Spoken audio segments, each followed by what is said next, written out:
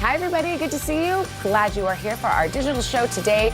In 30, we've got Craig in the house. Hoda's got a day off. It's her birthday. Yes. Happy birthday, She's Hoda. celebrating by not working. Happy birthday, Hoda Copy.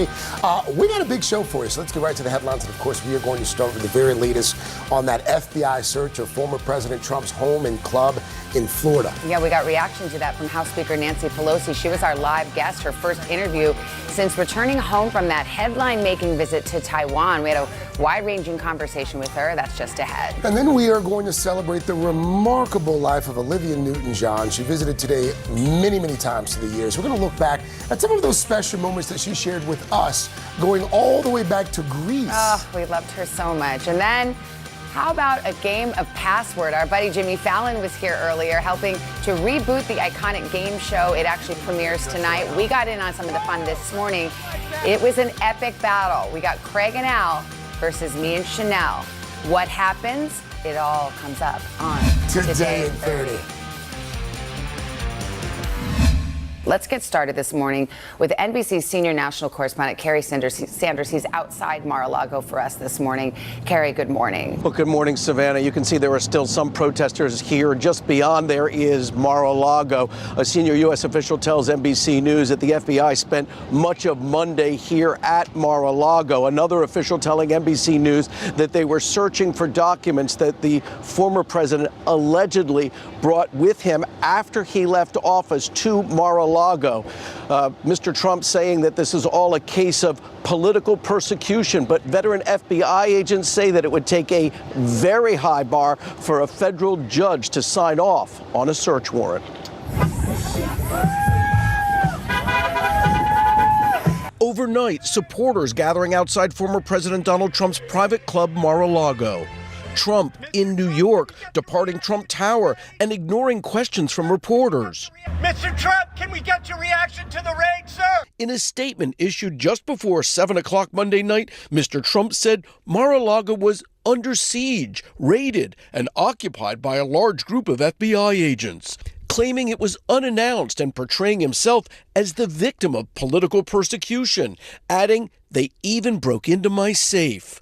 According to a source familiar with the search, it was related to classified information the former president allegedly took with him to Mar-a-Lago after leaving the White House.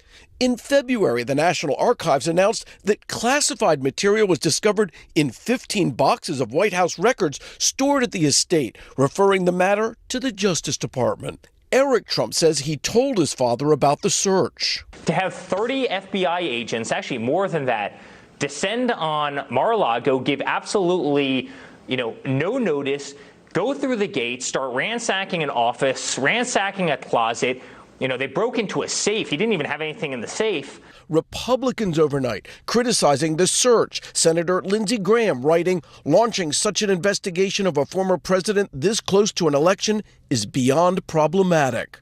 The Justice Department is also pursuing a separate investigation into January 6th. Last month, Attorney General Merrick Garland telling Lester Holt that an election would not affect their efforts. So if Donald Trump were to become a candidate for president again, that would not change your schedule or how you move forward or don't move forward? I'll say again that we will hold accountable anyone who is criminally responsible for attempting to interfere with the legitimate, lawful transfer of power from one administration to the next.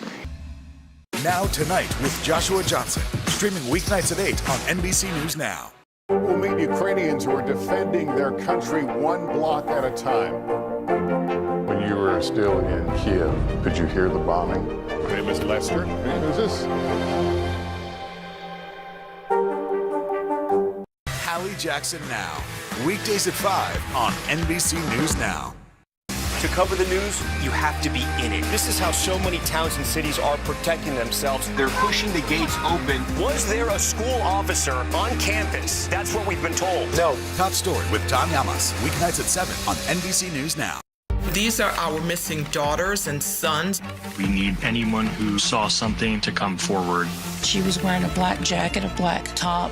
I'm going to bring my son home alive. Dateline Missing in America. Listen now wherever you get your podcasts. To cover the news, you have to be in it. This is how so many towns and cities are protecting themselves. They're pushing the gates open. Was there a school officer on campus? That's what we've been told. No. Top Story with Tom Yamas. Weeknights at 7 on NBC News Now. For breaking news in our changing world, download the NBC News app. You open the door for so many people. I love working with people. I did not do any of this by myself. Hello!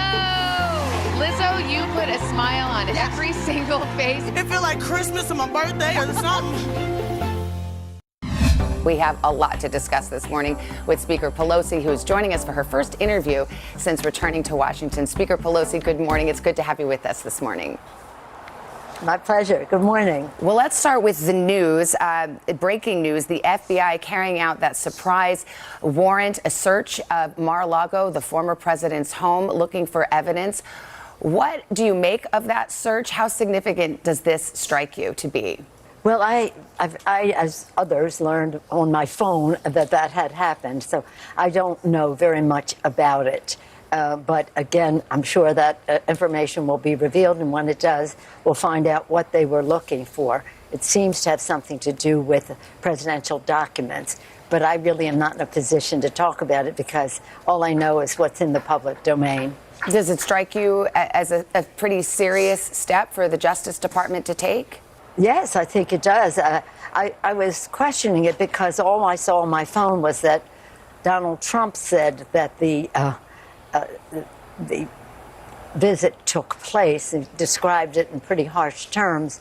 It would be interesting to find out exactly what the warrant was in order to have, what the order was to have a search warrant and for what purpose. But again, we can only speculate. And before we leave it, I just want to mention House Republican leader, your counterpart, Kevin McCarthy, put out a statement responding to the search. And he said, in part, when Republicans take back the House, we will conduct immediate oversight of this Justice Department. Attorney General Garland, preserve your documents and clear your calendar. Do you have a response? Well, first of all, I think the Democrats are going to win the House. We've been prepared for it for a long time. And now with what's happening with Roe v. Wade and the legislation that we are passing, I think that whatever the leader is saying is probably idle. But nonetheless, we believe in the rule of law, and that's what our country is about, and no person is above the law, not even the President of the United States, not even a former president of the United States. Let's turn now to your visit to Taiwan. You made history. You were the first speaker to visit in, I guess, more than a generation, 25 years. The visit has resulted in considerable blowback, and we'll get to that in just a moment. But my question to you initially is why now? You received briefings. The risks were laid out to you. What was the cost-benefit analysis that you conducted? Why was it important to make this trip now? Well, the fact is we were supposed to make it a couple of months ago, but because of COVID, it was postponed. I'm very proud of the delegation, the chairman of the Foreign Affairs Committee, Mr. Meeks, the chairman of the Veterans Affairs Committee, Mr. Takano, the vice chair of the Ways and Means Committee, Congresswoman Del Bene, Andy Kim of New Jersey, who was a diplomat before coming to Congress, as well as Congressman Raja Krishnamurthy, who is a member of the Intelligence Committee. It was like a 6-person co-chair committee. A lot of attention was paid to Taiwan, and that's right. But it was a bigger visit than that. It followed on the president's direction that we would have a focus on the Asia-Pacific. It also took up his initiative of the Indo-Pacific Economic Framework. So we went there to listen. It's important for us to have parliamentary to parliamentary exchanges as we again go forward with a new initiative. Madam Speaker, just to jump in here. In Singapore, in Singapore we had in all of the countries, we thanked the members of ASEAN and our Asian friends for their very strong support for the people of Ukraine and condemning Russia for their invasion. In all of the places that we brought our respect and to listen to what they had to say about how we go forward, security-wise, economic-wise, as well as in the terms of governance. Well, let me just jump Taiwan in here was because a part of that trip. Yes, and only because time is short, I really want to make sure we get into this, because there are reasons to take a trip like that, but as you well know, especially with foreign policy, national security, it often comes down to trade-offs and timing. Was it worth it now that you see the response?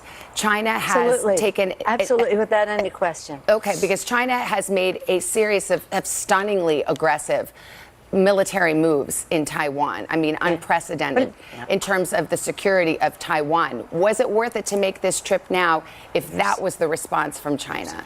I have overwhelming bipartisan support for our visit to Taiwan.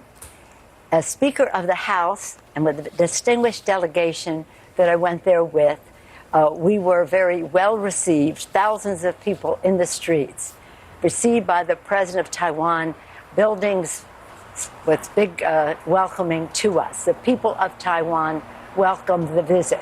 The Chinese government may not have, but China will not be allowed to isolate Taiwan. But a couple months ago, a delegation went from the Senate. It was bipartisan, it was high-powered, including the chairman of the Foreign Relations Committee. Nobody said a word. Nobody said a word. Did you even know about that trip? So I am not going to, again, as a supporter of democracy in China, but this is about democracy in Taiwan. We cannot allow the Chinese government to isolate Taiwan. They may say to them, you can't go to the World Health Organization, but they're not going to say who can go to Taiwan. And yes, it was worth it. And what the Chinese are doing is what they usually do. Even if it's on the Chinese, I think the administration is clear that, you know, whatever crisis is upon us now, it is the Chinese who are the instigators of this crisis. That said, was it not foreseeable that they would react this way? And on the issue of timing, this comes at the very moment that the Biden administration is trying to work with China to hold off China from rearming Putin in Ukraine. So as you well know, there are multiple levels of chess here. So the question is whether a symbolic trip, important as it may be, in any way undermines some of those other also quite important objectives that the administration has. Well, it may appear to be symbolic to you, but it was very substantial to us, for us to listen to the people in the region about our full agenda, but also not to say we're not going to Taiwan because the Chinese may act up. The president, as is his responsibility, is usually in touch with the Chinese about one thing or another, whether it's climate, and I think we have to work with China on the subject of climate. They have closed dialogue on that since your visit. I guess that's the point. What dialogue were you aware of that they were having on climate? They have been shutting down on many things. So again, this thing of, but they were going to be doing this and they were going to be doing that. Let's just say this is not something that should be dividing us. We are not going to let China isolate Taiwan. And if they can ignore a trip of 5 senators in a bipartisan way, why would they decide on my trip that it would be different? It's only a matter of months. And even about a few weeks before we went, a Republican senator went to Taiwan. So again, there's something wrong with this picture. And I'm used to taking the barbs about the men think it's this or that, but a woman goes, and it's a woman president of Taiwan. We are so proud of her. We want to support her courage. And every place I went, we were invited to go. It is a question of what they think is important to them, rather than some, again, a very strong bipartisan support for the trip. Yeah. But you know what? Why don't we just show China that we support Taiwan? It is part of the Taiwan Relations Act. We didn't go there to change our policy. We still support the One China policy. We go there to acknowledge the status quo is what our policy is. There was nothing disruptive about that. It was only about saying China is one of the freest societies in the world. Don't take it from me. That's from Freedom House. Let's talk a little bit. Democracy, courageous people, and it's just I don't know why it is, except there's some commercial interest who would like to diminish the relationship. But we're very, well, tomorrow we'll have a press conference. You'll hear from my other members about the pride we took in going there, the reception we received, the fact that the Chinese are going to do what they're going to do. And just because the president of Taiwan is a bully, the president of China acts like a bully, has his own insecurities, it doesn't mean that I'm going to have him do the schedule for members of Congress. Members of Congress can show their support for countries and democracies who are our friends. And according to the Taiwan Policy Act, Taiwan is our friend. Speaker Pelosi, we're really out of time. The filibuster exists in the House too, right? Let me quickly ask you though about midterm politics, if I could, which is, clearly the president has just notched a victory. This bill has passed in the Senate, very delicate. I don't have to tell you about the dance legislatively that took place. Will you ask your members to pass it as is so that this bill can get across the finish line? Yes. Let's start with what it does for kitchen table issues for the American people. Lower health care costs, lower prescription drug costs. This is historic that for the first time, HHS, Secretary of Health and Human Services, will be able to negotiate for lower prescription drug prices, again with the subsidies lowering health care costs. It's remarkable. And then in terms of creating jobs and also saving our planet for for now and for future generations. It's remarkable. Our members are very pleased, and quite a bit of what is in the bill is what we had worked together, House and Senate, to do. Wow. It doesn't have everything we had in the bill, but we're very pleased with what is in there. House Speaker Nancy Pelosi, sorry to cut you off. I wish we had more time, but hopefully we'll get to have another conversation in the future. Thank you very much. Appreciate your time. Thank you. Live from Ukraine, from Uvalde, Texas, from Mayfield, Kentucky. To cover the news, you have to be in it. This is how so many towns and cities are protecting themselves. You can actually see they're pushing the gates open. Was there a school officer on campus? That's what we've been told. No. Do you remember any tornado as bad as this one? You look at this and you're thinking, we're not going to have power for weeks, if not months. Exactly. Every night, it's your news playlist. Top Story with Tom Llamas, weeknights at 7 on NBC News Now. To cover the news, you have to be in it. This is how so many towns and cities are protecting themselves. They're pushing the gates open. Was there a school officer on campus? That's what we've been told. No. Top Story with Tom Llamas, weeknights at 7 on NBC News Now. Top Story with Tom Llamas, weeknights at 7 on NBC News Now. Live from Ukraine, from Uvalde, Texas, from Mayfield, Kentucky. To cover the news, you have to be in it. This is how so many towns and cities are protecting themselves. You can actually see they're pushing the gates open. Was there a school officer on campus? That's what we've been told. No. Do you remember any tornado as bad as this one? You look at this and you're thinking, we're not going to have power for weeks, if not months. Exactly. Every night, it's your news playlist. Top Story with Tom Llamas, weeknights at 7 on NBC News Now. Mr. Secretary, when is this going to get better? You came into this job saying you were to fight crime. Have you been successful? Found a way to put that. Can you update us on the status of negotiations? What do you love about fatherhood? The chaos, the learning. Is climate change one of your top priorities? What's your message to girls who want to make a difference in their own communities? Believe in yourself. Hallie Jackson Now, weekdays at 5 on NBC News Now.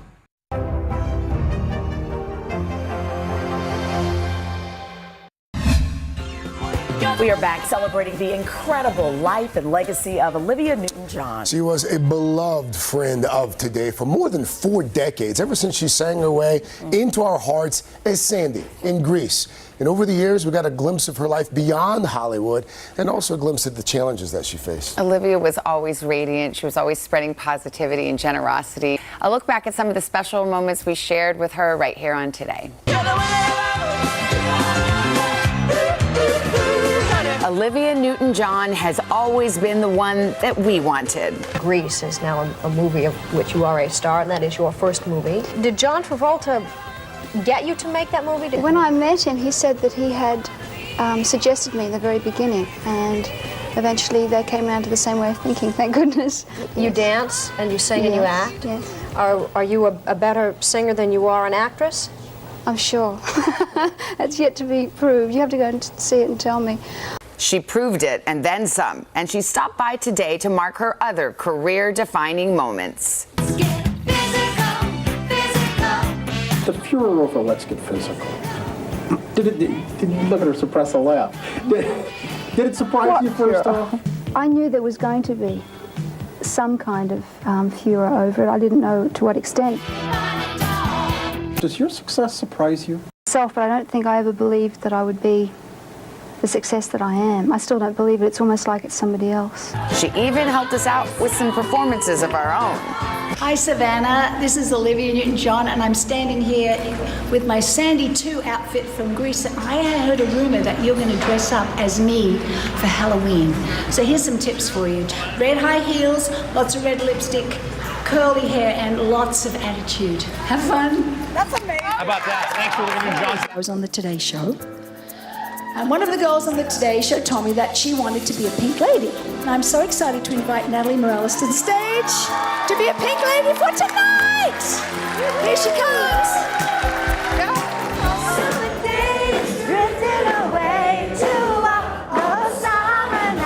Olivia also spoke out over the years about her health struggles while always keeping that amazing spirit. Olivia, you had some health problems, which I know from personal experience is a very life-altering thing. I had breast cancer 6 years in May. I feel very positive. I feel very good. Yeah. What has cancer taught you about yourself? I think it taught me I'm stronger than I thought I was, because even though it really in the end, it's up to you. Believe you can do it and to go through it. So it made me stronger. You know what I see when I look in your eyes?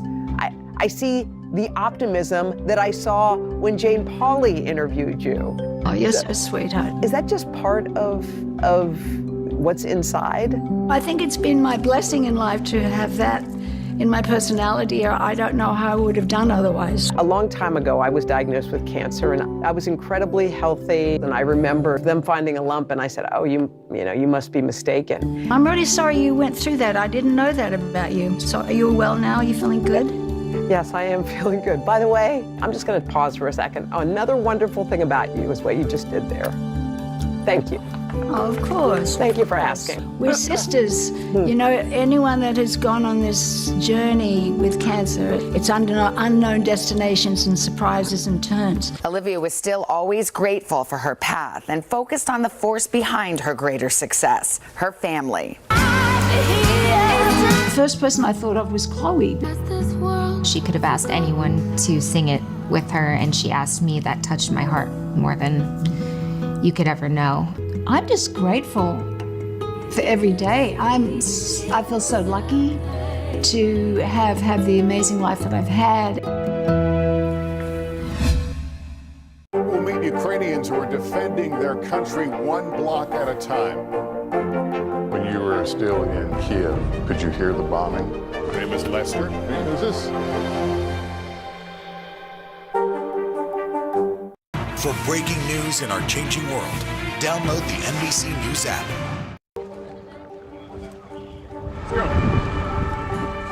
This is a critical choke point for this fire.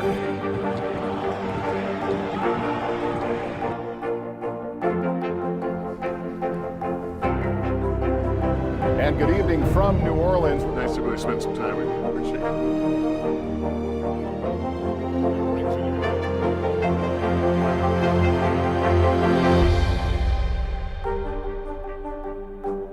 For breaking news in our changing world, download the NBC News app.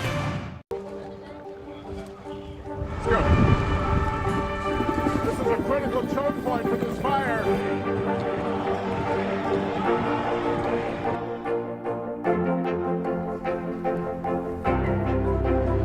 And good evening from New Orleans. Nice to really spend some time with you. Appreciate it.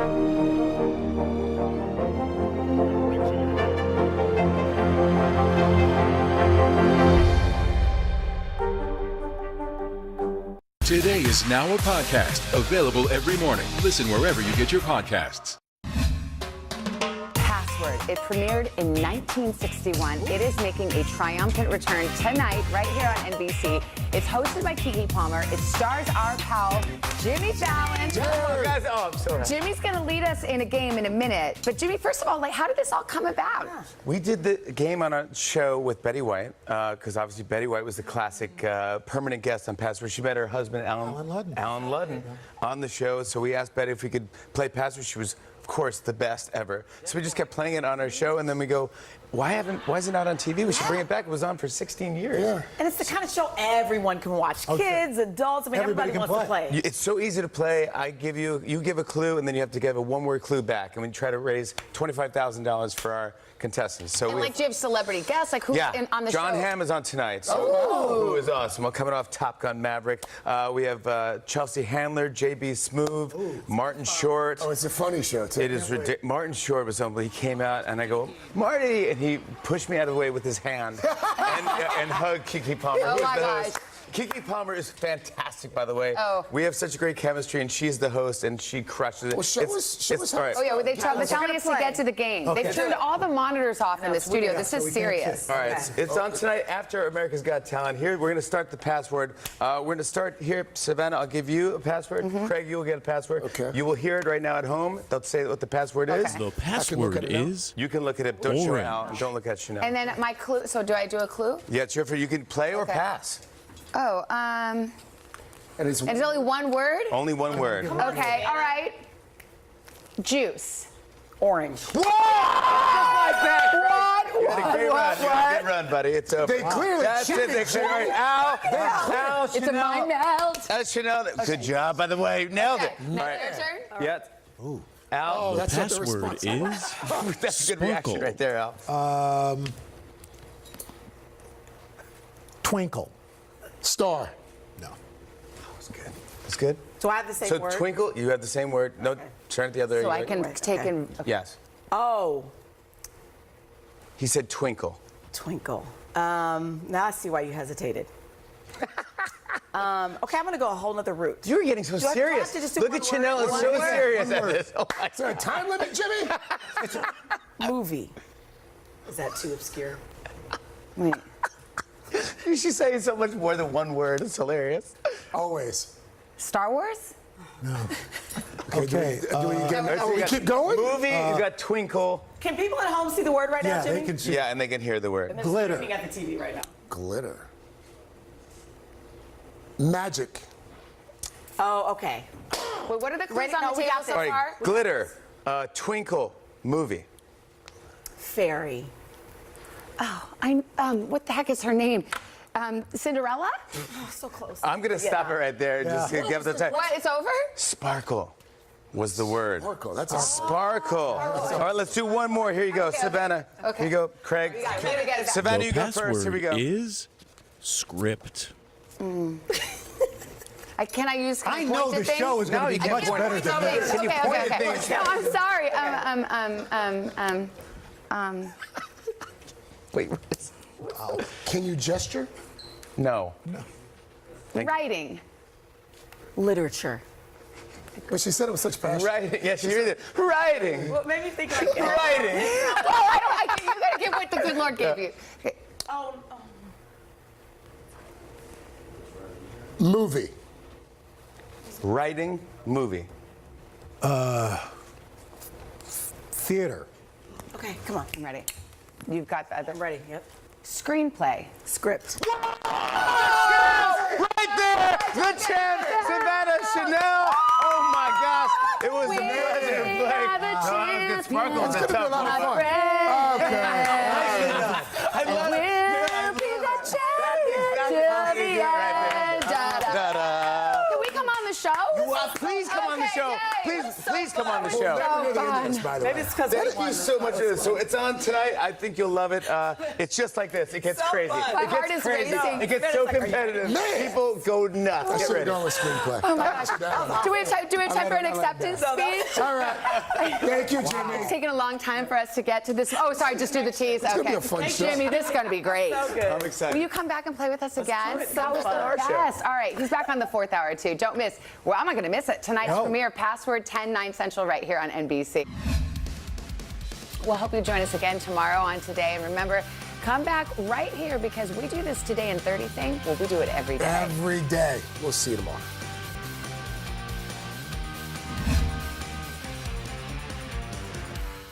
There are dozens of Chinatowns all across America with interesting architecture, diverse restaurants, and specialty shops. It's no wonder they're popular with locals and tourists alike. They also provide places for new immigrants and for families to create communities. But with gentrification and all sorts of problems from the pandemic, it's no wonder that all these Chinatowns are rapidly changing. It's time to head out of Studio 1A and hit the road for a new kind of culinary adventure. Follow me as I taste some of the most iconic foods around the country and meet the families behind them. Together, we're going to learn how a good meal has the power to connect us to our past, our future, and each other.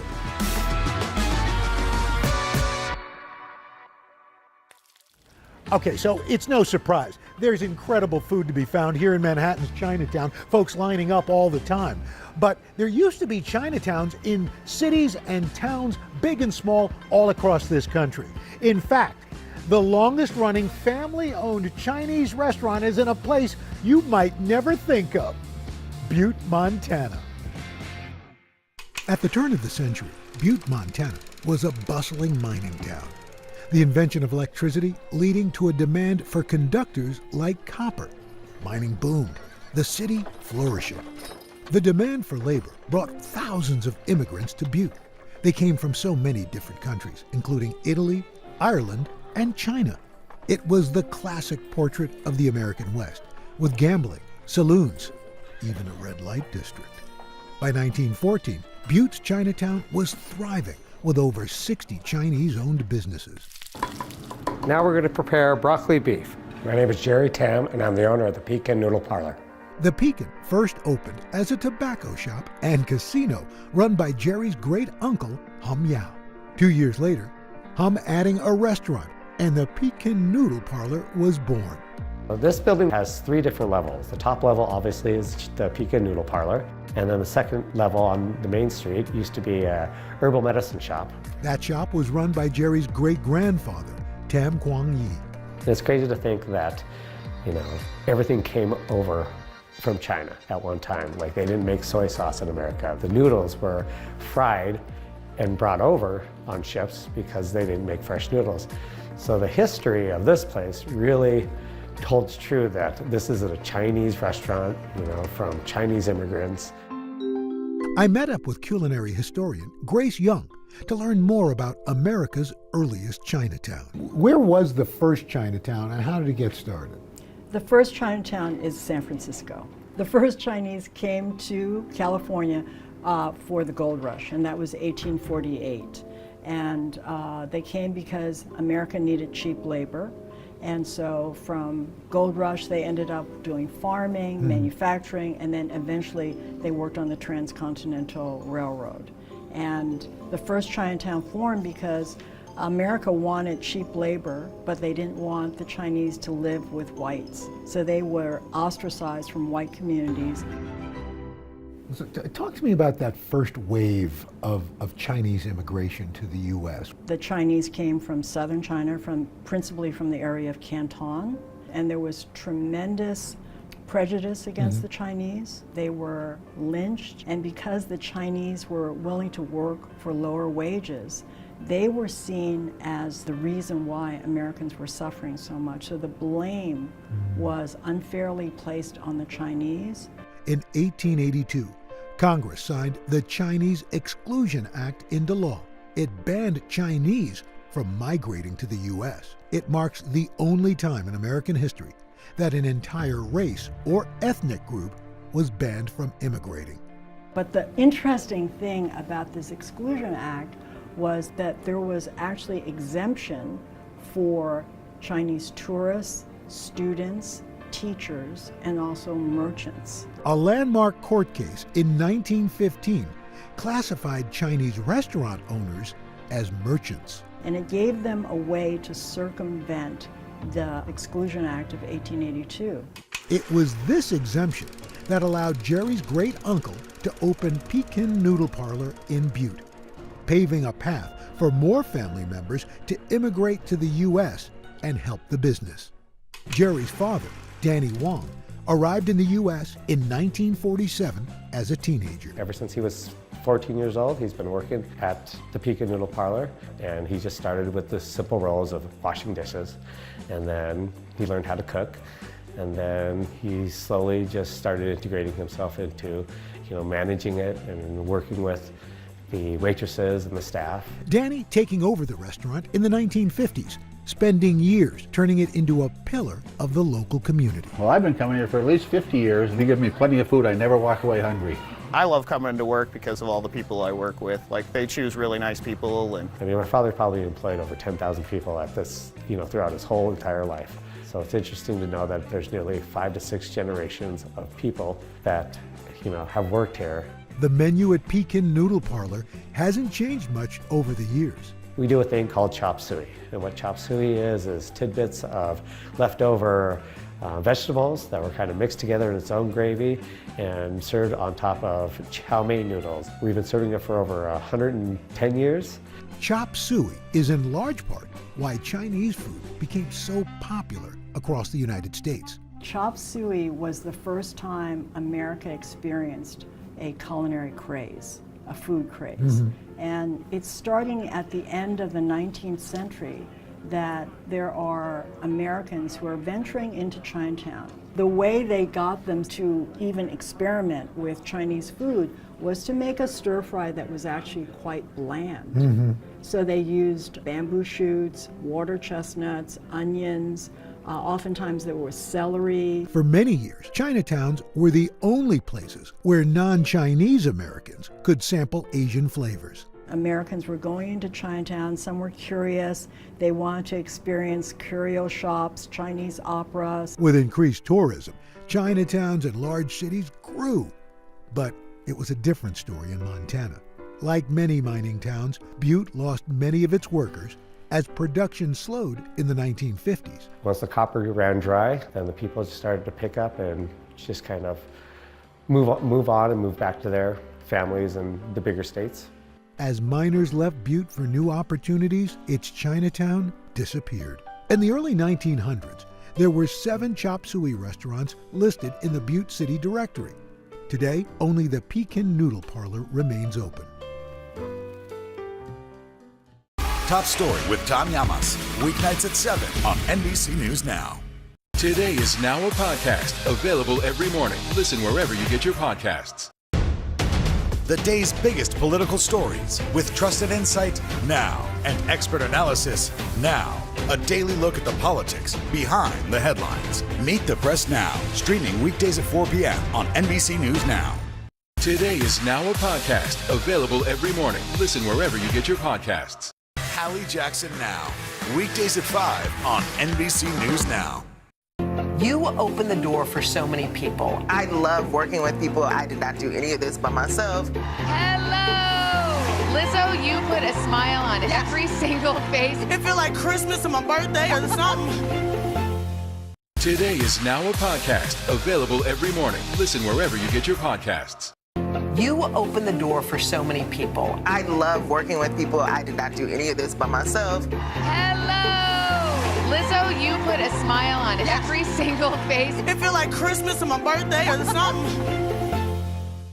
What do you love about fatherhood? The chaos, the learning. Is climate change one of your top priorities? What's your message to girls who want to make a difference in their own communities? Believe in yourself.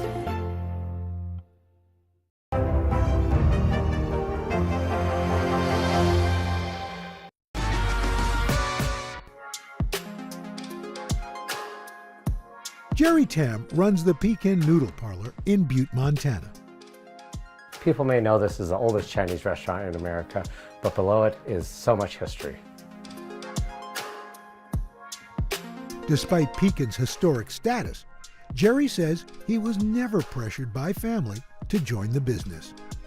I never learned to cook until I came back in around 2009, because like any Asian American, my parents wanted all of their kids to go to college, so we all went to colleges around the nation and to get a better education, become a lawyer, a doctor, and what have you. But I went into fashion, and what was great about that is I got to see the world because of it. In 2004, Jerry even appearing on Bravo's Project Runway. But a few years later, family duty calling him home. And unfortunately, my mom had a stroke, so my dad needed help, taking care of her and taking care of the restaurant. I think it was really hard on my father because they were in a generation where they loved each other every day. And they were just best friends. After Jerry's mom passed, Jerry and his dad began operating Pekin together. He never stopped working, so he was working here all the way until 85, until he couldn't make up the stairs anymore. My father and I spent every day together. I made sure he was healthy all the way till the end, the best of my ability I can do. My father passed in November, and it was really, heartbreaking. He didn't want to say goodbye to my sisters or me or this restaurant or the community. He loved Butte, Montana. Jerry now runs Pecan Noodle Parlor with his cousin Nelson. Together, they're working to preserve a family legacy and keep a piece of Chinese American history alive in an unlikely place. I've been asked the question, what is the future of the Pecan? And the best answer I can give you is, let's just keep it the same. Let's not change anything, because that's what people come here for. They have their parking spots, they have their booths, they have their favorite place to sit at the bar. I don't think they want any change, because this is a place that feels like home.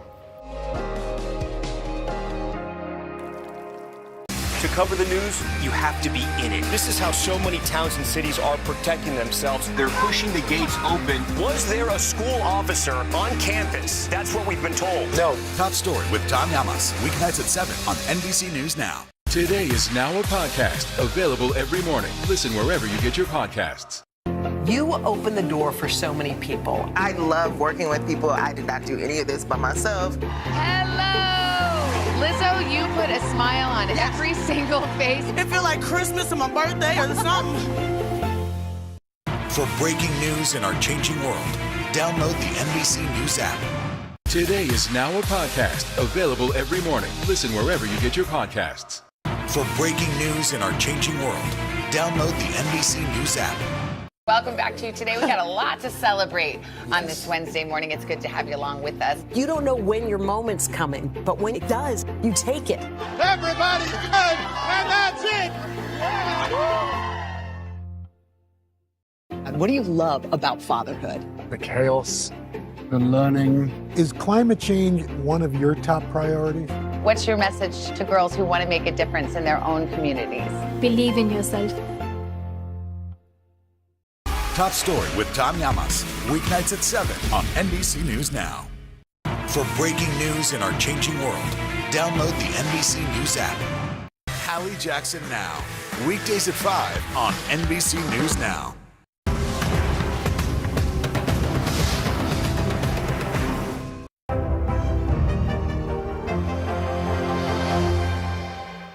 These days, it feels like the news never stops. So let's get into it. What's happening right now, what it all means for you for an hour every day. It can be hard to keep up, so let's get started together. Hallie Jackson Now, weekdays at 5 on NBC News Now.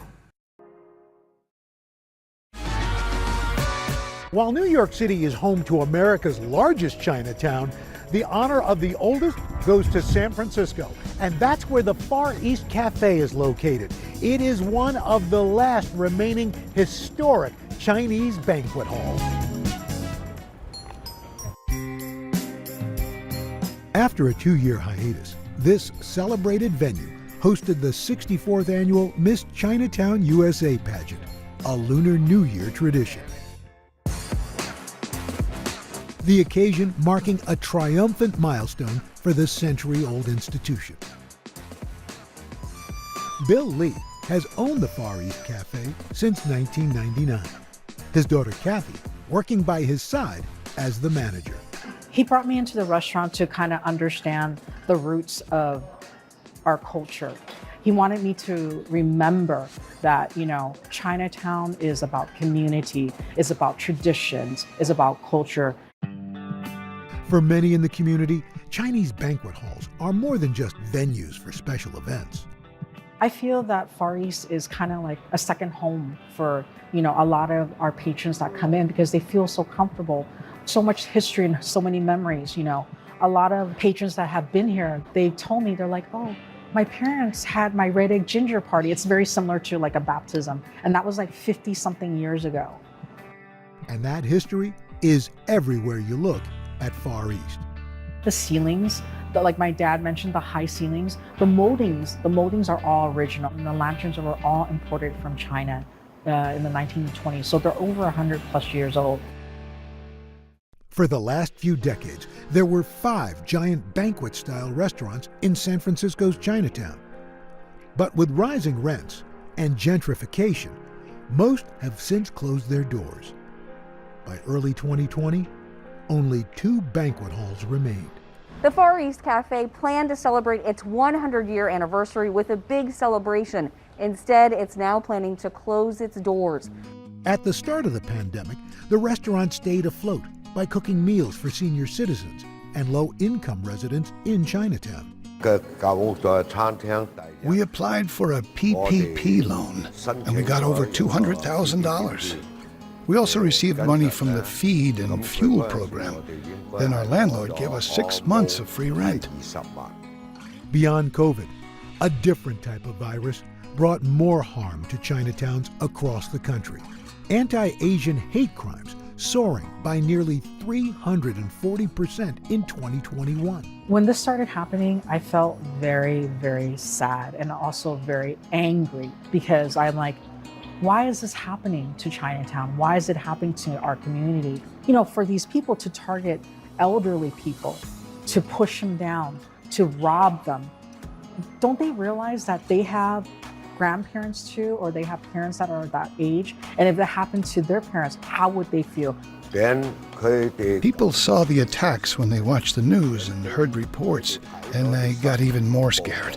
They don't want to go out, even for special events like the Mid-Autumn Festival. We tried to invite them, but they didn't want to come.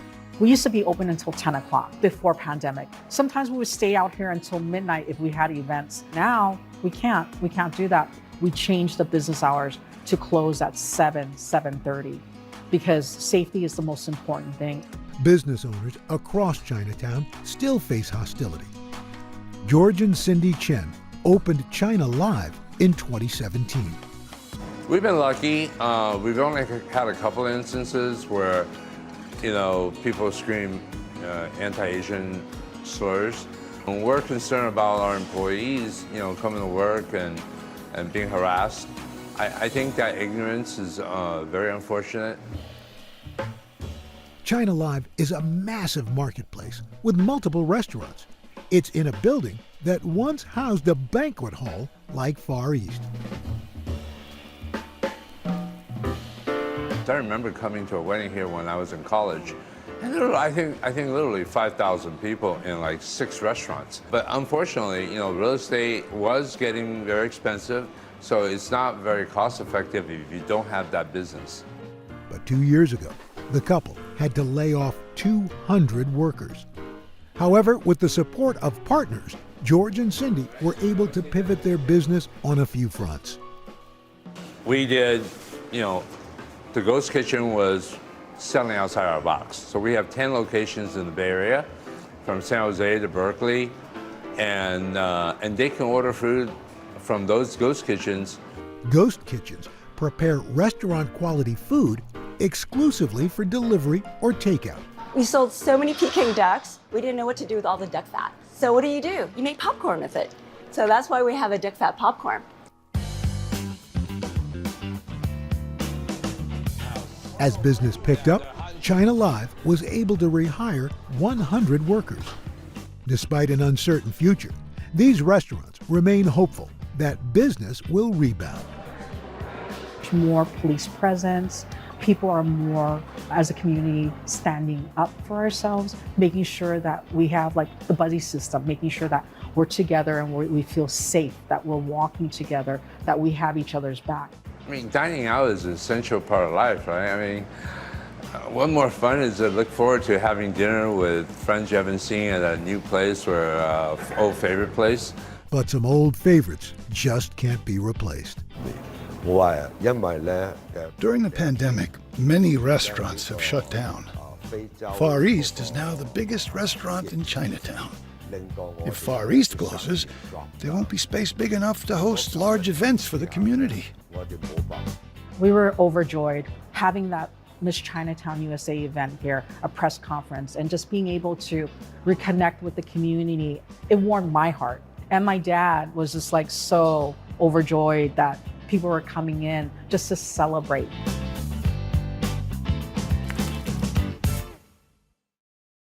For breaking news in our changing world, download the NBC News app.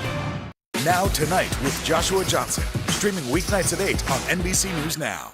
Welcome back to Today. We got a lot to celebrate on this Wednesday morning. It's good to have you along with us. You don't know when your moment's coming, but when it does, you take it.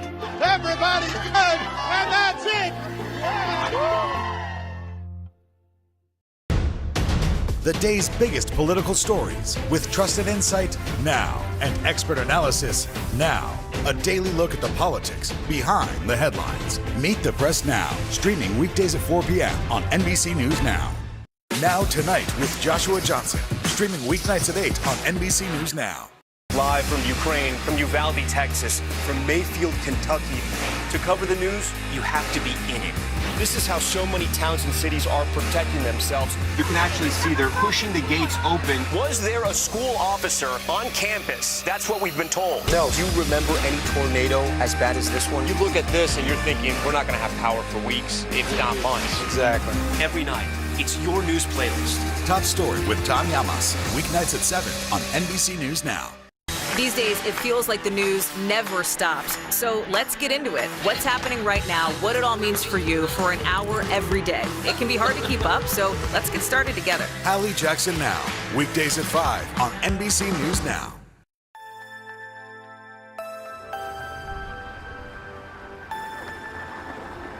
To learn more about the future of Chinese American restaurants, I went to visit Chef Lucas Sin in New York City. This savvy chef is on a mission to save mom and pop shops from closing and putting a spin on the classics. Hey, nice to meet you. Good to see you. All right, can't wait to talk and taste. Come in here. Lucas was born and raised in Hong Kong. Growing up, he had never heard of dishes like General Tso's chicken. What was your first experience with Chinese American food? Yeah. And did you go, what the heck is this? I was here for summer camp, and on Tuesdays at 10 o'clock or so, right before bedtime, this van would pull up in the front of the school, and you could pick between sesame chicken, General Tso's chicken, orange chicken with broccoli and fried rice or white rice or whatever it was. The first thought was that this is ridiculously delicious, where has this been my whole life? And the second thought is that what in the world is the difference between orange chicken and General Tso's chicken and sesame chicken? Why is there so much that I don't understand about this if last time I checked it was Chinese? Lucas actually studied cognitive science at Yale, but he always had a passion for cooking. His summers spent training in award-winning restaurants in Hong Kong and Japan.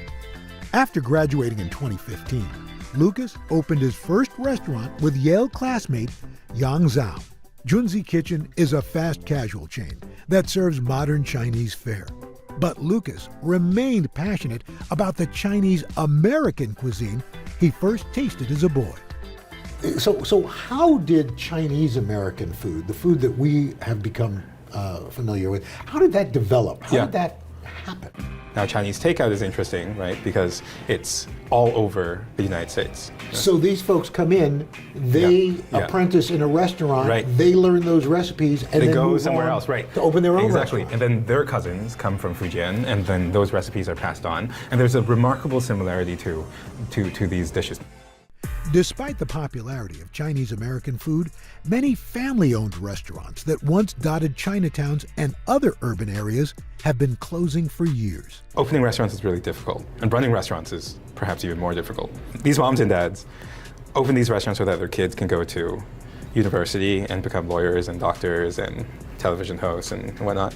And now they're finally able to do that. They don't need to run these restaurants anymore, right? Suddenly livelihoods have changed. That's a good thing. Lucas and Young hatched an idea to help smaller businesses in 2019. Nice Day seeks out restaurants facing closure, then works with the owners to remodel the space and update the menus.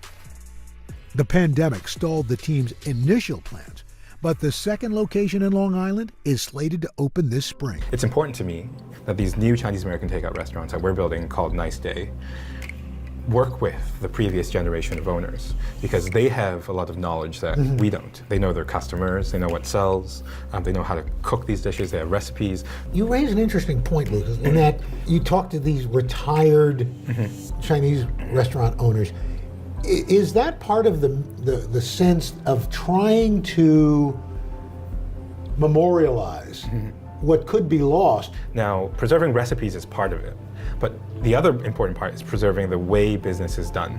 Chinese takeout restaurants are one of the few restaurants in the world that if they're open from, let's say, 11 to 10, the work hours are 11 to 10. They don't have any prep hours. The same cooks that do the wok stir fries are also prepping during the day. It's ridiculously efficient, and it's got to do with the setup and the way that the kitchens are run, but it's also important to us that we give back to this last generation and that we can make sure that owners who want to retire can retire well, and that legacy can be preserved in a new type of American Chinese takeout restaurant. While Nice Day pays homage to popular Chinese American recipes, Lucas has been celebrated for his innovative fusion dishes. In 2021, he was named one of Food and Wine's best new chefs. We serve a mapo mac and cheese here, which is a variation on that dish.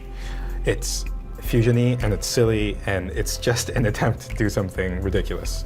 It doesn't make any sense. It betrays every chef sensibility that I have, but unfortunately it's delicious and it's interesting and it gets people talking. Finally, it's time to eat. Lucas showing me how to make his signature dish. How do we get started? So the mapo mac and cheese, the mac and the cheese elements are rigorously American. This is elbow macaroni, right? Cooked halfway. And this is Velveeta. But the mapo element is going to be in the form of a mapo sauce, if you will. The last two elements that really sort of take this over the edge is Chinese sausage. Oh. It can function like bacon, and some dried shiitake mushrooms that we've rehydrated. So to start off with, we're just going to cut a couple of things. And this tofu we will then put into the deep fryer. This concludes the chopping portion of our program. Next, garlic and ginger are cooked till fragrant. Then, spicy bean paste and soybean paste are added to start the sauce. Mushroom broth is added, the mixture brought to a boil so the flavors infuse. Can I give that a try? Yeah, absolutely. Okay, here you go. So your left hand's on the wok? Yeah. Yes. I can't get any altitude on this thing. Nothing's coming up. That's why the pros do it, baby. At this point, everything's smelling quite good. So the macaroni is going to go in, as well as the soup we just made. Once it's boiling and happy, 2 slices of the best Velveeta American cheese. Wait for that Velveeta to melt. You'll see that sauce is already beautifully tied together.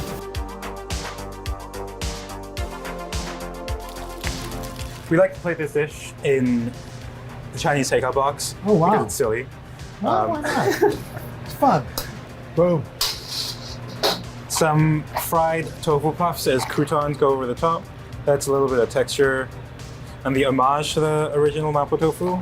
These fresh scallions are actually really important because they cut through the heaviness of the original dish. Wow. There's a little spice, the creaminess, the crunch of the tofu. I hope you get a little bit of the Chinese sausage, yeah. Whoa, you've never had mac and cheese like this. Amid a global pandemic, changing family dynamics, and anti-Asian racism. Chinatowns across America and the communities that sustain them face a challenging road ahead. Every business that is open right now is still fighting for its life. And I think that the best way to fight the anti-Asian hate is to show our love for the community. Come to Chinatown or your local Asian American Pacific Islander restaurant, store, market. Give them your business. We have lost so much during the pandemic, and I think it makes us all so much more conscious that we have to protect what we love.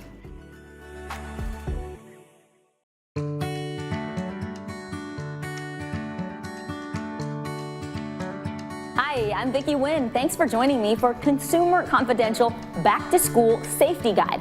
We're going to help you kick off a successful year, from navigating the social scene to the great debate. Is your child ready for a phone? We'll also have an important lesson on how to stay safe on campus, especially if your student is away from home for the first time. In just a few minutes, we'll talk to Dr. Sue Varma on dealing with the anxiety of returning to school. But first, school safety is on the minds of many. We looked into some of the most effective measures. We aren't going to give away any secrets that could put your kids in danger, but we will show you some of the safety tactics used in schools today to potentially save lives. Nearly 50 million kids in the U.S. are headed back to class, and across the country, districts are approaching security differently. In Indiana, Jay County schools have gun safes on each campus, where trained staff have access with just a thumbprint. Clinton Public Schools in Mississippi added a fourth police officer. And in Las Vegas, El Dorado High School is set for a $26 million security upgrade with cameras, single-point entry, and perimeter fencing.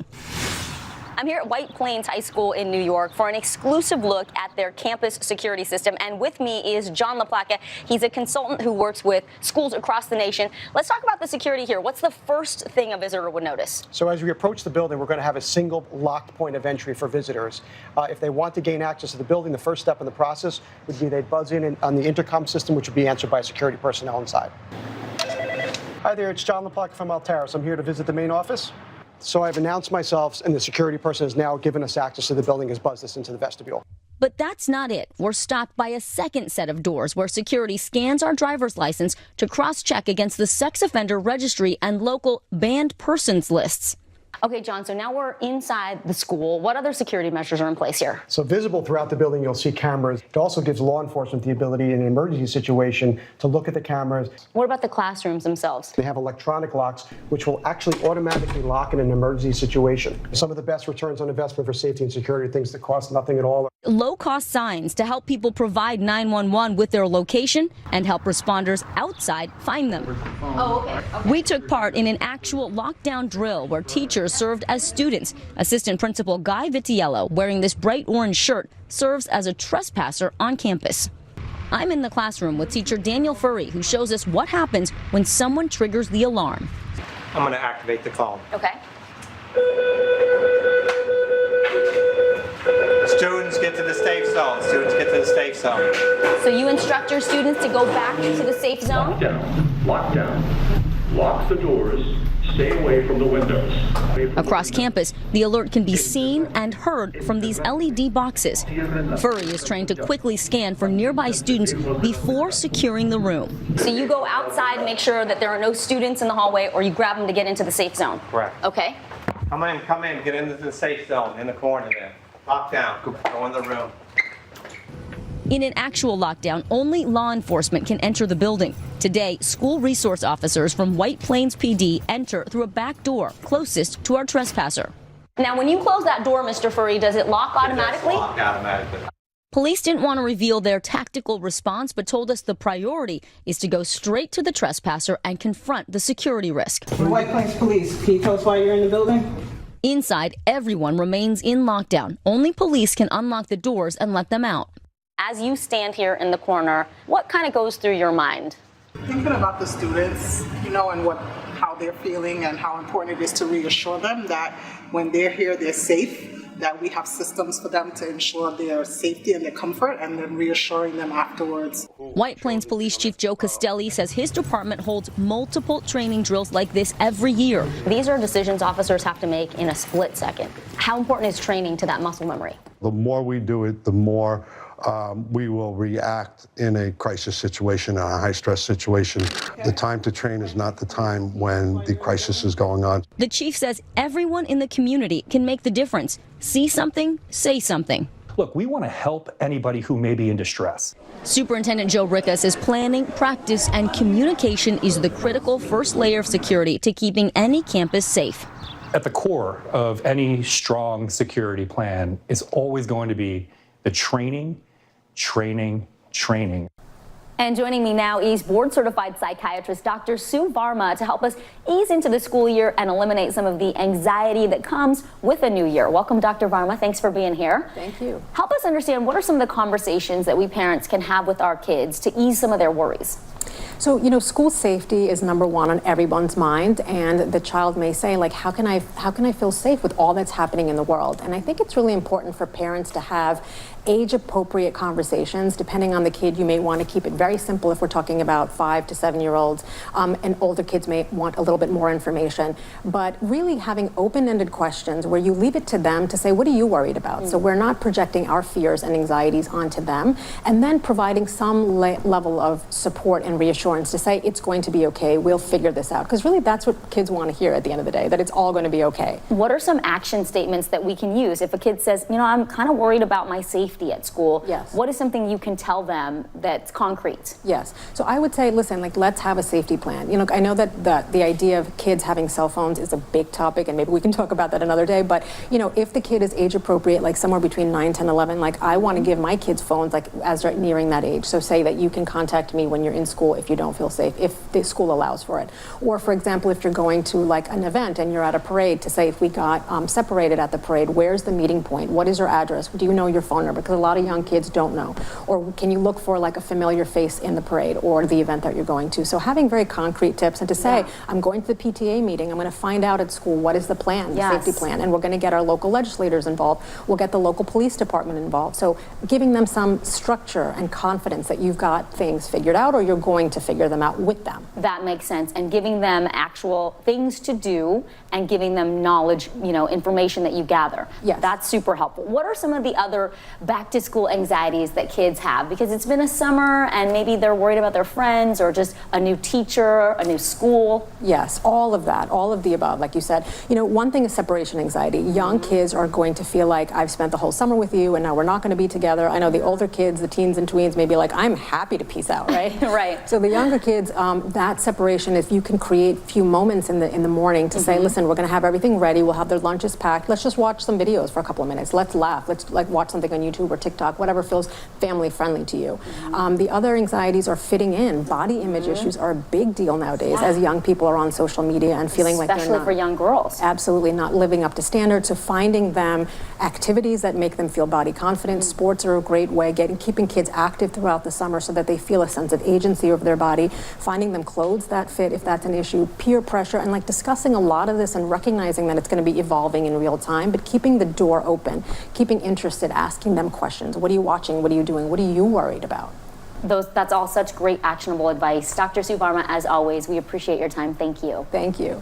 All right, well, we talked about it there. The great debate coming up. Is your child ready for a phone? Plus, we'll look at the other gadgets your kids may need, which include laptops that are right for your family. Later, College Safety 101, the do's and don'ts of college life. Consumer Confidential, coming right back. What do you love about fatherhood? The chaos, the learning. Is climate change one of your top priorities? What's your message to girls who want to make a difference in their own communities? Believe in yourself. Mr. Secretary, when is this going to get better? You came into this job saying you were going to fight crime. Have you been successful? Found a way to put that. Can you update us on the status of negotiations? Now Tonight with Joshua Johnson, streaming weeknights at 8 on NBC News Now. These are our missing daughters and sons. We need anyone who saw something to come forward. She was wearing a black jacket, a black top. I'm going to bring my son home alive. Dateline Missing in America. Listen now wherever you get your podcasts. You open the door for so many people. I love working with people. I did not do any of this by myself. Hello! Lizzo, you put a smile on every single face. It feel like Christmas or my birthday or something. Today is now a podcast available every morning. Listen wherever you get your podcasts. Now Tonight with Joshua Johnson, streaming weeknights at 8 on NBC News Now. The day's biggest political stories with trusted insight now and expert analysis now. A daily look at the politics behind the headlines. Meet the Press Now, streaming weekdays at 4 p.m. on NBC News Now. These days, it's known as the Great Debate. When are kids ready to have a phone? Parents want to be able to stay in touch with their children throughout the day, but owning a phone can open up a different set of headaches. Here's NBC's Kate Snow. The pandemic changed everything, including the way kids learned and spent their free time. According to Common Sense Media, screen use for teens and tweens has grown by 17% since 2019, with kids 8 to 12 clocking 5.5 hours a day and 13 to 18-year-olds logging nearly 9 hours a day on devices. Now, many parents are pumping the brakes. For mom of 4, Adriana Stacy, the family policy has always been firm. We don't buy smartphones for our children. She's a psychiatrist who's seen the effects of increased screen time in her practice. I'll get a patient in my office, usually a teenager, who all of a sudden started to really struggle with anxiety and depression. Pretty much every time we can trace that back to when did you get a phone? But her oldest, Annalise, a 10th grader, often feels left out. It's definitely hard sometimes because I have been left out of decisions because I haven't been on a group chat or something. It's also been a struggle in the classroom. Some of Annalise's teachers ask students to use their smartphones to do classwork. We do feel like we're standing alone on an island. But the island is getting bigger. A movement called Wait Until 8th encourages parents to wait until at least 8th grade to give kids smartphones. The network is 40,000 families strong, and they've seen a 25% increase in participation in the last year alone. Parents have seen the impact of screens on kids over the past couple of years with online school and lots of social media consumption. Let's get our kids outside. Let's get our kids reading. Let's get our kids playing with other kids in real life. And let's let our kids enjoy being kids. Research about the impact of smartphones is mixed. A large study using data from the National Institutes of Health found screen time was moderately associated with worse mental health, increased behavior problems, decreased academic performance, and poorer sleep, but also found using a smartphone or device improved friendships and connection. Dr. Jean Twenge is a professor of psychology at San Diego State and author of the book iGen. Are we basically experimenting on our kids, not knowing what the impact of these smartphones will be long term? All of us are basically living in a big social experiment where smartphones have taken over. In effect, we're experimenting with their brains. Hey, let's give them all a smartphone and see what happens. Experts agree if parents are going to allow smartphones, they should be banned from the bedroom overnight, and they recommend setting time limits and parental controls. And for the growing number of parents who decide not to give their kids a smartphone at all, talk to your kids about your concerns and consider a stripped-down phone for calls and texts only. Last year, Annalise Stacy got one of those. At 15 years old, she already sees the benefits of not having a smartphone. It's been a positive experience not growing up with one because I spent more time doing more valuable things and less time on my phone. I have better self-esteem and better social skills, and I can definitely communicate and just talk to people more. Kate Snow, NBC News, New York. In a recent study from the University of Texas, researchers gave people a series of tests without a smartphone near them and then with a smartphone near them. Just having that phone within reach, even though they weren't touching it, was enough of a distraction that the people didn't concentrate or do as well on their tests. So food for thought there. All right, so in addition to a phone, there is a lot of other technology that parents may want to consider. Mark Spoonhour, who is a tech expert and global editor-in-chief of Tom's Guide, is here with a look at back-to-school tech for every age. Mark, thanks for being here. Thanks for having me. All right, let's start with this. Parents who may not want to give kids a smartphone with all the bells and whistles yet, but they still want the safety and security of knowing they can get in touch with their kids. What are we looking at? So think of this as like a smartphone training wheels. Okay, I like it. So the first device is the Gyobit. And the idea behind this device is being able to track your kids and know where they are It's really light. It's $139, so fairly affordable. Okay. You can attach it to their backpack, their clothes. And the idea is that if your kid is coming home from school or leaving, you will get automatic notifications on your phone based on location. Yes. Okay. Okay. And what about this guy right here, this little watch So this is kind of like the Dick Tracy watch is making a comeback. So this is called the TikTok 4. Okay. It goes for $199. And unlike the Apple Watch, there's actually, not only can you make phone calls through it, but there's a 5-megapixel camera built in. So you can have video calls with grandma or whoever you like. You get to set the contacts. Okay. The other good thing about this watch is that with kids, a lot of people with screen time increasing, people are worried about, are my kids staying active? There's an activity tracker built in, and there's some gamification features, so your kids will want to be active. Moving on to the next item, laptops are very pricey. What do we need to know about, the best ones to get for our kids? Sure. So we do a lot of testing at Tom's Guide, including battery life. And what we love about the new MacBook Air M2 in particular is that it lasts for 14 hours on a charge, where we just continuously surf the web. So it does really well in that regard. It's also very well built, and we think that students are going to like the new colors, including the blue model that you see here.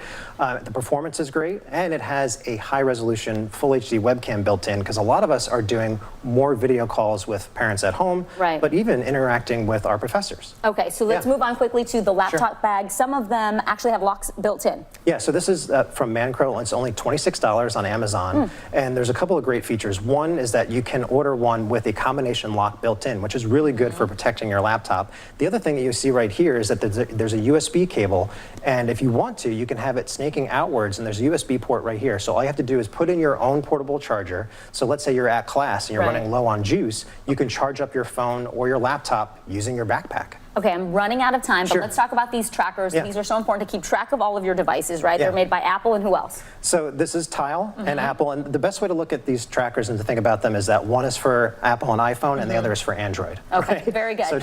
And then if you are a student riding a bike, got to get a helmet. Why is this one special?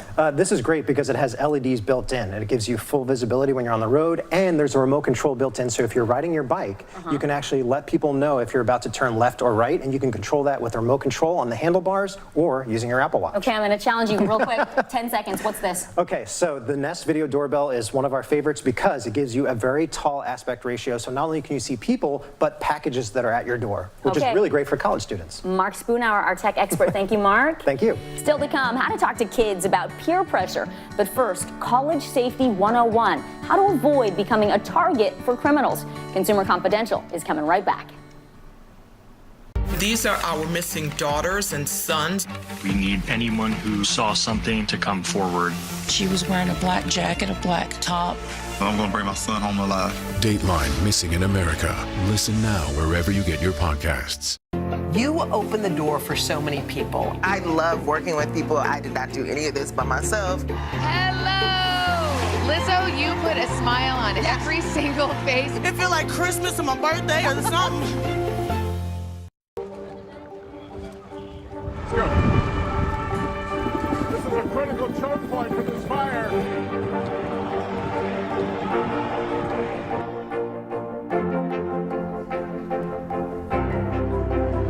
And good evening from New Orleans. Nice to really spend some time with you. Appreciate it.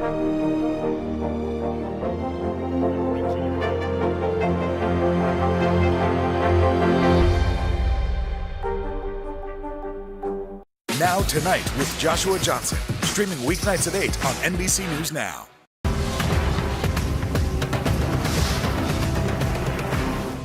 Now Tonight with Joshua Johnson, streaming weeknights at 8 on NBC News Now. Hallie Jackson Now, weekdays at 5 on NBC News Now. These days, it feels like the news never stops. So let's get into it. What's happening right now, what it all means for you for an hour every day. It can be hard to keep up, so let's get started together. Hallie Jackson Now, weekdays at 5 on NBC News Now. Welcome back to you today. We got a lot to celebrate on this Wednesday morning. It's good to have you along with us. You don't know when your moment's coming, but when it does, you take it. Everybody's good, and that's it.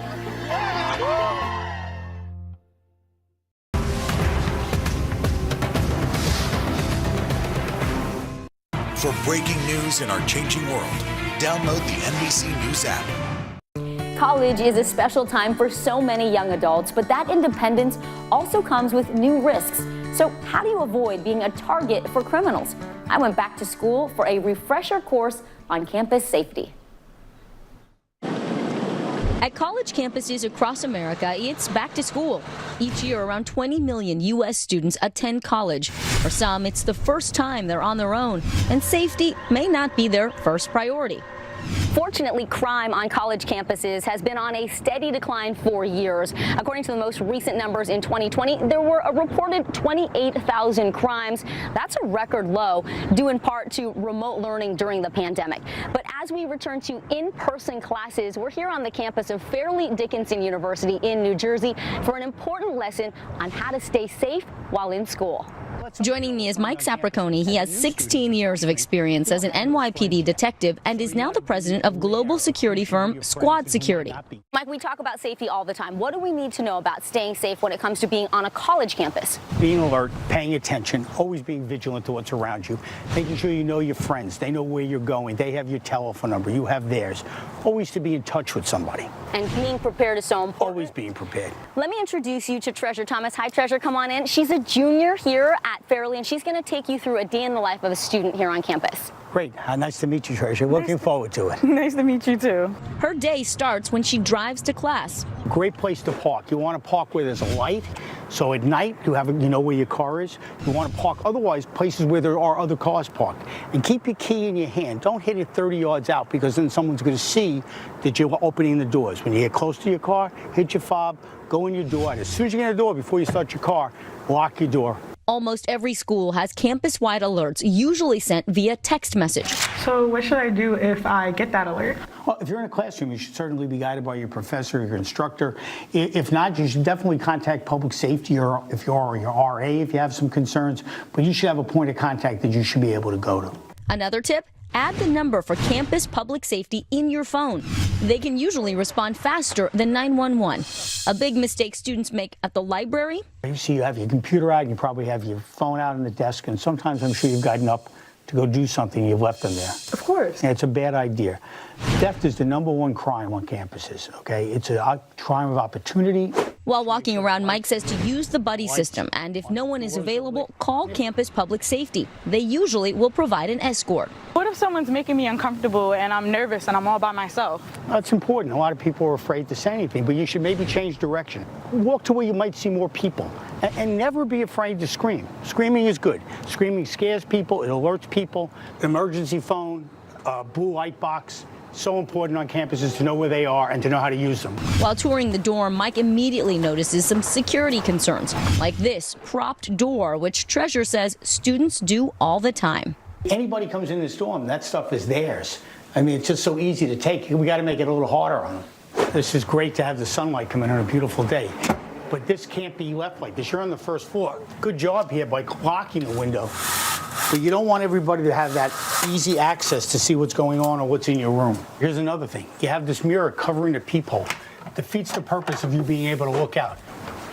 At night, always use the buddy rule. Never accept drinks from strangers, and wait until the next day to post on social media so no one can track your whereabouts. We covered a lot of stuff today. Good luck in school in this next semester, and spread the word to all your friends. Thank you. Our thanks to Mike and Treasure for all those great tips. And Mike says the buddy system, it works best when you designate one person who will look for you if you don't come back to your dorm or you haven't checked in. All right, up next, dealing with tricky topics from drinking to consent. How to talk to kids about social pressure. You're watching Consumer Confidential on Today All Day.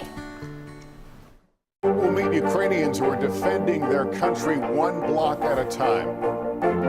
When you were still in Kiev, could you hear the bombing? My name is Lester. Who's this?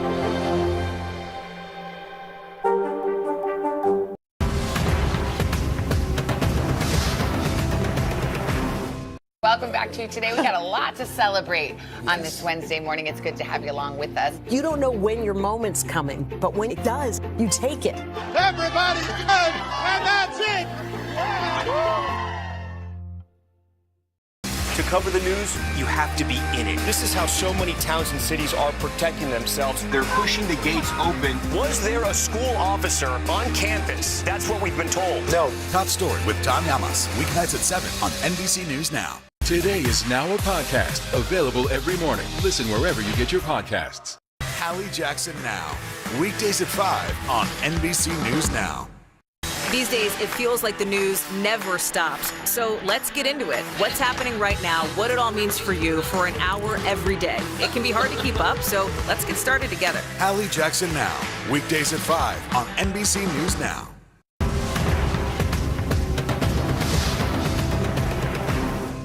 For breaking news in our changing world, download the NBC News app.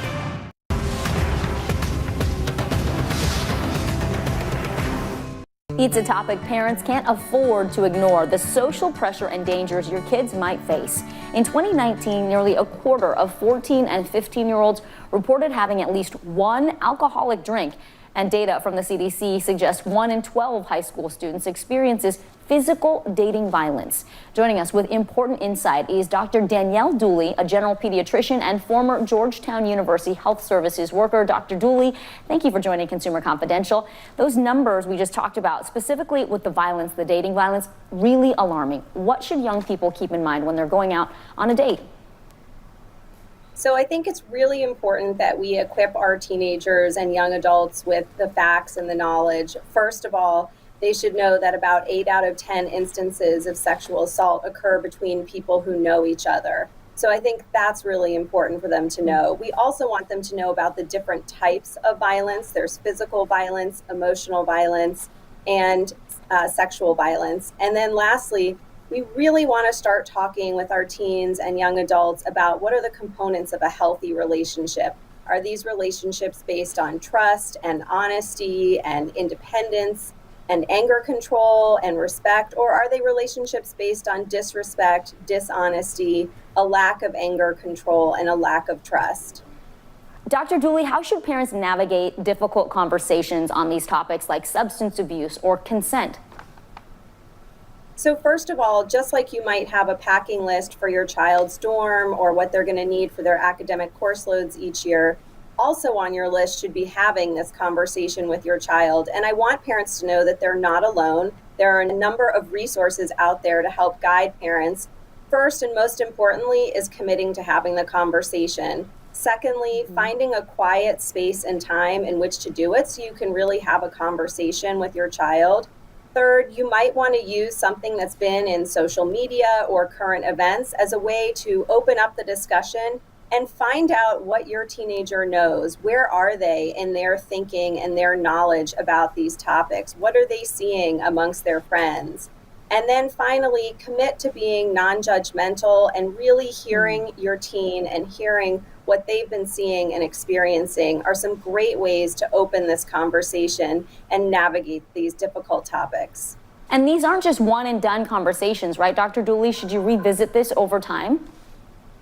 Absolutely. It is so important that these conversations happen repeatedly and that maybe when you have that first conversation, you really set the stage to, I hope this is the first of many conversations. You can always come and speak to me about things you may have questions about or are concerned about. And even if I don't know the answer, I will try to find the correct information or answer for you. So repeated check-ins and conversations are critical.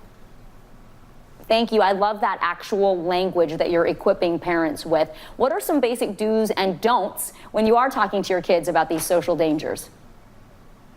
So I think some important do's are making sure you make the time and the space for the conversation, asking open-ended questions. So really trying to let your child or young adult tell you what they think or what they know or what they've seen, rather than asking questions that are just going to lead to yes or no answers. I also think that parents shouldn't be afraid to communicate their own values and expectations around substance abuse and sexual activity. And I think some don'ts are, don't skip the conversation. It's a really critical conversation to have.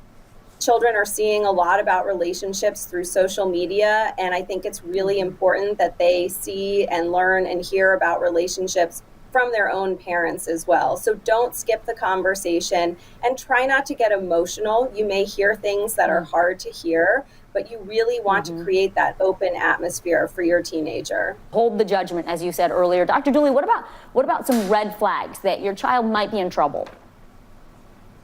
So red flags that your child might be having issues would be if you noticed a sudden withdrawal from activities or sports or organizations or things that they used to enjoy doing.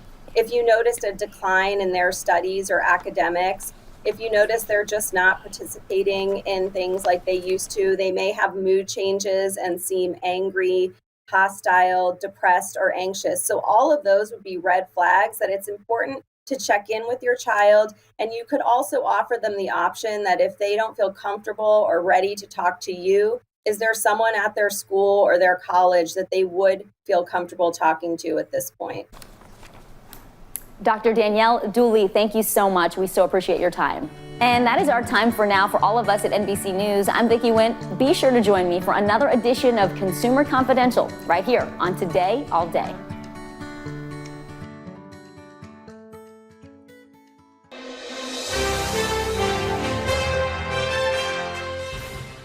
So, listen, without giving away too much, and I know you won't, what is Nope about? It's about a lot of things.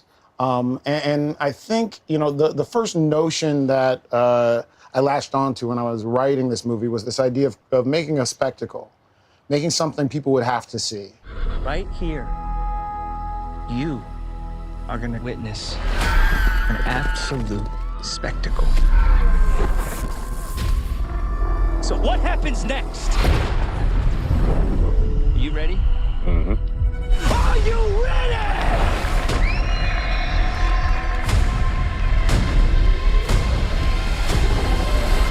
Here we go. And I felt like I was fighting for cinema. I was fighting for the theatrical experience when I was writing this film. So it's about spectacle. And from there, I explored that and started to sort of uncover what I think is like the dark side of our relationship with spectacle. You could make the argument, I watched it last night, you could make the argument that the film, at least on its face, seems to be about this idea that spectacle can consume us, does consume us, quite literally in some cases. Is that part of what we were going for? I mean, we are, I like what you did. Look, this is a society of the spectacle. And I think that the idea of spectacle harms us in many ways, whether it's something we are so obsessed by that we give it too much power because it has a spectacular nature to it, or if it's because we use the spectacle to distract ourselves from the truth. We have this very dark relationship with it, and I think about bottlenecking, right? When we're driving, when we're in traffic and there's an accident, and that traffic slows down, yeah, it's because everybody's sneaking a peek at that awful spectacle, and it's slowing everybody down. And so I latched onto that and said, let's make a movie about that. This would be an opportunity. I'm talking rich and famous for life. There's plenty of videos of flying online. Ain't nobody gonna get what we gonna get. What we gonna get? The money shot. It's about human nature. Yeah. All my films are about human nature and about something that I fear is part of our DNA and scares me. And it's something that I share with us, but I feel like it hasn't been sort of pinpointed yet. I read in an interview recently that you maintain this is not a film that could have been made 5 years ago. Why not? I think there's, a lot of reasons. I think from from the standpoint of representation, I think this idea of letting a Black director put his vision into a film and commit to it, and into the Great American Flying Saucer film. Let's put it this way: 5 years ago, I didn't think they would ever let me do that. And so and then even on the technological front, yeah. I worked with cinematographer Hoyte van Hoytema, who is absolute legend, and some of the techniques we developed on this to achieve spectacle have never been attempted before, and so I'm just very proud of what we pulled off in that way. A couple times I'm watching, I'm thinking, this is expensive. this is really expensive. They gave Jordan Peele the checkbook. They're like, go do what you want. Hey, yeah. I mean, look, that's another piece of this puzzle is that so much of my career before I became a director was marred with this internalized sense that I could never be allowed to do that no one would ever trust me with money, enough money to do my vision the way they would trust other people. I felt that was true, and so here I am. Universal Studios, they've proven me wrong. Get Out. The social commentary on race is obvious. We have to wait for the tram to go by. Yes, these are folks who are going to be coming to see. This is monumental. This is what I'm about. This is what it's about right here. Right now, them over. They think that I am. Jordan Peele. Yeah. Mr. Peele. It's his set. Welcome. Welcome. They'll come back next week. They'll think I'm an animatronic that's just here, and they'll come back. So Get Out, obviously. I mean, the social commentary there on race it's pretty obvious. Do you find that being African American has more advantage or disadvantage in the modern world? It's a tough one. Yeah, I don't know, man. And I think you can make the argument that us is sort of about what human beings, like what we're capable of, the sinister nature of our behavior. This doesn't seem to be as much about race. Is that by design? Yeah, it's certainly not as much about Get Out, where, the very fabric of the plot machinations were about, this racial dynamic. I feel like it's impossible to make a movie with people of color in it and have it not be about race.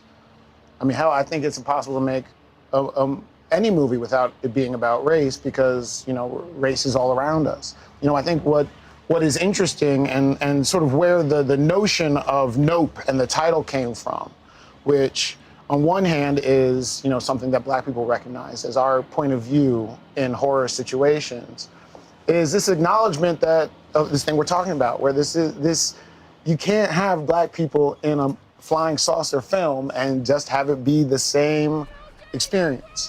It's not. There's a different relationship. No. And this film is also, which takes place in the outskirts of Hollywood, or the industry of the spectacle, is also so wrapped up with this idea of representation and erasure, which those themes are in there, but to your point, it's an adventure and a horror spectacle about human nature. These days, it feels like the news never stops. So let's get into it. What's happening right now, what it all means for you for an hour every day. It can be hard to keep up, so let's get started together. Hallie Jackson Now, weekdays at 5 on NBC News Now. Welcome back to you today. We got a lot to celebrate on this Wednesday morning. It's good to have you along with us. You don't know when your moment's coming, but when it does, you take it. Everybody's good, and that's it. Now Tonight with Joshua Johnson, streaming weeknights at 8 on NBC News Now.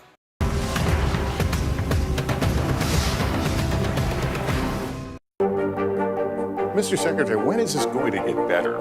You came into this job saying you were going to fight crime. Have you been successful? Found a way to put that. Can you update us on the status of negotiations?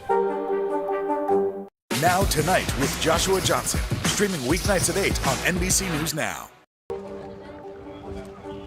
Let's go. This is a critical choke point for this fire.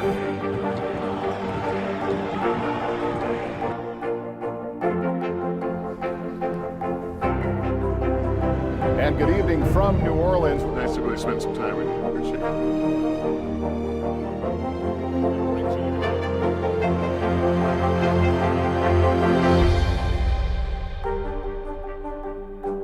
I think, you know, as we talk about spectacles, you know, it becomes abundantly clear that all the themes and characters in this movie interact or represent the media in some way, and or some faction of it. And obviously the nucleus of the media I'm sort of examining here is Hollywood. And the selling of dreams, the selling of nightmares, the selling of illusion, that's in the cornerstone of the piece. But it's not just an indictment of Hollywood. I mean, there are a couple moments in the film where it's sort of an indictment of us, of journalism. Yeah, yeah. Any time that we're going to make money off of the human need to see something crazy, that to me is what I call spectacleization.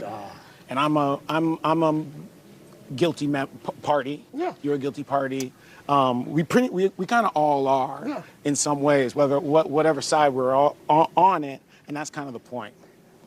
We are, by the way. Okay, here we go. This is a big deal. Because Jordan Peele has been memorialized. Memorialized? Does that happen after? You've got Jaws, you've got Back to the Future. Yeah, but you don't have a lot of sets. But I mean, well, that's true. That's a good point.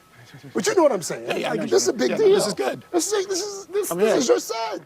So this, if I can tell you about the space. Yeah. I know you saw the film, but this is Jupiter's Claim, which is a theme park owned by a former child star, Ricky Juke Park, played by Steven Yeun. It is in the vision of the movie Kid Sheriff that he was in as a child in the mid-90s. I don't know if you remember that film, Kid Sheriff. I do not. Okay, well it's real. And here we are. And obviously, you know, there's more to meets the eye than here. So, you know, if you're going to when you're going to see Nope, so there is another layer to what happens here. You don't want to give away too much. Don't want to give away too much. But you could make the argument that this is a centerpiece of the film, the Star Lasso experience. We won't tell folks exactly. We won't tell people what happened there. What happened here. But something did happen there. Something did occur. And yeah, here we are. No, I mean, look, you know, it's a UFO movie, and yeah, there is a something about this world that to juxtapose the sort of uncanny valley world of this sort of mom and park theme park, right in the middle of a sort of UFO hotspot.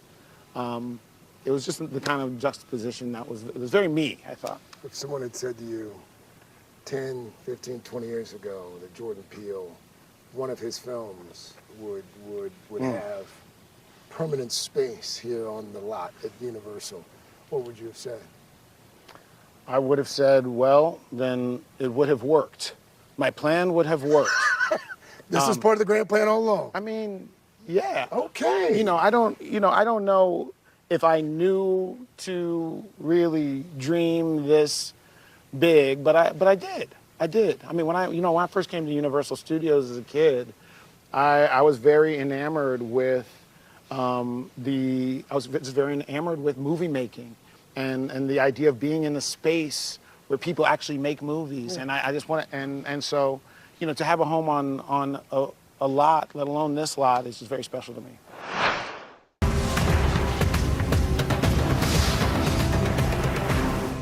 Hallie Jackson Now, weekdays at 5 on NBC News Now. For breaking news in our changing world, download the NBC News app. Let's go. This is a critical choke point for this fire.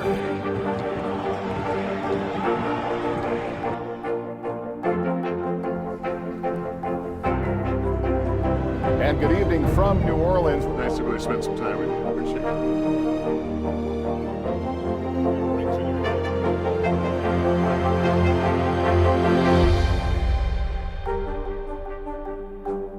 Top Story with Tom Llamas, weeknights at 7 on NBC News Now. Hallie Jackson Now, weekdays at 5 on NBC News Now. Mr. Secretary, when is this going to get better? You came into this job saying you were going to fight crime. Have you been successful? Found a way to put that. Can you update us on the status of negotiations?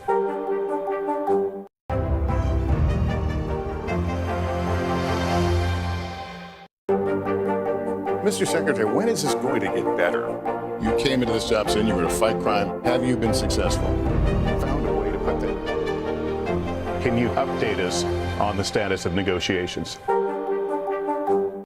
These days, it feels like the news never stops. So let's get into it. What's happening right now, what it all means for you for an hour every day. It can be hard to keep up, so let's get started together. Hallie Jackson Now, weekdays at 5 on NBC News Now. We'll meet Ukrainians who are defending their country one block at a time. When you were still in Kiev, could you hear the bombing? My name is Lester. Who's this? Michael Abels. He, of course, scored this one. He scored Get Out. He scored Us. I interviewed him a few months ago. I've been a fan of his work for a long time. And he told the story of when you called to invite him on that first project. And he thought you were punking him. What is it about Michael and his style that has led you guys to work together so much? Well, it's so funny that he thought I was punking him because I had never directed a film when I first reached out to him on Get Out. And what I loved about his style is he has an ability to create new genres of music. And he can do it many times. You can sort of describe a new flavor of music and he can achieve that. They took him. They took him all. I'm trying to save you. My brother is out there. And that's how I want my films to feel. I want it to feel like something you've never experienced. And so, that's what he does. He's like a Shaolin monk. You know? That's a great, and masterful. The music last night, not to give away too much, but I feel like when you watch and you listen to a Jordan Peele film now, that it's a Jordan Peele film. Like that's become one of the hallmarks of it. I love that. I love that. I spend a lot of time just focusing on this responsibility of trying to be a mirror for what comes in, and so to hear at the end people say that they can see me in there. In the cross section of these things, they sort of see me. I feel like, yeah, you do. Danielle, Kahlua, you guys have become quite the dynamic duo. We came to know him and Get Out. We see him again here. What is it about working with Danielle that makes it so special? Danielle, I've said it before. I'll say it again. He's my favorite actor to watch and to work with as well. We have a special. I believe he has this with any director he has this with, but we have a shorthand that is just the dream as a director, that you can have somebody and with very little words. It's like siblings, with very little words. We can come up to we walk up after a scene. I can be like, that thing, but what? Yep. It's like one of those silent conversations, and he's so committed. He's so focused, such a professional. Yeah, man, that's my star. I want to talk about something. I want to ask you whether something informs your work, and if so, how it does. You are a biracial man in America, white mom, black father. And some of the themes that we've seen emerge in your films, it would seem from the outside, it would seem to be that worldview informs your movie making in a somewhat pronounced way. Is that accurate? And if so, how? My race, I think, has informed my entire artistic journey. And part of it has been trying to reconcile the box and the boxes that the country puts people of color in.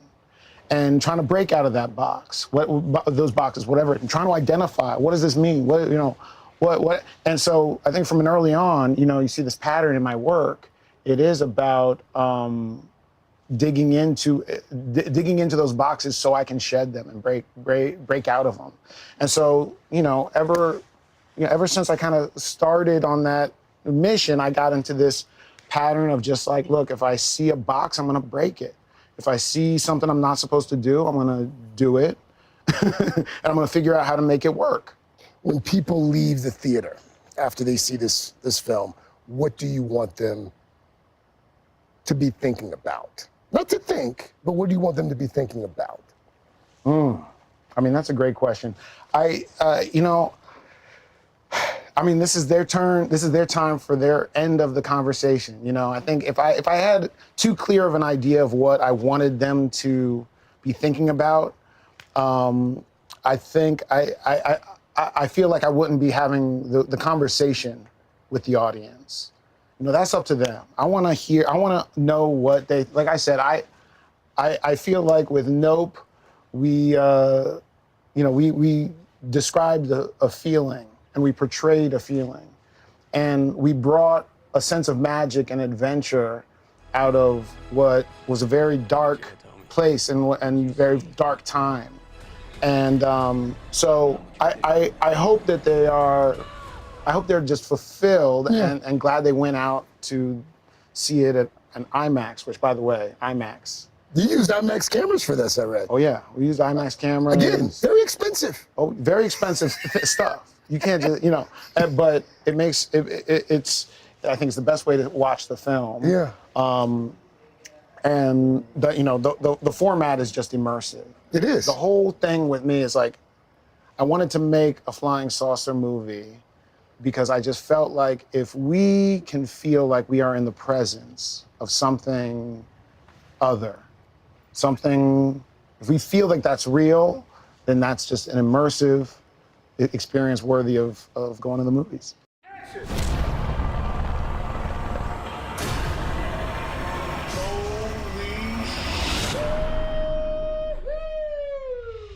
When Get Out came out, I read that at the time you said you had 3 or 4 more films like that of the horror genre. You had 3 of those, 4 of those, you had them in your pocket. But as you sit here now, you say there are more. So you weren't supposed to say it? I'm kidding. Did I give it away? Oh, no. No, you good. Look, I've got more. I'm not going to have just one more film. Okay. I've got more now. No, it's... Of the horror genre. It's funny you bring up the horror genre. I would say yes, because I'm always going to be having, scary things in my film. But I do like this, I do like expanding. And I like working with the comedy. I like working with the adventure. Yeah. Genre is a thing to subvert. You like to bend the genre. Yeah. It's funny you mentioned that because there were a few times last night where I thought, this is funny. This is thrilling. Do you consider this a horror film?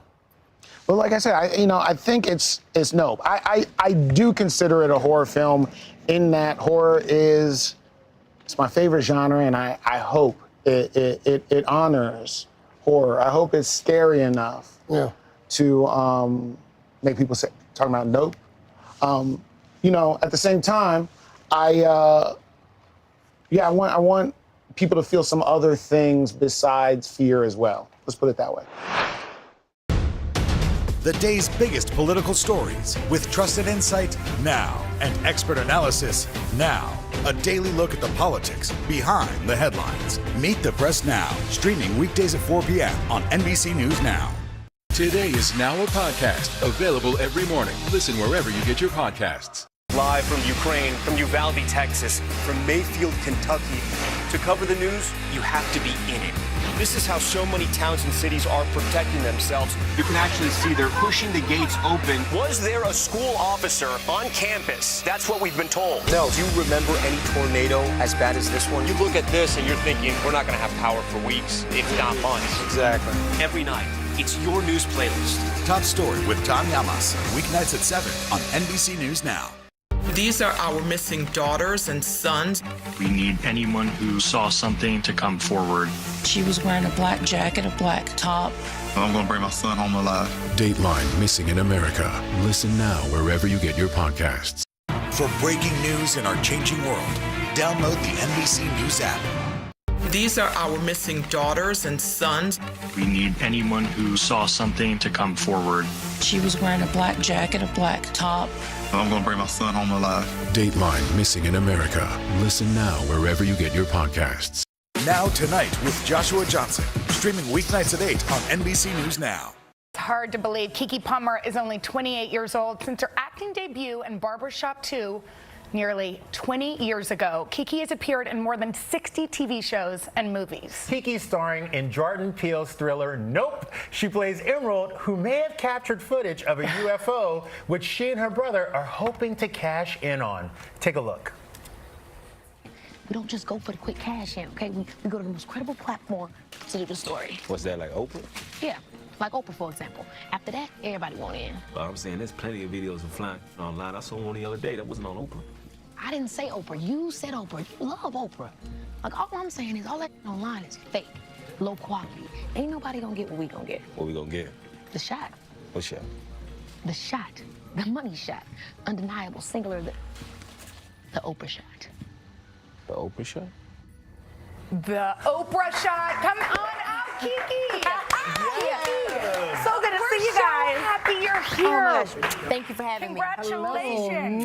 Get the you give a little French moment. Okay, first of all, you're looking beautiful. Shout out to Wayman DeMica and Christopher John Rogers. Yes, he's such a talent, and so are you. I got to watch this film, which had me like both terrified and also laughing. I mean, first of all, Jordan Peele is a crazy talent. Yes. He is. But you are effervescent in this. You shine so bright. What did it feel like to be part of it? Thank you so much. I mean, it feels so much fun. I mean, obviously, I'm a huge fan of Jordan, and this is like a different type of film that he's done before.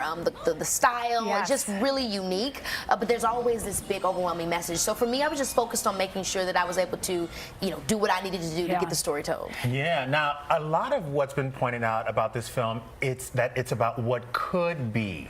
How does this come out in this film? Oh man, I think that's the whole spectacle concept, right? There's something that the two lead characters, myself and Daniel's brother and sister, they discover something in the sky. Yeah. And then they're on this journey, both for different reasons, of finding out what is it exactly. Daniel's character OJ just is curious, and then my character is kind of like, how can we get ahead of this? How can we exploit this? And through that journey, it's really just kind of more so an observation of how many of us in today's society are obsessed with outside things, validation, exploiting, getting everything on footage, Yeah. So, but let's be real. Kiki's in her backyard having a cocktail with her homegirls, and she sees a UFO. Who is Kiki calling first? Honey, aside from talking to the girls that I'm with, I'm calling my mama. I'm on here Sharon on the line. Sharon, you'll never believe what I just seen. That's always what goes down. We have to talk about your mom. We have this picture of you all in front of the Nope billboard somewhere, hopefully. But also, I've read so much about how she's there we are. Yes. Like how she made you feel like you could do anything. Absolutely. My mother, my family they've been such a great support system for me. And my mom specifically, she and I both were always on this kind of road together, thick as thieves, battling throughout every ups and downs of this industry. And so just for us to continue to have these new moments, even after 20 years, I think we're just feeling so blessed. I read your Glamour cover story, which was so profound because you talked about saying no. Yeah. And the power of it. And also like that you feel comfortable now being like, listen, like I'm going to put up my own boundaries. Yeah. Like how has that changed? I think it could just get hard for us, right? I mean, especially as a child entertainer, you just always want to be so agreeable. I think it's a part of a woman. And you know what I mean? I think it's a part of maturing and saying it's okay to say no, I can't do this. And it's like a big part of self-love, and also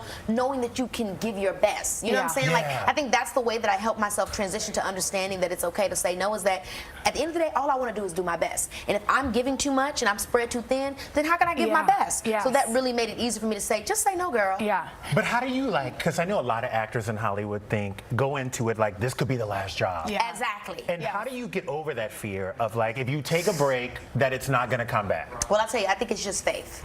is faith. And that's something that we all are on our own personal journeys with, whether it's a spiritual thing or just faith in yourself, and to know that what's for me is truly for me. I remember there was something that Daniel said recently, I think it was a GQ or Essence that he was talking to, about how he had, thought he was going to take a break from acting right before he did Get Out. And he took that break, and then he met with Jordan, ended up doing Get Out, and so I think it's, again, everybody should follow their instincts and know that if it's time for you to take a break, take a break. Just know that what's for you is always going to be for you. Yes. And do you feel like, you said in this article that you're sort of in this next phase of your life, where you want to be with your nephews and your nieces, and you're thinking about like your personal life in a way that you've never thought about it before? Absolutely, because again, I started so young, and kind of it's like a kid that starts doing football, or basketball. This is all I care about. But then as time goes on, you get more interests. You think about love, you think about family, you think about, I missed a graduation, or I missed so you start. No, Kiki, don't get baby fever around those kids, okay? So it's so true that you start caring about things that you really didn't, you didn't look at before. And I think, again, it's about balance. I think that's what I want more than anything in my life, is to have the balance of all the things I want. Ooh, so you're going to show us a picture of that man in the commercial break? Oh, my God. What you going to do, guys? It's so much fun.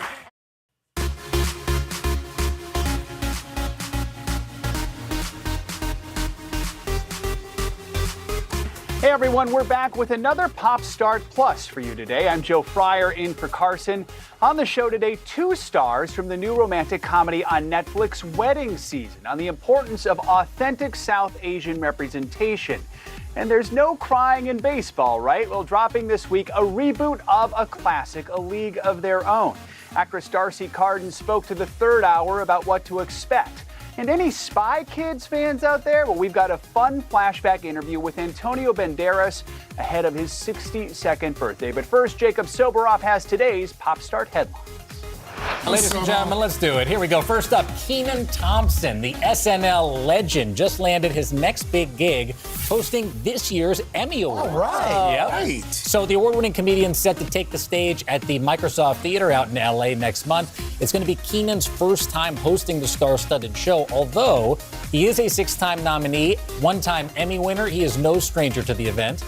Thompson's only getting started with hitting some major career milestones. This fall, he is set to return to SNL for his 20th season. I know, it's nuts. Amazing. So that would cement his status, of course, as the longest-running cast member on the show. Longer than anybody in the history of SNL. Incredible. And well-deserved. Yes. Nobody more versatile or talented than And a Kenan nice Thompson. guy. I was just going to say, off camera, So nice. The classiest of acts. I think he just got a star on the Hollywood Walk of Fame too a few weeks ago. Well-deserved. Kenan's having a well-deserved moment, if you will. No doubt about it. And so, Kenan, kudos to you. You can watch the 74th Emmy Awards September 12th. That'll be right here on NBC.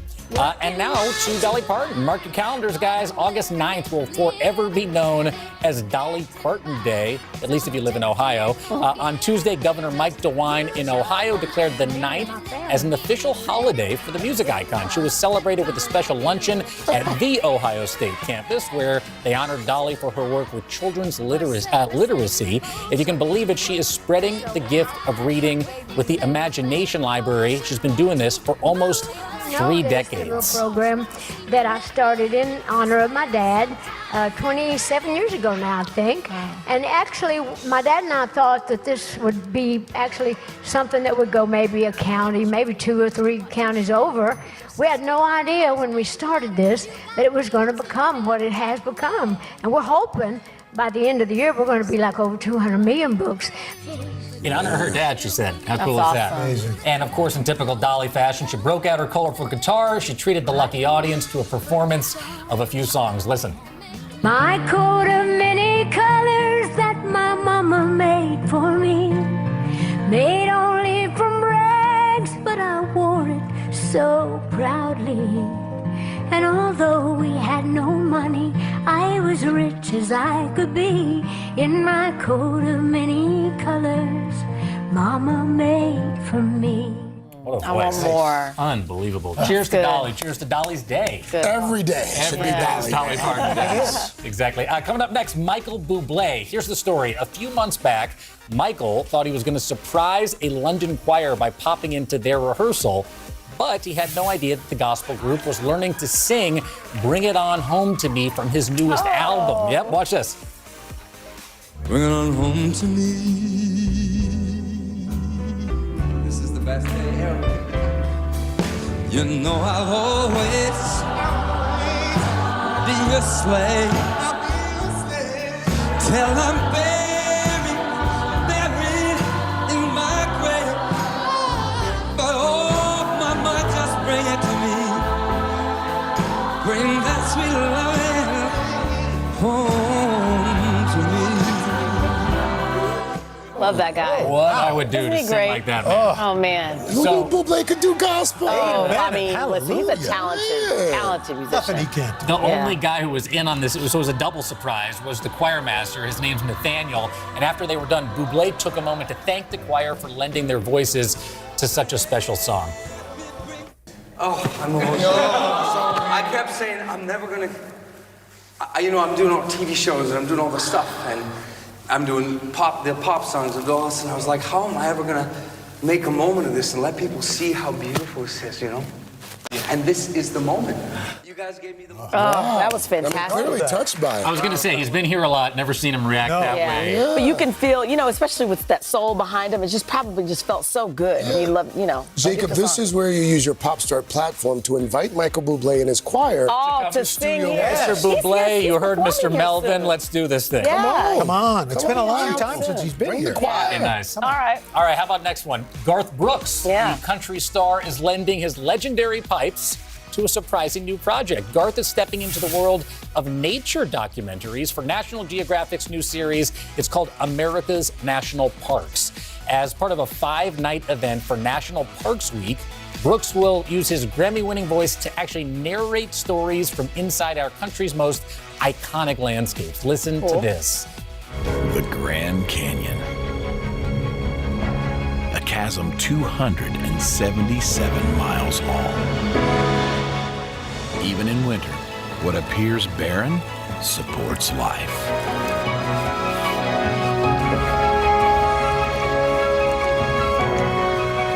A female mountain lion shelters from the cold with her 8-month-old daughter. She can't rest for long with an extra mouth to feed. Oh, my goodness. I love it so much. So good. Oh, my God. I love that. There have been so many good national parks documentaries. Yeah, I cannot wait that's a actually good to watch one. this one. America's National Parks premieres on August 29th on Nat Geo. And finally, Jennifer Hudson. Okay. Is there anything that the EGOT winner cannot do? Yesterday, J-Hud stepped up to the mound. Hey! She threw out the ceremonial first pitch at the Royals White Sox game. And check this out. So the ball soars. You saw it over home plate, right down the middle. She celebrates with a little well-deserved victory dance. And Al can tell us, because I think you've done this. Yes. A lot of pressure. A lot to of land pressure. The first But pitch, what right? she did was she arced it. This is from Okay, 5 here we years go. ago. Cue the video. Just a little bit outside. Yeah, well, I had just had shoulder surgery.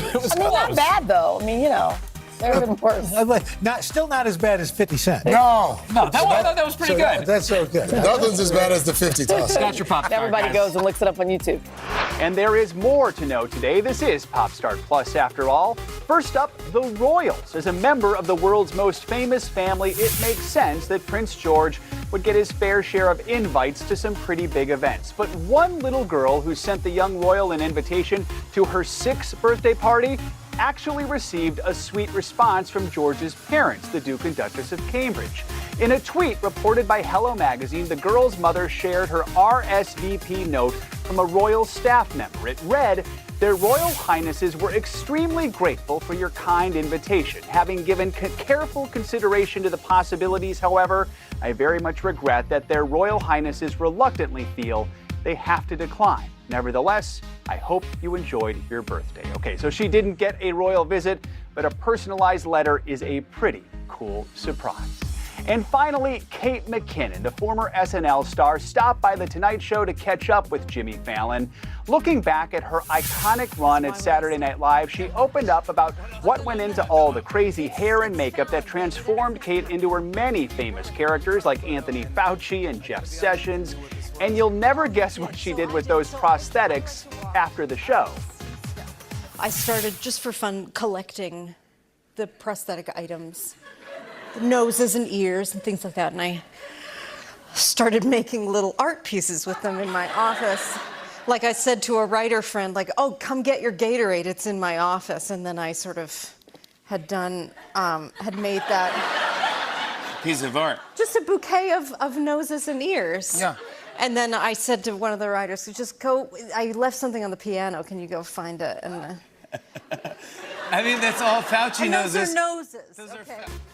Absolutely beautiful, right? It is safe to say Kate will be missed around Studio 8H on and off screen. And those are your Pop Start Plus headlines. Still to come, we're going to dive into the new romantic comedy wedding season. Stay with us.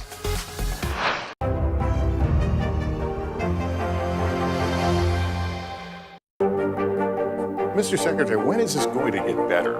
You came into this job saying you were going to fight crime. Have you been successful? Found a way to put that. Can you update us on the status of negotiations? What do you love about fatherhood? The chaos, the learning. Is climate change one of your top priorities? What's your message to girls who want to make a difference in their own communities? Believe in yourself.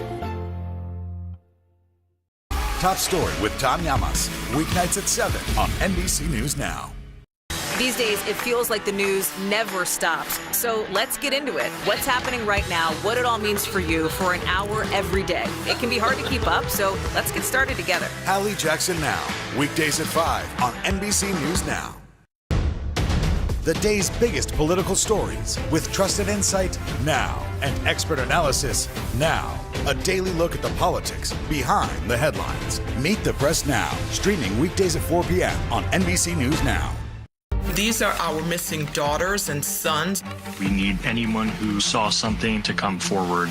She was wearing a black jacket, a black top. I'm going to bring my son home alive. Dateline Missing in America. Listen now wherever you get your podcasts. Today is now a podcast, available every morning. Listen wherever you get your podcasts.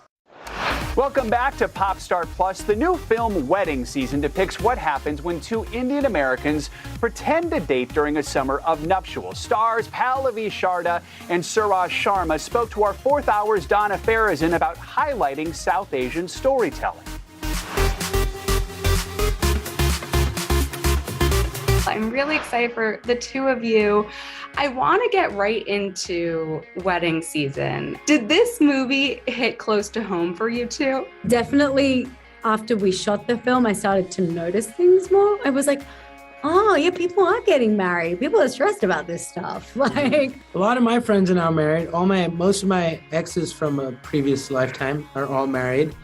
I went to 4 weddings in the last 5 months. I know the feeling. Yeah. 4 weddings in the last 5 months. 4 weddings in the last, all Indian weddings, all crazy. Pallavi, how would you describe wedding season? I would describe it as a lens, as a really beautiful lens into one aspect of a very broad archetype that is South Asian culture as it exists in, diasporic communities. And as Suraj said, is a lens through which we can create intercultural understanding and empathy. I think as someone who grew up Indian Australian, I'm very cognizant of the fact that we're often expected to be obedient and compliant and quiet in the face of the host society, so to speak. And I think that wedding season is incredibly empowering as far as a woman who takes up space and starts to believe that she is able to do that within her family, within her personal relationships, within the workplace. Yeah, I just think it's like it's a beacon. It's a beacon for what we ought to be able to do in terms of living through love and not fear. Ravi. Literally the only reason I agreed to meet you here was so that my mom would stop posting my profile online. So this, us. It's never gonna happen. Never gonna happen. How can you be so sure of that? Because our parents set this up. What drew you to your roles and how similar are you to your characters? Well, what drew me to Asha is many things, I will say. First of all, the film as a whole, I think, has a really important part to play in the conversation around, breaking down the binary of us and them in, the modern lexicon of what it is to exist in society. And I think that this film goes a long way towards the actualization of this idea that we are all one. And it just is by shining a light on the normalcy of a family who lives in Jersey, who happens to be Indian or American of Indian origin. And then Asha's just a cool cat. She's a maverick, just like me. And for me, it was just like finding a project where you're suddenly surrounded by South Asians in the creative space.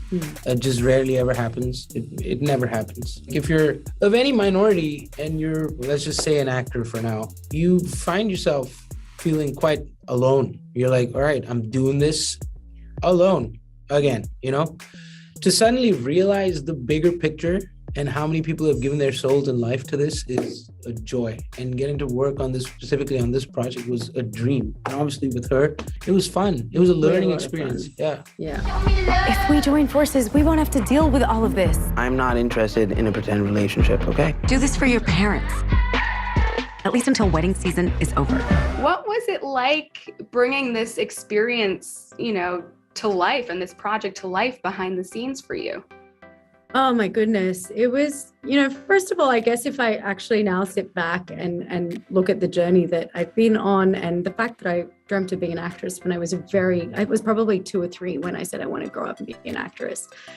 And the actualization of that is kind of unbelievable, even statistically speaking. So to be a part of that beginning phase is something that I think people like myself and Suraj have been working towards for a long time. And now to have someone like yourself even recognize that and ask that question, it just means that it's working. And we are moving the needle forward, and the work is being seen. We are being seen. We are representing others that will be seen. And we break down the monolithic stereotypes of what it is to be a person of color, of South Asian descent, on screen, but also in the broader community. And I think that's ultimately the aim of storytelling. And one thing to that is that, many times it's like, okay, wow, you're a South Asian actor, like on screen, you must really be changing things, The real change happens behind the camera and then in front of the movie screen. So in that regard, this was a gem, being surrounded by all these South Asians who have been at different stages in their lives, all with a common struggle. And with this team behind it, right off the bat, there was intention with this. There's intention. And that hits deep. Well, and thinking about, the authenticity of this storytelling, and also in the representation, the South Asian representation behind the scenes and in front of the camera, what do you hope audiences take away from this movie? Who is this movie for? Everyone. And if anything I want to be taken away is a little bit of understanding. It's like, how am I supposed to accept or understand this group if I have never communicated, if I don't have any insight into their lives, if I don't see the normalcy, the common struggles? It's through things like this. It's through conversation, whether it be conversation through media, conversation in person. That's what, if I hope the people take away a lot of fun, because this is fun, and a little bit of understanding. Yeah, that's what breeds empathy. Thanks to Pallavi and Suraj for hanging out with us, and you can catch Wedding Season now on Netflix. Up next, Darcy Carden breaks down a brand new take on A League of Their Own. Hallie Jackson Now, weekdays at 5 on NBC News Now. Welcome back to Today. We got a lot to celebrate on this Wednesday morning. It's good to have you along with us. You don't know when your moment's coming, but when it does, you take it. Everybody's good, and that's it.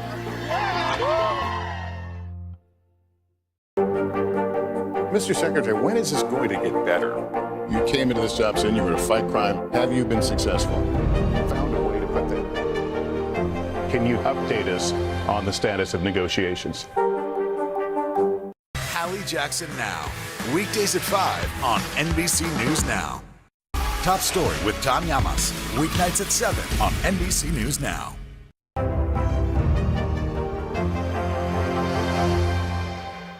Now Tonight with Joshua Johnson, streaming weeknights at 8 on NBC News Now. The day's biggest political stories with trusted insight now and expert analysis now. A daily look at the politics behind the headlines. Meet the Press Now, streaming weekdays at 4 p.m. on NBC News Now. Hallie Jackson Now, weekdays at 5 on NBC News Now. These days, it feels like the news never stops. So let's get into it. What's happening right now, what it all means for you for an hour every day. It can be hard to keep up, so let's get started together. Hallie Jackson Now, weekdays at 5 on NBC News Now.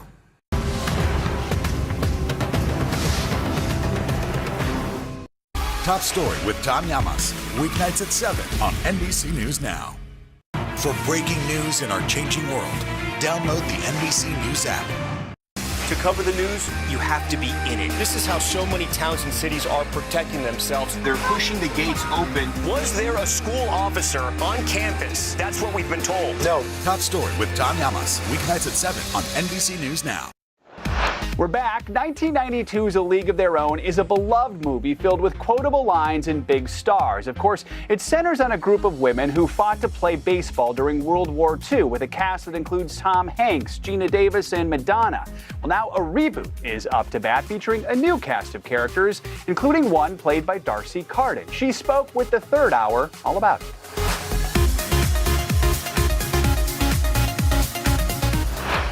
We are so excited because this morning we are catching up with a fantastic actor, D'Arcy Carden. She earned an Emmy nomination for her role as Janet in NBC's The Good Place. It was a great show, by the way. Awesome. Now D'Arcy is stepping up to the plate in Prime Video's reimagined version of A League of Their Own. She plays Greta Gill, the sophisticated yet playful first baseman. In the first episode, Greta helps a teammate craft a special letter to her husband who's away at war after they've had a few drinks. I need you to send this immediately. Absolutely. All right, you need to make sure it goes out, all right? Immediately. I will. Don't open it. I won't open it. Why would I open it? Why did you even bring it up? I'm not. Is there someone else? I don't. This is sealed, so just keep it that way. Henry's a bad boy. No, I won't be. I don't plan on being bad. Don't be bad, Henry. Please enjoy your stay. Don't be bad. Yeah. It looks fun. I wish I was there that night. I know. D'Arcy, good morning. Hi. It's nice to having me. Thanks for having me. So in that scene, that's actually Abby Jacobson, who you work together on Comedy Central's Broad City. Yes. You guys have a whole history. We do. We've known each other for like 15 years. So how fun was it to do this together? It was so dreamy. Look, that is Broad City. She's about to take that bat and like beat me in the face with it. For real. Check it out. Wow. It was really fun. It's dreamy and lucky, and she's one of my best friends, and we kind of do a lot of pinch me moments. Like there's a lot of moments where we are looking at each other like, how the hell did we get here? It's pretty great. It's pretty great. You guys have chemistry too. So let's talk baseball for a moment. I understand. So you grew up playing. I did. So did it feel familiar then to pick up that? Yes? Yeah, it did. It definitely did. I think I was even like maybe cocky. Okay. I was like, oh, I know. You also played first base. I played first base. Yeah, that's nice. But then, we had these amazing coaches, real coaches. Justin Siegel, who was one of the first women to coach in MLB, which is amazing. And she brought all of her professional women baseball players. They were incredible. And they really taught us the things that maybe like the local dad didn't teach me when I was, 10 years old or whatever. A lot of like technical things that I never learned. So did it all come back to you? It did, yeah. And I'm older now, so things, I pulled my calf running home one time, and that's just part of the deal, But it was really fun, and everybody got so much better, and it was incredible to get to play baseball for like a whole summer. It was really fun. And get paid. Yeah, I guess I did get paid, Al. There's that. I guess I did. So your name D'Arcy, I love the spelling, capital D, little apostrophe in there. So how did your parents come up with that? Okay, well, it's funny that you say, how did my parents come up with it? Because I actually gave it to myself in junior high. In middle school? Like junior high? You added the... You remember the band Smashing Pumpkins? Oh, sure. The bass player was D''A, and I thought she was so cool, and I just changed it. What did your mom, what did she have to say about it? She wasn't mad or anything, but she was like, what are we doing here? Like, what are you doing? What phase of your life are you in right now? And so this is happening. To this day, her way of like making fun of me is to sign any letter or email M'. Oh, that's hilarious. Cute. Getting owned by your mom. I know. I love that. That's part of it. That's awesome. So last time you were here, we had not seen the last few episodes of A Good Place. Yeah. A Good Place. And I myself am still going through withdrawal phase. Do you miss that? Because it was such an amazing cast. You got a great cast in A League of Their Own, but this cast, no, it my was God. really special, like really special. And I do think that I knew it was special. I mean, I totally did. I'm like getting cast in a show with Ted Danson and Kristen Bell. I know, but I really tried to like live every moment and remember it all. And we just had the best time. And it was short and sweet. And we still see each other all the time. I mean, I was at Kristen's house a couple of days ago. Like we still all keep in touch. I'm always curious because for me, it's like a show I binge and then I rewatched it because it's got that rewatchability factor.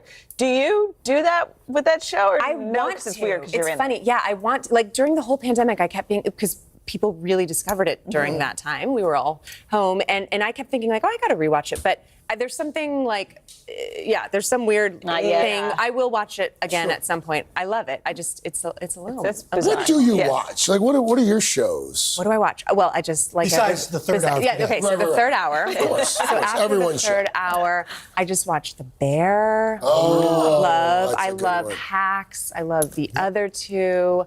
I watch like it's funny. This is a weird thing to say, but like a lot of my friends are making great stuff. So it's really cool to get to watch things, and they are also great. There's a place in life where that happens, right? It's weird. You guys have all worked so hard for it, and now we're all like little scrubs trying to get somewhere, and now it's here. Look at you now. Look at this shoulder. On the third hour of today. That's right, with your apostrophe. That's right. Yes. Do whatever I want. Great to hear from Darcy there, and you can catch A League of Their Own on Prime Video this Friday. Still to come, we are revisiting another beloved film, Spy Kids. For breaking news in our changing world, download the NBC News app. We'll meet Ukrainians who are defending their country one block at a time. When you were still in Kiev, could you hear the bombing? My name is Lester. Who's this? These are our missing daughters and sons. We need anyone who saw something to come forward. She was wearing a black jacket, a black top. I'm going to bring my son home alive. Dateline Missing in America. Listen now wherever you get your podcasts. Hallie Jackson Now. Weekdays at 5 on NBC News Now. These days, it feels like the news never stops. So let's get into it. What's happening right now, what it all means for you for an hour every day. It can be hard to keep up, so let's get started together. Hallie Jackson Now. Weekdays at 5 on NBC News Now. For breaking news in our changing world, download the NBC News app. Let's go. This is a critical choke point for this fire.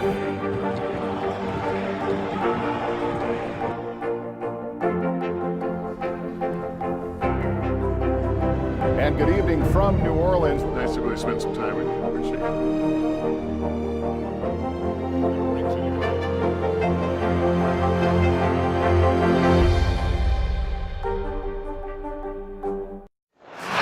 Welcome back to Pop Start Plus. All of you millennials out there might have fond memories of watching Spy Kids growing up. The film featured a family involved in a spy organization, and the dad, well, it was Antonio Banderas. He stopped by today back in 2001 to talk about the film.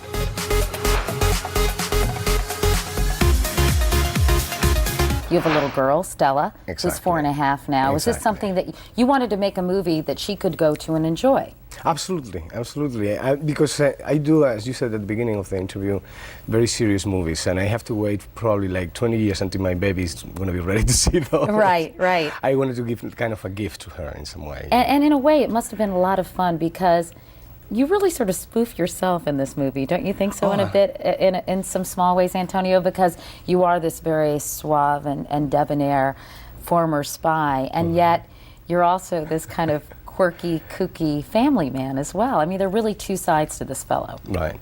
I think it's not only interesting, I think it's necessary for actors to have the opportunity sometimes of laughing off ourselves.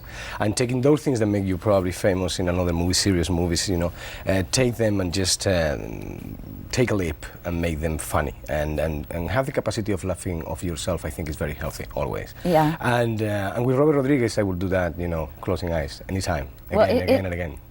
The special effects are really quite amazing. Was it difficult for you, because you haven't done a lot of movies with a lot of special effects? Am I right about that? No, because the movies that I've done that have been action, like Desperado and Mask of Zorro, they were movies that they were more Western than kind of technological cybernetic movies that you see in the movie theaters today. But this case was special. I wanted to work in something like that. I wanted to know what is to work with a green screen. You don't have anything around. You just touch on the air. Right. And after you see the movie, you say, oh my God. It's a big challenge, because sometimes you're reacting to things that aren't happening at that moment, or you're interacting with characters. So was it fun, or it must have been a big challenge? It was more difficult than I thought. It's more difficult than the people may think it is, because actually you are doing a real acting job. You're acting with nothing around except air and a blue screen in the back. But at the same time, we got beautiful scenographies, which are different and set up the movie in a completely different style. I think basically what we have here is kind of a Mission Impossible or James Bond for kids. In which, and something happens, it happens to me as a father. When I have to take my kid to a movie, and I always say, oh my God, I'm going to be just yawning all the time while the kids are probably having fun. This movie is not like this. I think this movie is also for parents. It got a lot of wink to the parents, and I think they may have a great time with their kids. Yeah. This is based on making a lot of emphasis in family values and big adventure. Did you have fun with your castmates, especially working with the kids? Oh yeah, the kids are amazing. The kids are the real actors in the movie, and everybody else who was professional, we were playing theirs like kids. And a happy early birthday to you, Mr. Banderas. That was Pop Start Plus. Thanks for watching. Tomorrow we'll have a great conversation with comedian Joe Coy. Till then, take care. Oh, hello to all of our friends out there. Today all day. Yes. Chanel and I are happy to be with you guys for this episode of Today in 30. We sure are, and we hope you're all having a great Wednesday. It was certainly another busy morning here at Studio 1A, so let's get right to it. We're starting things off with new details and fallout from that FBI search of former President Trump's Mar-a-Lago home. Kristen Welker is bringing us a full report. And then we're going to take a look at the new tributes that are pouring in for Olivia Newton-John as generations of friends and fans start to really share their touching stories, shedding even more light on the legend's incredible impact on and really off the stage. Absolutely, and a powerful feel-good story after a frightening scene at a Little League game took an unexpected turn. We're going to hear from the boys from the rival teams behind a remarkable show of sportsmanship. It's all coming up on Today in 30. We're going to start with our chief White House correspondent, Kristen Welker, standing by in Washington. Kristen, good morning to you. Craig and Chanel, good morning to both of you. Former President Trump will be facing more legal scrutiny today. He will sit for a deposition in a different investigation with the New York State Attorney General's office. The AG looking into whether Mr. Trump and the Trump Organization misstated financial information on official documents. It comes as the fallout intensifies over that unprecedented search at his Florida property. Overnight, in a show of force, a group of House Republicans having dinner and posing with former President Trump at his home in New Jersey. One of the congressmen who attended speaking out overnight. I've never seen President Trump as fired up as what he was tonight. It comes amid dramatic new details about the FBI's move to execute a search warrant at Mar-a-Lago, Mr. Trump's Florida estate. A lawyer for Mr. Trump, Christina Bobb, tells NBC News his legal team had been discussing records stored at Mar-a-Lago since this spring. The news was first reported by the Washington Post, which also said federal authorities were increasingly concerned Mr. Trump or his aides had not returned all documents that were government property, citing people familiar with the discussions. On Monday, Bobb said the FBI removed about a dozen boxes from a basement storage unit. They also said that they were looking for classified documents, evidence of a crime as far as classified documents go. It comes as the former president and his allies are escalating their attacks on the FBI, claiming without evidence that the investigation is politically motivated.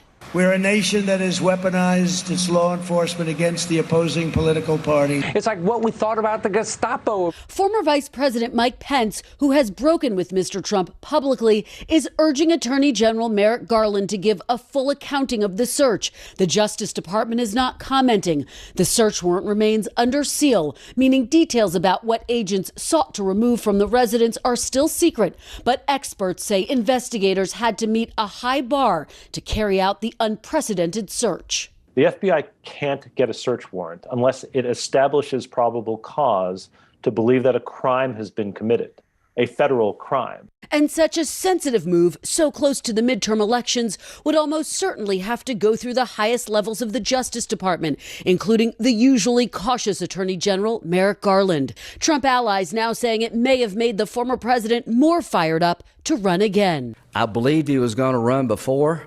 I'm as stronger in my belief now.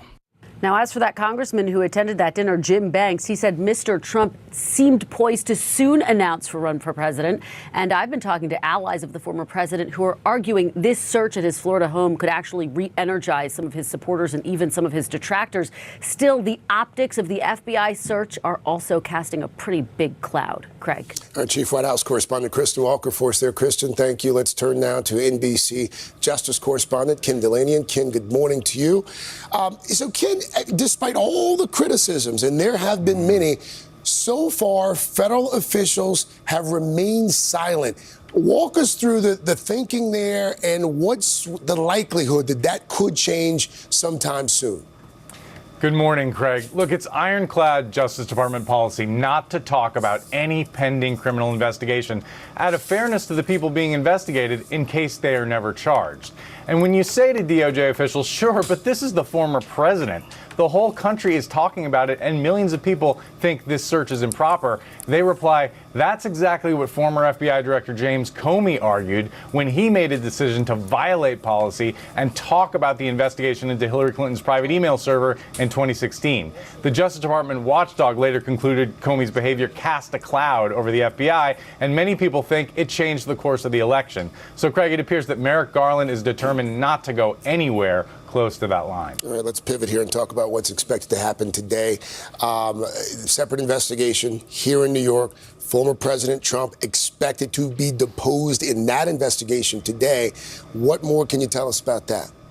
That's right. He will answer questions under oath today from the state attorney general's office in their civil investigation into his business practices. And this is a high stakes moment for the former president, Craig, because the New York attorney general has already said she has found evidence of fraud in how the Trump organization valued various properties, though she's still trying to figure out who was responsible. And while this is only a civil investigation, there is a parallel criminal probe by the Manhattan district attorney that appears to be stalled.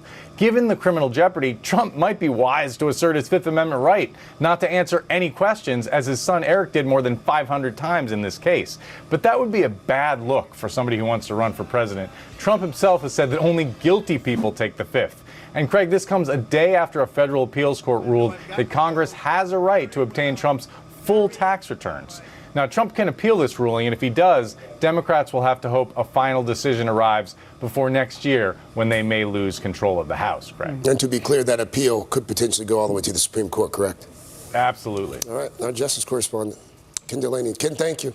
Meantime, a new report on inflation is being released this morning. A critical piece of information as the Federal Reserve considers whether to continue raising interest rates. NBC's Tom Costello is covering that for us from Washington. Tom, good morning. Yeah, the July inflation numbers just out, and it shows that we may have seen inflation peak earlier this summer. The month-over-month rate was flat, no change. Importantly, though, the year-over-year rate shows inflation running at 8.5%. That's better than the 9% rate we saw for the June inflation report. The bottom line, though, this now keeps the pressure on the Fed to try to raise interest rates to cool inflation as quickly as possible. The school bell is ringing for millions of kids this month, with 40-year high inflation taking a big bite out of back-to-school budgets. Clothes, sneakers, backpacks, not to mention family groceries, gas, and medications. The Federal Reserve has already raised interest rates 4 times this year, hoping to tame inflation.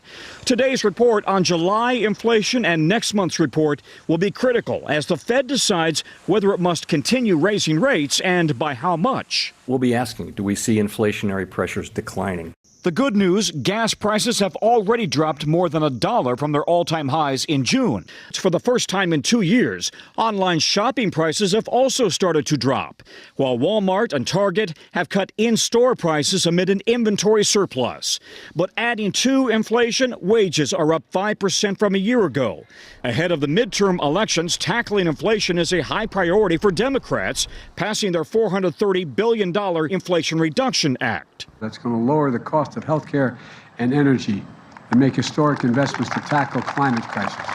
While Republicans say the plan will only make inflation worse, Democrats insist their plan promises relief for millions of seniors struggling to pay for their medications by letting Medicare negotiate lower drug prices.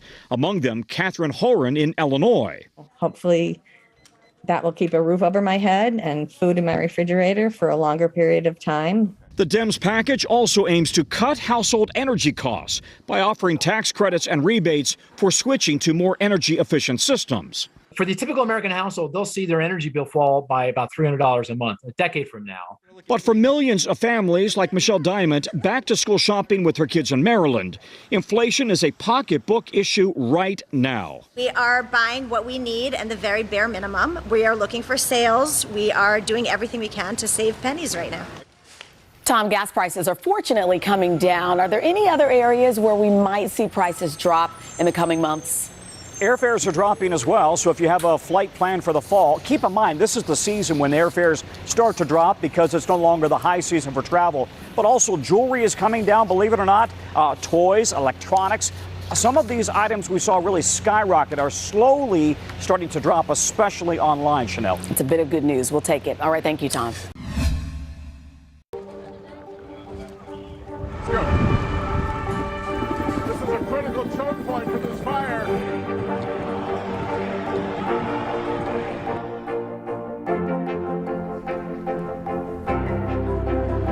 And good evening from New Orleans. Nice to really spend some time with you. Appreciate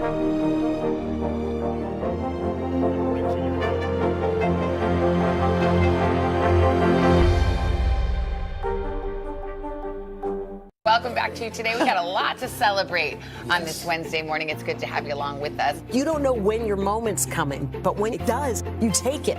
Everybody's good, and that's it.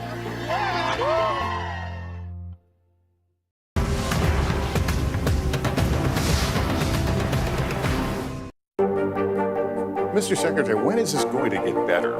You came into this job saying you were going to fight crime. Have you been successful? Found a way to put that. Can you update us on the status of negotiations? The day's biggest political stories with trusted insight now and expert analysis now. A daily look at the politics behind the headlines. Meet the Press Now, streaming weekdays at 4 p.m. on NBC News Now. Today is now a podcast available every morning. Listen wherever you get your podcasts.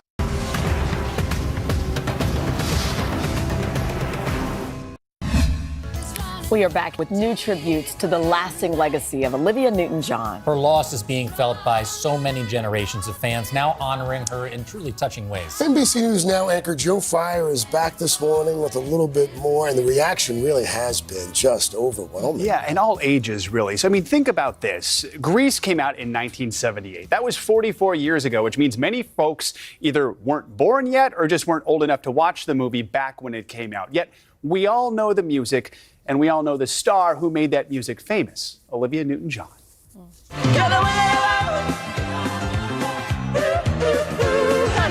If you're like many music fans, the soundtrack of your life overlaps with the soundtrack to Grease, whether you're in your 70s or your teens. Many of those timeless songs were sung by Olivia Newton-John.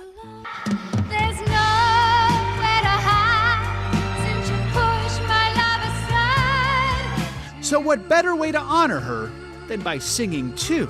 Hopelessly devoted. Like this a cappella version of Hopelessly Devoted to You by 28-year-old country star Kelsey Ballerini.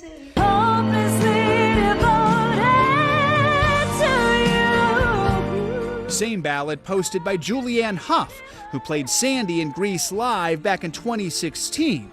She writes, like so many, Olivia has always been my hero. Hopelessly devoted to you. Kristen Chenoweth shared her rendition from the TV show Pushing Daisies, along with a message. For Olivia, I love you. You were everything to me. And fellow Australian superstars Nicole Kidman and Keith Urban wrote, Livy brought the most divine light into the world. We will always be hopelessly devoted to you. It's a sentiment echoed across the globe, from Australia, where landmarks turned pink in her honor, to Hollywood, where fans left flowers on her Walk of Fame stall. My mom was scared to even tell me the news this morning because she knew I would cry like a baby, and I did.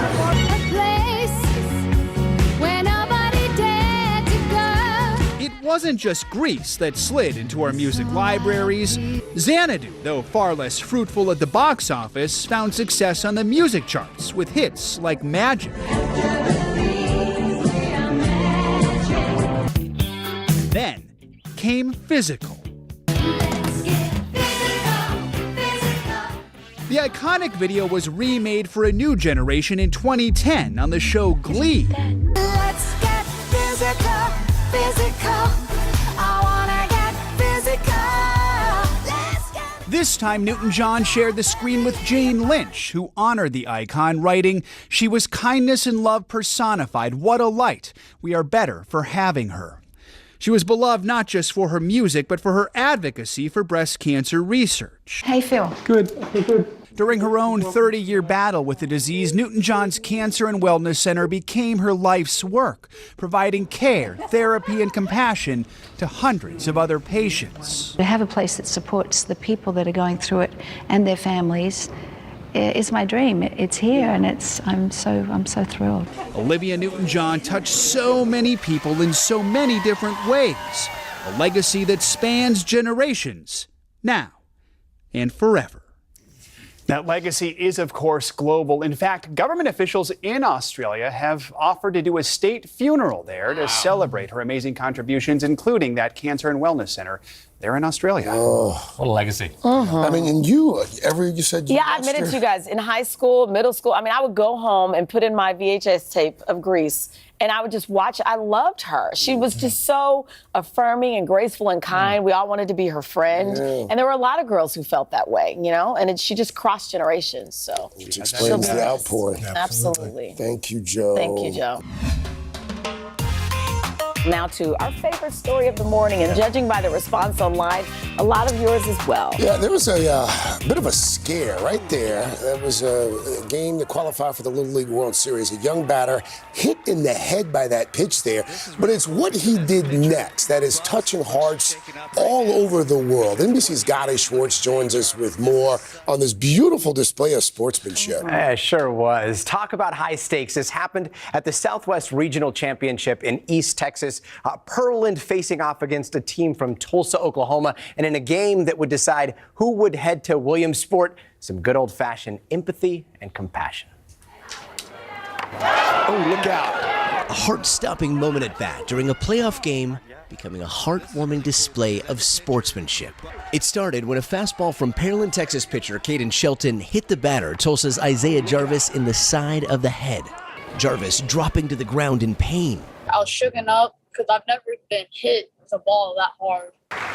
But to the relief of players and fans, recovering quickly. Wow, that is a tough kid right there. Meanwhile, pitcher Caden Shelton visibly shaken on the mound. Then an unexpected curveball, a touching moment between opponents. Jarvis striding over to the upset pitcher and folding him in a hug. This is really cool. Hey, bro. I wanted to make sure he was all right, and I wanted to make sure he knew that I was all right. We felt bad for each other. I felt bad for hitting him, and he felt bad for when I was crying, and he came and hugged me and made me feel better. The crowd giving a standing ovation.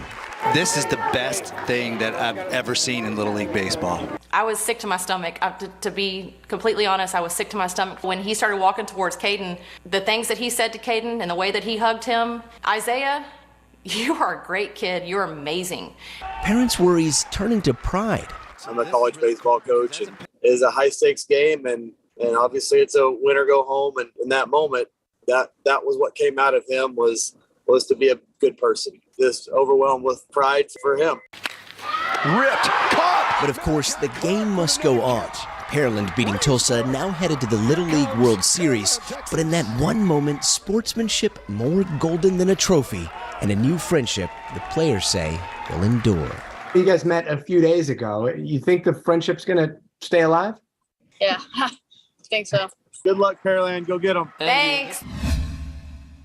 These days, it feels like the news never stops. So let's get into it. What's happening right now, what it all means for you for an hour every day. It can be hard to keep up, so let's get started together. Hallie Jackson Now, weekdays at 5 on NBC News Now. Live from Ukraine, from Uvalde, Texas, from Mayfield, Kentucky. To cover the news, you have to be in it. This is how so many towns and cities are protecting themselves. You can actually see they're pushing the gates open. Was there a school officer on campus? That's what we've been told. No. Do you remember any tornado as bad as this one? You look at this and you're thinking, we're not going to have power for weeks, if not months. Exactly. Every night, it's your news playlist. Top Story with Tom Yamas, weeknights at 7 on NBC News Now. Welcome back to Today. We got a lot to celebrate on this Wednesday morning. It's good to have you along with us. You don't know when your moment's coming, but when it does, you take it. Everybody's good, and that's it. Live from Ukraine, from Uvalde, Texas, from Mayfield, Kentucky. To cover the news, you have to be in it. This is how so many towns and cities are protecting themselves. You can actually see they're pushing the gates open. Was there a school officer on campus? That's what we've been told. No. Do you remember any tornado as bad as this one? You look at this and you're thinking, we're not going to have power for weeks, if not months. Exactly.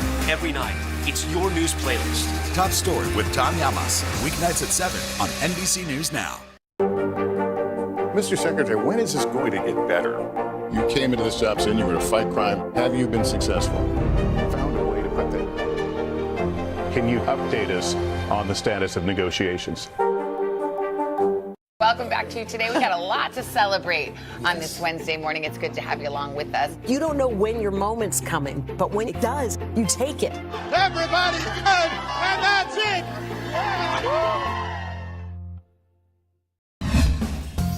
And time now for our back-to-school safety guide, and I'm going to be paying real close attention for this one because we got important advice for college students, especially heading to campus for the first time. NBC News senior consumer investigative correspondent Vicki Wynn here with some safety lessons. Vic, I am all ears. Yeah. Wow, good morning. Well, college is such a special time for everybody, the students, the parents, the family, and these kids are heading off. For a lot of them, it's the first time they will be independent. That certainly comes with some new risks. So this morning, from dorm life to nightlife, I went back to school for a refresher course on campus safety.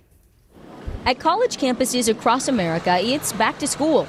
Each year, around 20 million U.S. students attend college. For some, it's the first time they're on their own, and safety may not be their first priority.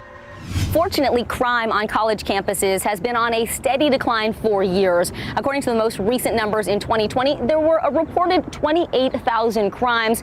That's a record low, due in part to remote learning during the pandemic. But as we return to in-person classes, we're here on the campus of Fairleigh Dickinson University in New Jersey for an important lesson on how to stay safe while in school. Joining me is Mike Sapriconi. He has 16 years of experience as an NYPD detective and is now the president of global security firm Squad Security. Mike, we talk about safety all the time. What do we need to know about staying safe when it comes to being on a college campus? Being alert, paying attention, always being vigilant to what's around you, making sure you know your friends, they know where you're going, they have your telephone number, you have theirs. Always to be in touch with somebody. And being prepared is so important. Always being prepared. Let me introduce you to Treasure Thomas. Hi, Treasure, come on in. She's a junior here at Fairleigh, and she's going to take you through a day in the life of a student here on campus. Great. Nice to meet you, Treasure. Looking forward to it. Nice to meet you, too. Her day starts when she drives to class. Great place to park. You want to park where there's a light, So at night, you know where your car is. You want to park, otherwise, places where there are other cars parked. And keep your key in your hand. Don't hit it 30 yards out, because then someone's going to see that you're opening the doors. When you get close to your car, hit your fob, go in your door. And as soon as you get in the door, before you start your car, lock your door. Almost every school has campus-wide alerts, usually sent via text message. So what should I do if I get that alert? Well, if you're in a classroom, you should certainly be guided by your professor or your instructor. If not, you should definitely contact public safety, or if you are your RA if you have some concerns. But you should have a point of contact that you should be able to go to. Another tip, add the number for campus public safety in your phone. They can usually respond faster than 911. A big mistake students make at the library. You see, you have your computer out, and you probably have your phone out on the desk, and sometimes I'm sure you've gotten up to go do something, you've left them there. Of course. And it's a bad idea. Theft is the #1 crime on campuses, okay? It's a crime of opportunity. While walking around, Mike says to use the buddy system, and if no one is available, call campus public safety. They usually will provide an escort. What if someone's making me uncomfortable and I'm nervous and I'm all by myself? That's important. A lot of people are afraid to say anything, but you should maybe change direction. Walk to where you might see more people, and never be afraid to scream. Screaming is good. Screaming scares people, it alerts people. Emergency phone, blue light box. So important on campuses to know where they are and to know how to use them. While touring the dorm, Mike immediately notices some security concerns, like this propped door, which Treasure says students do all the time. Anybody comes in this dorm, that stuff is theirs. I mean, it's just so easy to take. We got to make it a little harder on them. This is great to have the sunlight come in on a beautiful day, but this can't be left like this. You're on the first floor. Good job here by locking the window, but you don't want everybody to have that easy access to see what's going on or what's in your room. Here's another thing. You have this mirror covering the peephole. Defeats the purpose of you being able to look out. At night, always use the buddy rule. Never accept drinks from strangers, and wait until the next day to post on social media so no one can track your whereabouts. We covered a lot of stuff today. Good luck in school in this next semester, and spread the word to all your friends. Thank you. Now Tonight with Joshua Johnson, streaming weeknights at 8 on NBC News Now. You open the door for so many people. I love working with people. I did not do any of this by myself. Hello! Lizzo, you put a smile on every single face. It feel like Christmas or my birthday or something. What do you love about fatherhood? The chaos, the learning. Is climate change one of your top priorities?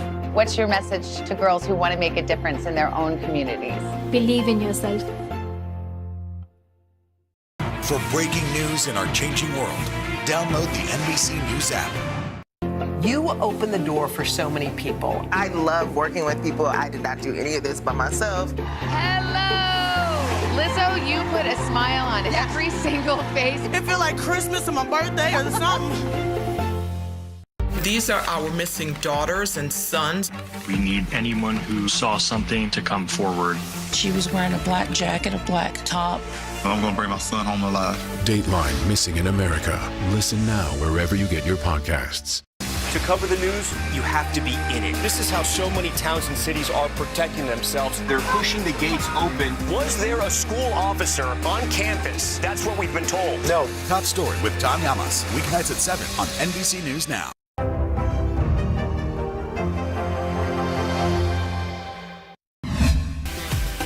Anytime we have Justin here in New York as my co-host, we have to get to all the celebrity scoop. All right, so we should get right to it. Justin, what do we have? All right, you guys. You know what? I'm going to start off with something we like to do in LA called Would You Do It? And it's going to be celebrity hairstyles. Okay. All right. Who else knows about Teresa Giudice's hair? Right here. Have you guys heard about this? We saw it, yeah. Okay. 1,500 bobby pins in that hair. Wow. Did your wedding hair have that many bobby pins? No, but that is sort of like that has some Texas inspiration, because you know what they say down south, you know. Yeah. Higher the hair, closer to God. Well, honey, let me let you know something. This is what 1,500 bobby pins Can you imagine like. Taking those out? Can you imagine going through security at JFK with this? Beep. Yeah. I can't imagine. $10,000. Wait, okay, I don't understand. $10,000? 10 G's. So the hair itself costs $7,500 for the extensions, for the whole thing. There's another $2,500 for the styling. And get this, she got the neck brace for free. to help her support it, okay? She definitely did it. Are there any other hairdos we need to talk about? There is. Halle Berry just changed her whole look. Yeah. She added some purple to her hair, and I'm calling it right now. Ooh. I do love this. Yeah, I love it. I do like it, but when you do a drastic hair change, that means you're doing a drastic life change. Oh. Or a drastic role. So I want to know which one could it what's be? the inspiration Would here? you do it? My daughter wants pink. I would maybe do a little pink tip. You should do it. But probably not. Yeah. All right, Okay. my last one for you. Doja Cat went ahead and gave herself a full bikini wax from head to toe, even taking off the eyebrows. Oh. And if I had a face like that, I would do the same. Yeah, totally. Doja Cat's gorgeous. She is amazing. The VMAs are coming up. What do we have? All right, the VMAs are coming up. There are a lot of nominees. We have Doja Cat. She has 6 nominations. Lil Nas X, Jack Harlow, Kendrick Lamar, 7 nominations. Now, we don't know who is going to win, but we know that one person is going to walk away with the trophy. Who? Nicki Minaj. Of course she is. Has been named as the Video Vanguard Award recipient. Only the 2nd female rapper to ever win it. Wow. And let me tell you something. Behind who? Behind Missy Elliott. Of course. Of course. And let me let you know something. This woman not only deserves it, she has a big year coming out. We have a documentary coming. She has a new song. And I don't know about you, but there's a performance coming with this. What do you think? And What as a should she do? Barb, as a card-carrying paid member, VIP of the Barbs, I want to go ahead, and I don't know if Nikki is watching, but I'm going to go ahead and list the songs that I need. Okay, go ahead. All right. First, I want you to start off with Moment for Life, Nikki. And then I want Chun-Li, followed by LLC, Roman's Revenge, Good Farm, ended with Barbie Dreams, mixed in with Do We Have a Problem? Whoa. So I'm just, I'm speaking for all the Barbs out there. No, honestly. Okay, finally. We like it when you recommend a show. I haven't gotten to see The Bear yet, but did you see Starstruck? No, I have not seen it, and I'm going to watch it. It sounds like we're tied. Okay, anyway, what have you been watching? All right, you guys. Epix right now has the greatest documentary series. It's called My Life as a Rolling Stone. First of all, the fact that these people are still alive after being rock stars in the 70s. I love Mick Jagger. Mick Jagger is phenomenal. Every person in the band gets their own episode, and you get to learn a little bit about the men behind Mick Jagger. Behind the music. Yeah. And let me tell you something. They are not afraid to tell you what happened in the 70s. Oh, I love that. I'm scared for them. Don't forget, in just 2 days, Jack Harlow will be here with a live concert on our plaza. Going to be an unforgettable morning. But until then, we'll see you tomorrow right here on Today. Have a great Wednesday, y'all.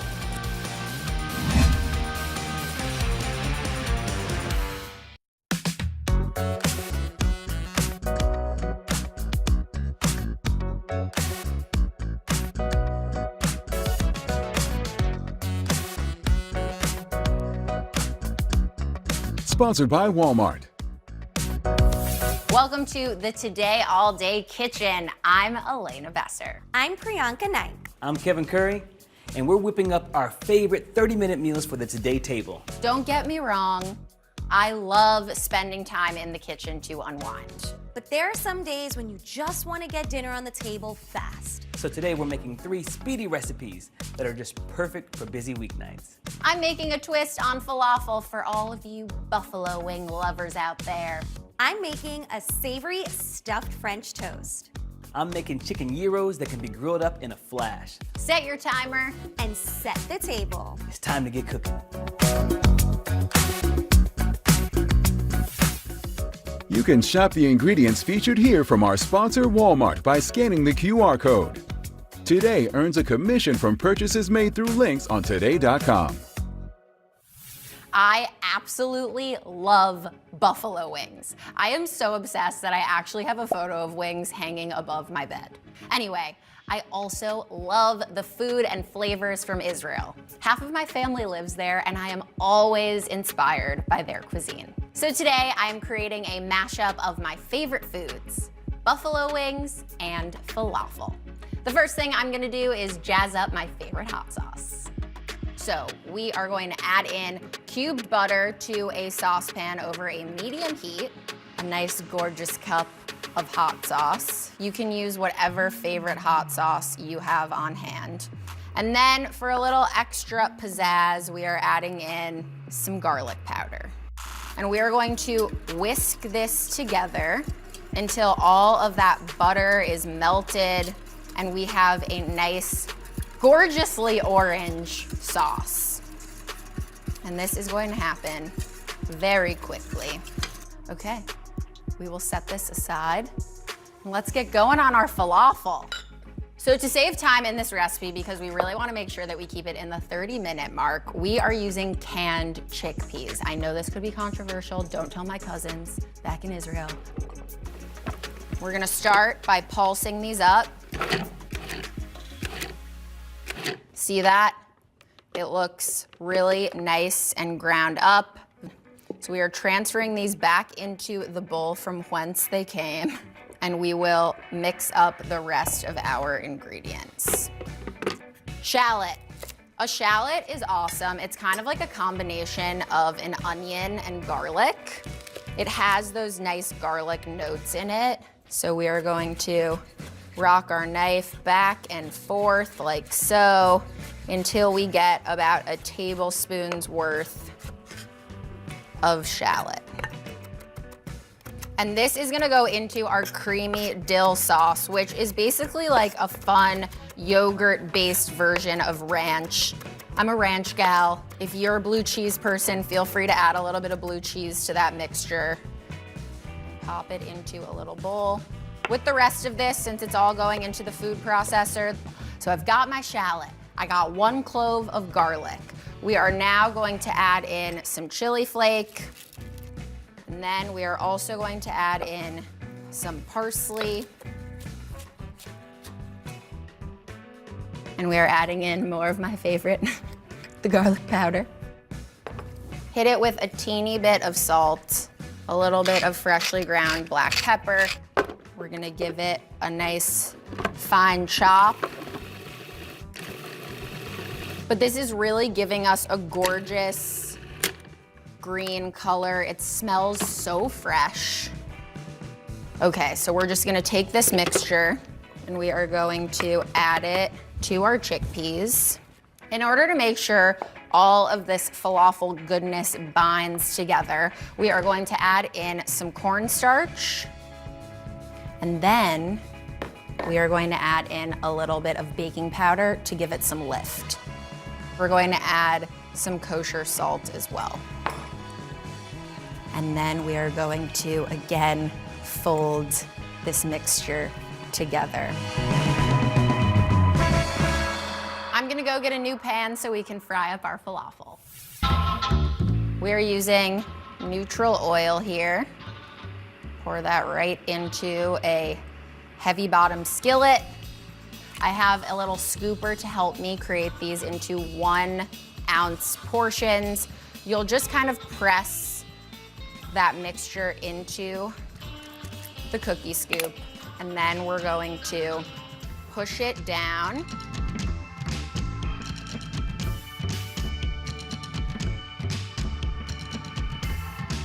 Okay, our oil is properly preheated. We have our falafel ready to rock. Let's fry these up. Make sure that you don't overcrowd the pan because we're going to wanna move these around a bit as they cook. And we wouldn't be able to do that if it's too crowded in there. Even before I flip these, you can see how it is starting to get nice and golden brown on the edges. That is what we're looking for, and that is when we know we're getting really close to flipping these falafel. Ah, yeah, check that out.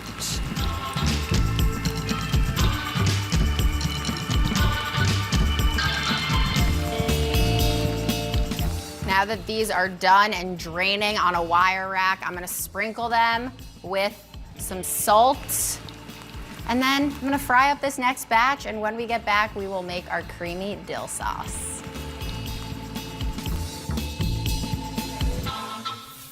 Welcome back to Today. We got a lot to celebrate on this Wednesday morning. It's good to have you along with us. You don't know when your moment's coming, but when it does, you take it. Everybody's good, and that's it. son. What do you love about fatherhood? The chaos, the learning. Is climate change one of your top priorities? What's your message to girls who want to make a difference in their own communities? Believe in yourself.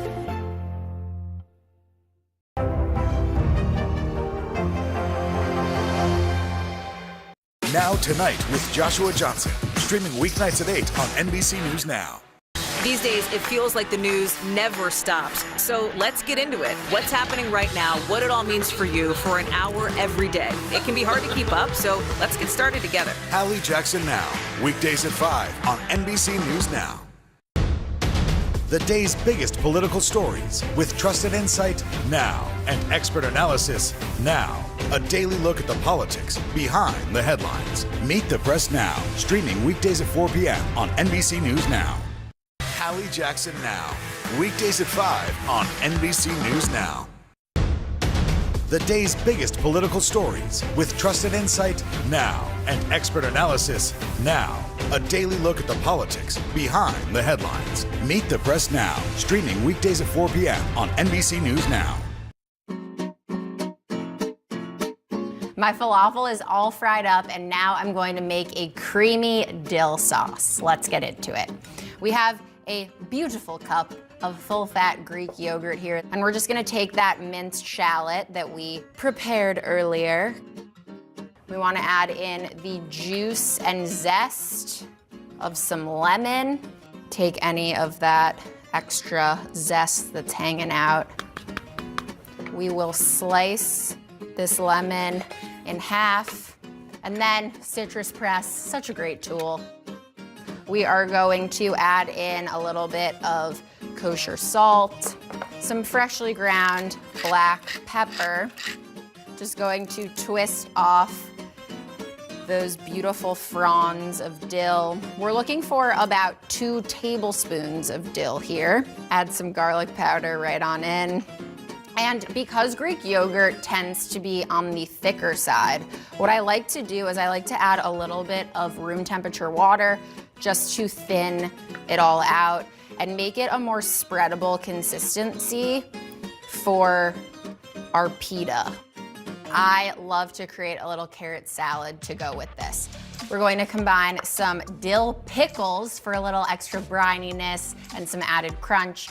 We are just going to slice these into thin matchsticks. So we'll start by going lengthwise, really thin down those pickles, and we will take our knife and we'll just rock it back and forth to get these really nice thin strips of pickle. Put them into this big bowl here, and next up, it's carrot time. And we are going to start by just peeling the exterior off of these carrots, like so. So the next thing we're going to do is we're just gonna take our carrot, and from top to bottom, we are going to slice these carrots into beautiful ribbons. Look at that, gorgeous. Add that to the bowl and just keep on going. Next up, we are going to add the juice of our lemon just to bring out even more brightness in this salad that we're creating. We also want to make sure that we add in our parsley, and we're going to bunch this on up and give it a nice fine chop. It's almost time for dinner. Okay, season it with a little bit more kosher salt, a little freshly ground black pepper, and then a nice drizzle of olive oil. So I'm just gonna give this a good toss. Beautiful. All of our components are done. I am ready to assemble the meze platter. Let's start with our carrot salad. So this is looking gorgeous. It is time to adorn our falafel in our sauce. So I'm just gonna take this sauce, take a brush, and brush it right over the tops. And then we're gonna do a little flipperoo. Make sure we get them on both sides. We've been working so hard to do this, so it's time. Let's get after it. This is the best way to get that sauce in every bite. Then we're going to take a little bit of our salad, pop that in the bottom, take a couple of our little falafel nuggets. I'm gonna put 3 in there. Yeah, full house. A little bit more sauce in there. Oh my goodness. Check it out. Hold for sound effects. Wow.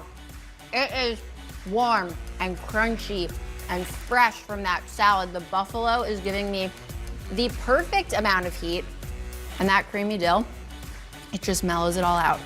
I love this. I know your whole entire family is going to love this. Welcome back to Today. We got a lot to celebrate on this Wednesday morning. It's good to have you along with us. You don't know when your moment's coming, but when it does, you take it. Everybody's good, and that's it. These days, it feels like the news never stops. So let's get into it. What's happening right now, what it all means for you for an hour every day. It can be hard to keep up, so let's get started together. Hallie Jackson Now, weekdays at 5 on NBC News Now. Top Story with Tom Llamas, weeknights at 7 on NBC News Now. Let's go. This is a critical choke point for this fire.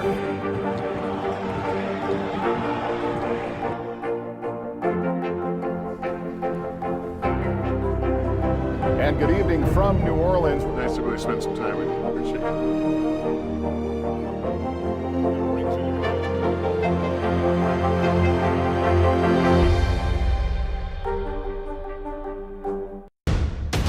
The day's biggest political stories with trusted insight now and expert analysis now. A daily look at the politics behind the headlines. Meet the Press Now, streaming weekdays at 4 p.m. on NBC News Now. We'll meet Ukrainians who are defending their country one block at a time. When you were still in Kiev, could you hear the bombing? My name is Lester. And who's this? What do you love about fatherhood? The chaos, the learning. Is climate change one of your top priorities? What's your message to girls who want to make a difference in their own communities? Believe in yourself. Top Story with Tom Llamas, weeknights at 7 on NBC News Now.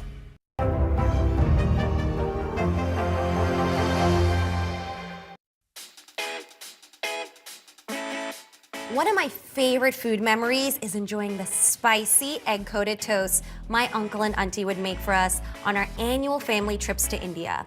They lived on a large farm, so everything we ate was incredibly fresh. When I went vegan, I wanted to recreate that experience, but without those farm-fresh eggs. Well, guys, I think I've cracked the code with this recipe for my savory Indian French toast. Let's start things off with the vegan batter. Okay, so first we're gonna dice up 1 small red onion. We're actually gonna just give these a fine dice, and then we're gonna saute it up a little bit. So let's get our nonstick skillet on medium-high heat. And while that heats up, we're gonna coat it with some neutral oil. So let's get these red onions in. It's exactly what you wanna hear. You want them to evenly cook throughout. This looks awesome. Just wanna show you the coloring on this. They're nice and glossy. This is exactly what we want. So we're gonna turn the heat off and just let them sit. This is our next main component to the batter. So we're using Thai green chilies. I never de-seed chilies, nor should you. So we're basically just gonna run our knife through this and give this a rough chop. Now that we've minced up our green chilies, we wanna get started on our batter. So we're using chickpea flour, which we call basin flour at home, which is simply ground dried chickpeas. And to this, we're gonna actually whisk in some water. And you wanna do this gradually because the chickpea flour can easily clump up. So our batter is looking good. The next ingredient that we wanna prepare are some dried spices. So in my mortar and pestle, I'm gonna add one of my favorite spices from my masala dabbi, cumin seeds, or what we call jeera. So we're just gonna add the whole cumin seeds here. We're gonna take our pestle and we're gonna grind them down just to a rough grind. Okay, great. So we have a rough grind on our cumin, which is beautiful. So I'm gonna add that to our batter. And we're gonna add our green chilies. And we're gonna add some salt. And then we wanna add our sauteed onions. You're probably wondering, Priyanka, what is going on with the sauteed onions? Well, don't worry, they're waiting for us.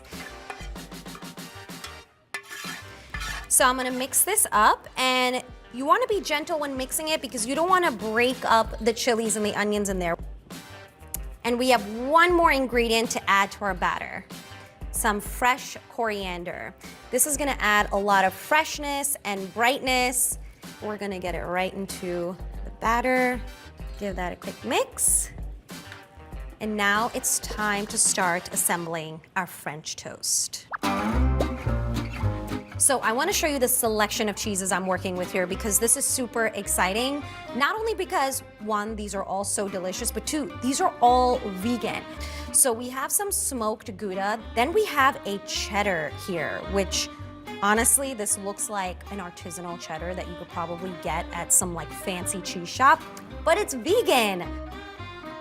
All right, so to our bread, we're gonna add our cheese. I'm gonna do smoked Gouda in this one. We're gonna do 2 slices. We're gonna close her up, and then it's battering time. Take your bread, give her a nice dunk. Nice and coated. Okay, to our hot skillet, we're gonna get in some vegan butter. We want the butter to melt and get nice and bubbly, just like it is here. So you wanna see that nice sizzle on the edges, and you'll see that it's starting to get golden. You could give it a little bit of a press to make sure that all sides of the bread are cooking evenly. We wanna cook our French toast for about 5 minutes on each side. It should be a nice golden brown color, and that's when you'll know that the batter is cooked. This is looking fantastic. The color is great. You could see the cheese is melting, feels crisp to touch. So we're gonna remove this bad boy. Let's build our second sandwich.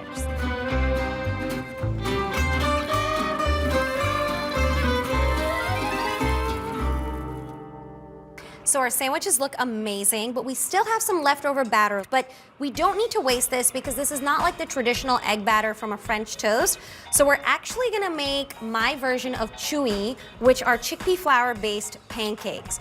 So we already have our skillet here, and to this we're gonna add some neutral oil. We want a good amount of oil here because this is gonna be like a little bit like a shallow fry of the batter.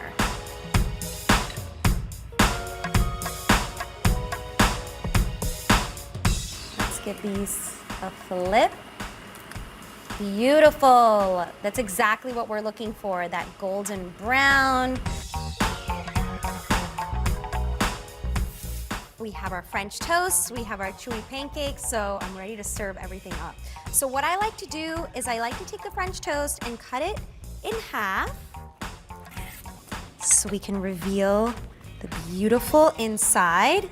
So first we're gonna drizzle it with the traditional maple syrup. Now this might sound weird, but the sweetness of the maple syrup goes really well with the spice. Kind of think of it like eating bacon with maple syrup, but this is not bacon. We're gonna add a little bit of chaat masala. So chaat masala is probably one of the most widely used spice mixes in India, and it has a bunch of different spices like mango powder, which is a little bit tangy, black salt, which kind of has that umami salty flavor, cumin, coriander, so many things. And we're gonna add a little cheek of lemon because this is gonna add that freshness and brightness that's gonna go really well with every bite you take. And there we have it. We're gonna take our French toast, we're gonna do a little dunk. Oh my God. It's like I never left India. The chilies, the coriander, they're so fresh and so vibrant, and I love the textures on this. And we did this all in just 30 minutes. How cool is that? We'll meet Ukrainians who are defending their country one block at a time. When you were still in Kiev, could you hear the bombing? My name is Lester. Who's this?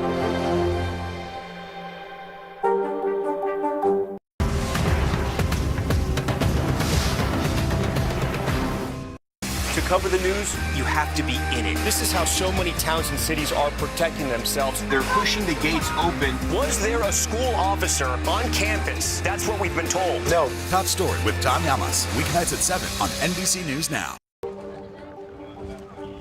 go. This is a critical choke point for this fire.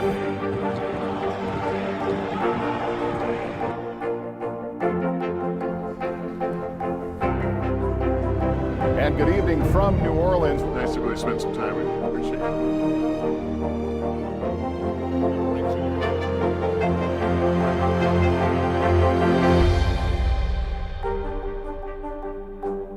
For breaking news in our changing world, download the NBC News app.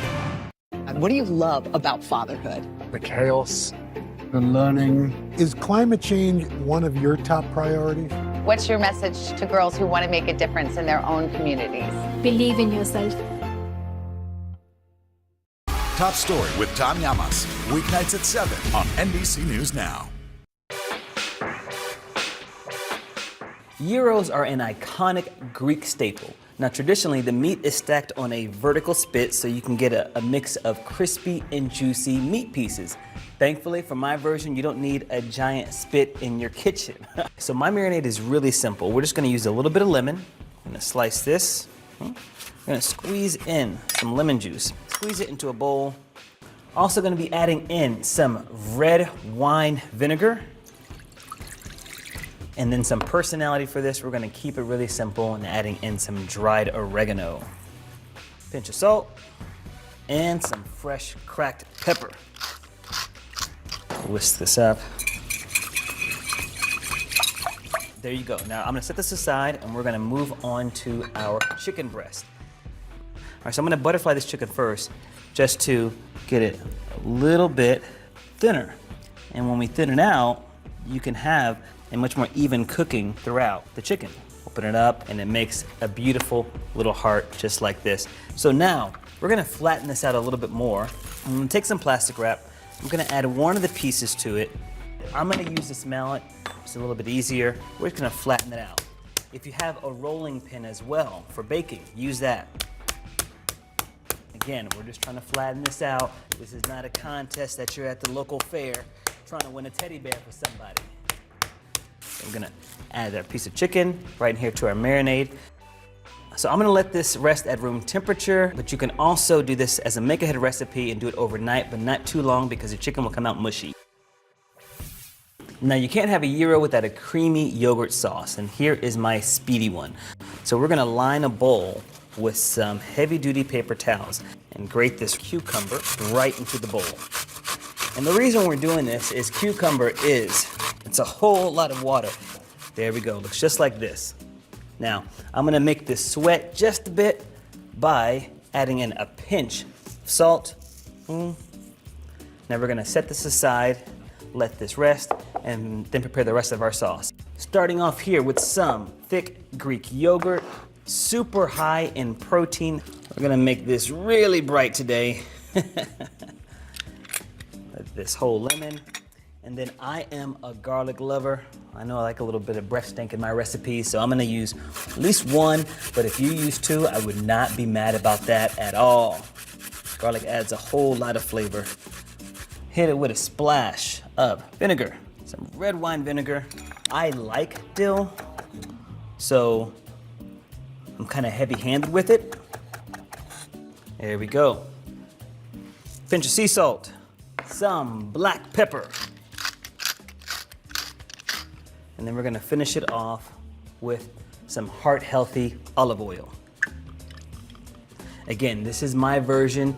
I don't want all the Greek grandmothers outside my door telling me, this is not right, Kev. No, this is just gyro-ish, tzatziki-ish, okay? Mix this together.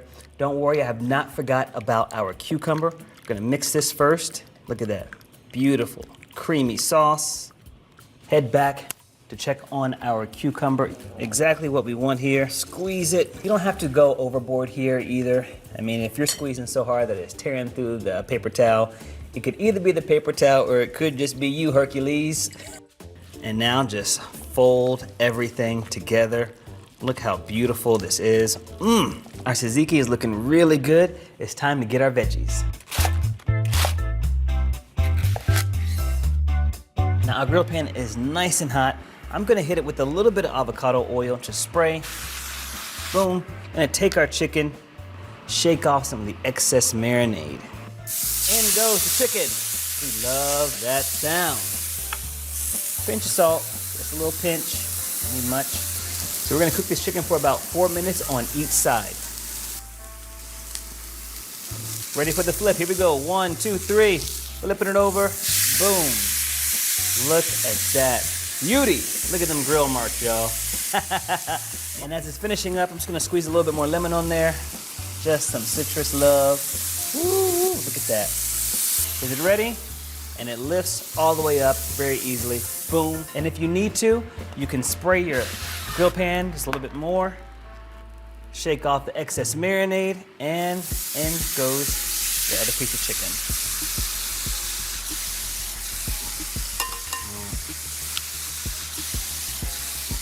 Now, keep this grill hot. I'm gonna do a light spray, some oil. Now, we still have the flavor from the chicken, the marinade there. I'm gonna put our pitas right on in there. Go and gently press down, just make sure it's not burning. We just wanna cook it long enough where there's a little bit of color on there. All right, this is really nice. I'm gonna turn off our pan.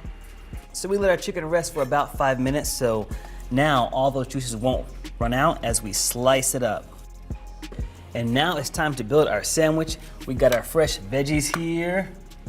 We're making gyros, we're making gyros. Okay, so we're gonna open up our pita here.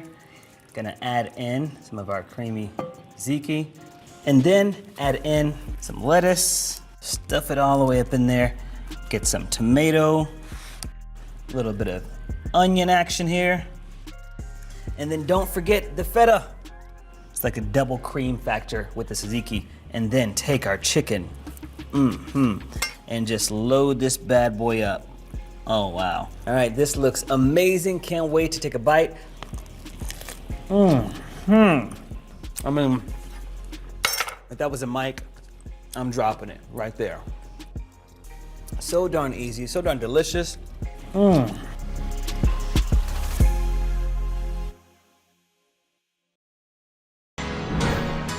Welcome to Shop Today. From my current obsessions in It List to a roundup of favorites for an instant refresh, we bring you the hottest products and the best tips for how to use them. Plus, I sit down with the biggest names in the business in Shop the Stars. It's just perfect. And share the trending products that are worth the hype and buzzworthy. We've got it all, including the latest technology so you can shop right with us with just a click. All this and more only on Shop Today with me, Jill Martin.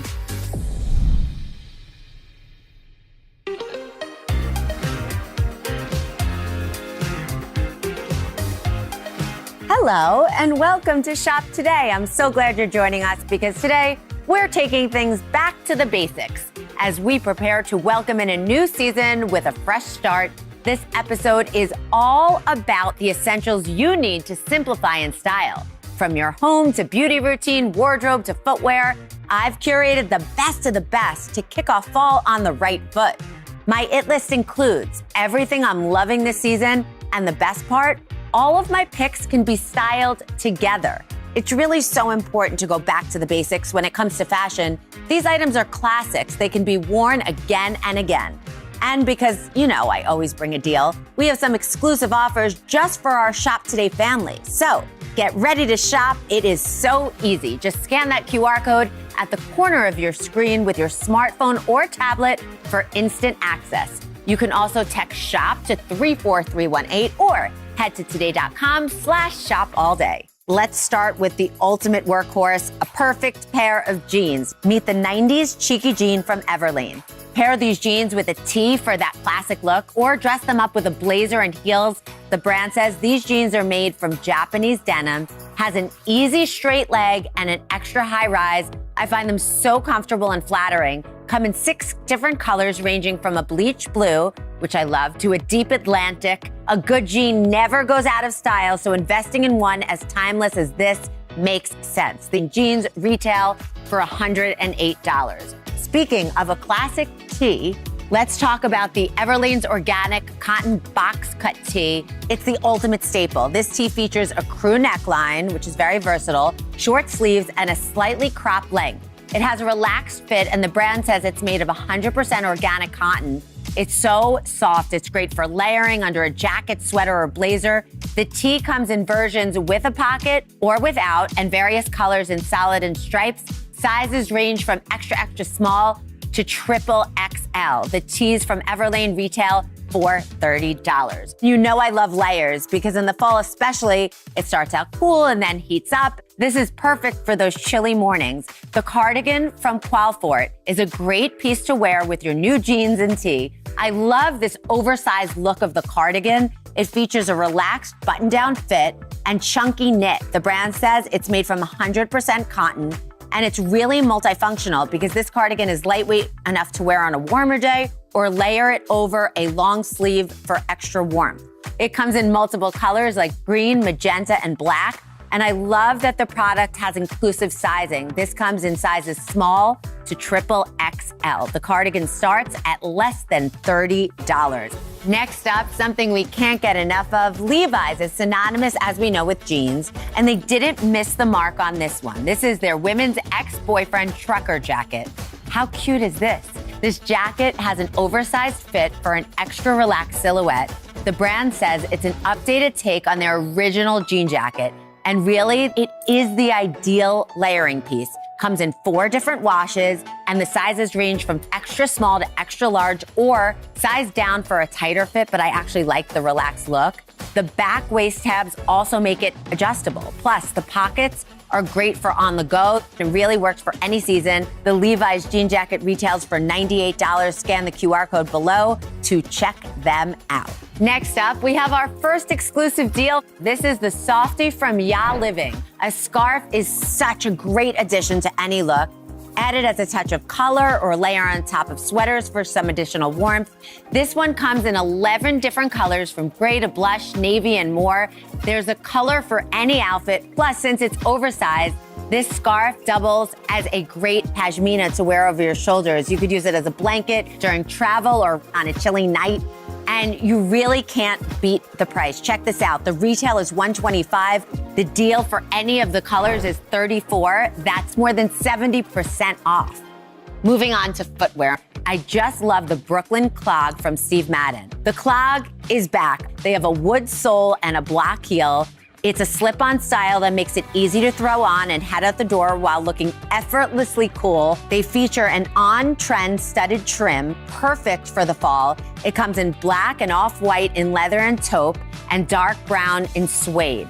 These are great for work or even a night out. You cannot go wrong. And the Brooklyn clog retails for $65.40. That is a great deal. Last up, talk about a trend coming back for all ages. These backpacks from JanSport are everything right now. A new backpack screams fall refresh, and with these timeless styles, you can't go wrong. JanSport has updated its classic backpack with new prints, styles, and materials, including the ones we have here.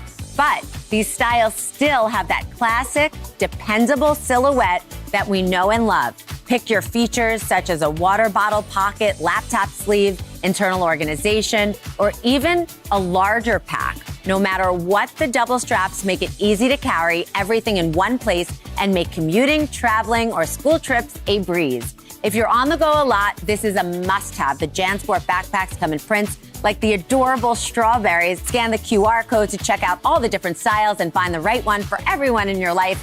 The backpacks from JanSport, super affordable, starting at $25.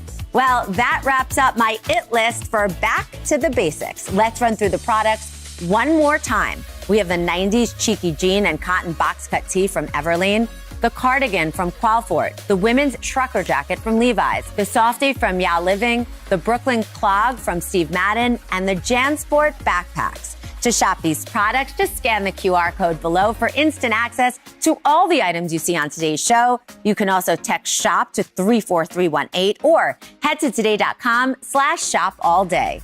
And just so you know, Today may make a commission for purchases made through the QR codes or links on today.com. Coming up, from sleep to beauty, I'm giving all of your routines an instant refresh for the fall with products including a comforter that feels like a cloud and a 4-in-1 makeup brush, plus more exclusive deals only for our Shop Today viewers. And later, I sit down with megastar actor and producer, the incredible Issa Rae. She'll have you laughing and inspired. All of that and more coming up only on Shop Today.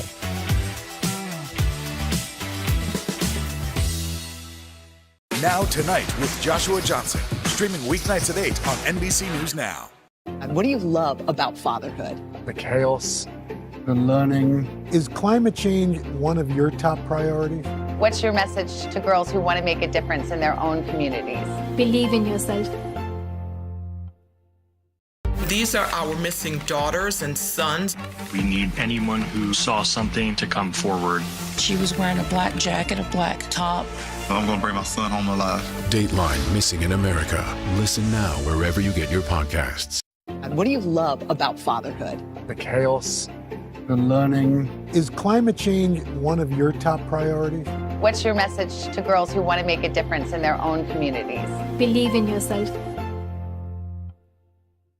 To cover the news, you have to be in it. This is how so many towns and cities are protecting themselves. They're pushing the gates open. Was there a school officer on campus? That's what we've been told. No. Top Story with Tom Yamas. Weeknights at 7 on NBC News Now. Hallie Jackson Now. Weekdays at 5 on NBC News Now. Now Tonight with Joshua Johnson. Streaming weeknights at 8 on NBC News Now. The day's biggest political stories with trusted insight now and expert analysis now. A daily look at the politics behind the headlines. Meet the Press Now, streaming weekdays at 4 p.m. on NBC News Now.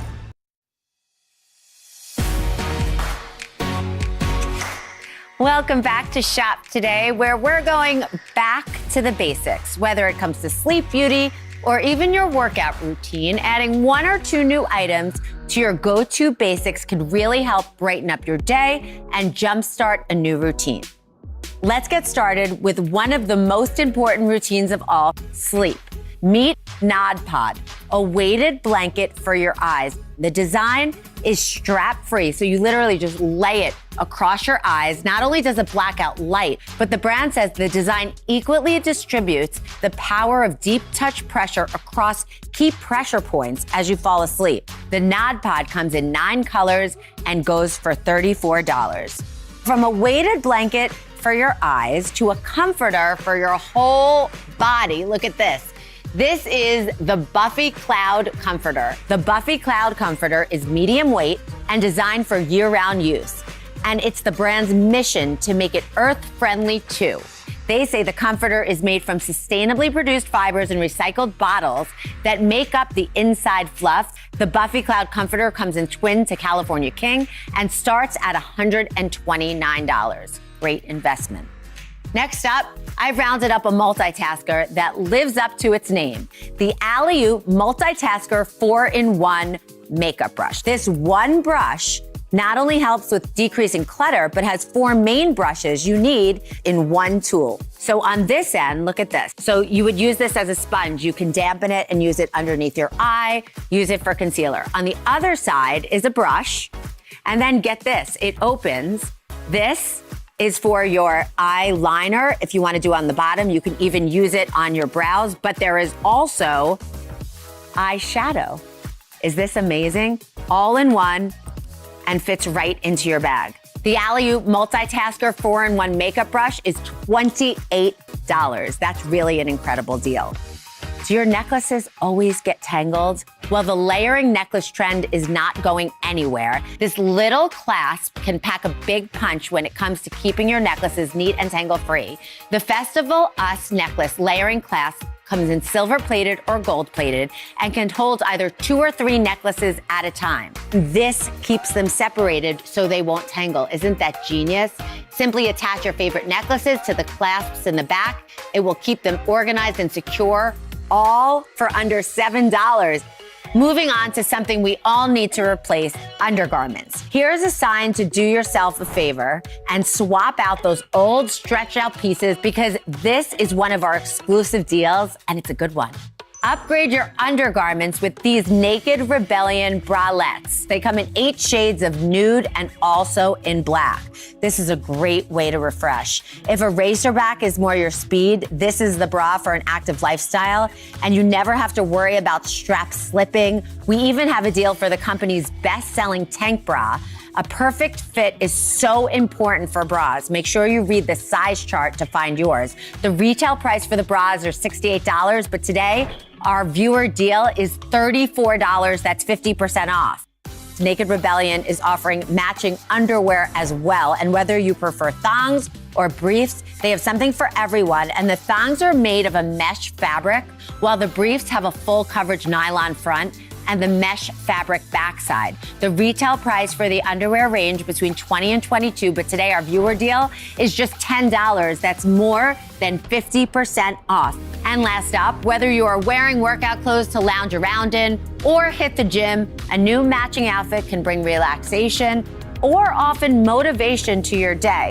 This set is from a brand called Park. Their high-rise ribbed legging and the Royal Rib Sports Bra are matching sets, and sets are in, and so is this rib texture. The leggings are made with 4-way stretch. It has a high-waisted fit. The fabric is 80% nylon with 20% spandex, so there's tons of stretch. They come in 5 pretty colors. Be sure to scan the QR code or head to our website to check them all out. The leggings retail for $98, but our deal today is $28. That's more than 70% off. And the sports bra retails for $74, but our deal price is $18. That's more than 75% off. And that rounds up my favorite, not so basic basics. Let's go through the products one more time. We have the Nod Pod weighted eye mask, the Buffy Cloud Comforter, the Alley Oop 4-in-1 makeup brush, the Festival Us necklace layering clasp, the Naked Rebellion undergarments, and the Park legging and sports bra. To shop these items, simply scan the QR code. You can also text SHOP to 34318 or head to today.com/shopallday. Coming up next, actor and best-selling author Issa Rae. I'm just confident in what my insecurities are. I'm like, this is part of me. These are my flaws. And that's just part of who I am. And later, have you heard about gaucho cowboy boots or bravery badges? You will want them when you see them. I have the buzziest items that are anything but basic. All that and more only on Shop Today.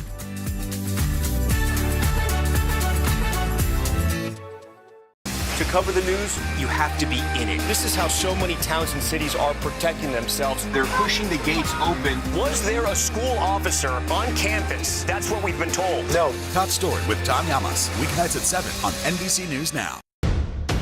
The day's biggest political stories with trusted insight now and expert analysis now. A daily look at the politics behind the headlines. Meet the Press Now, streaming weekdays at 4 p.m. on NBC News Now.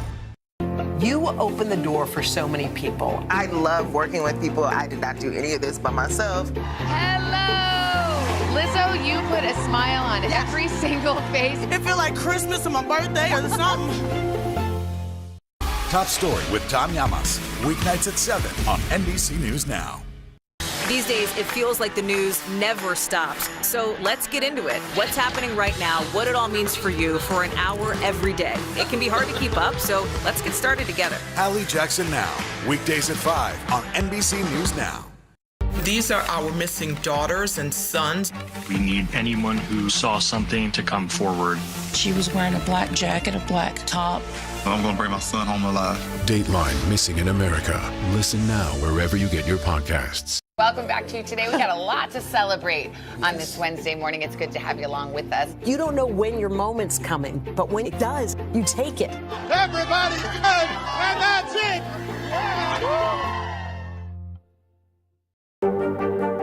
Mr. Secretary, when is this going to get better? You came into this job saying you were to fight crime. Have you been successful? Found a can you update us on the status of negotiations? For breaking news in our changing world, download the NBC News app.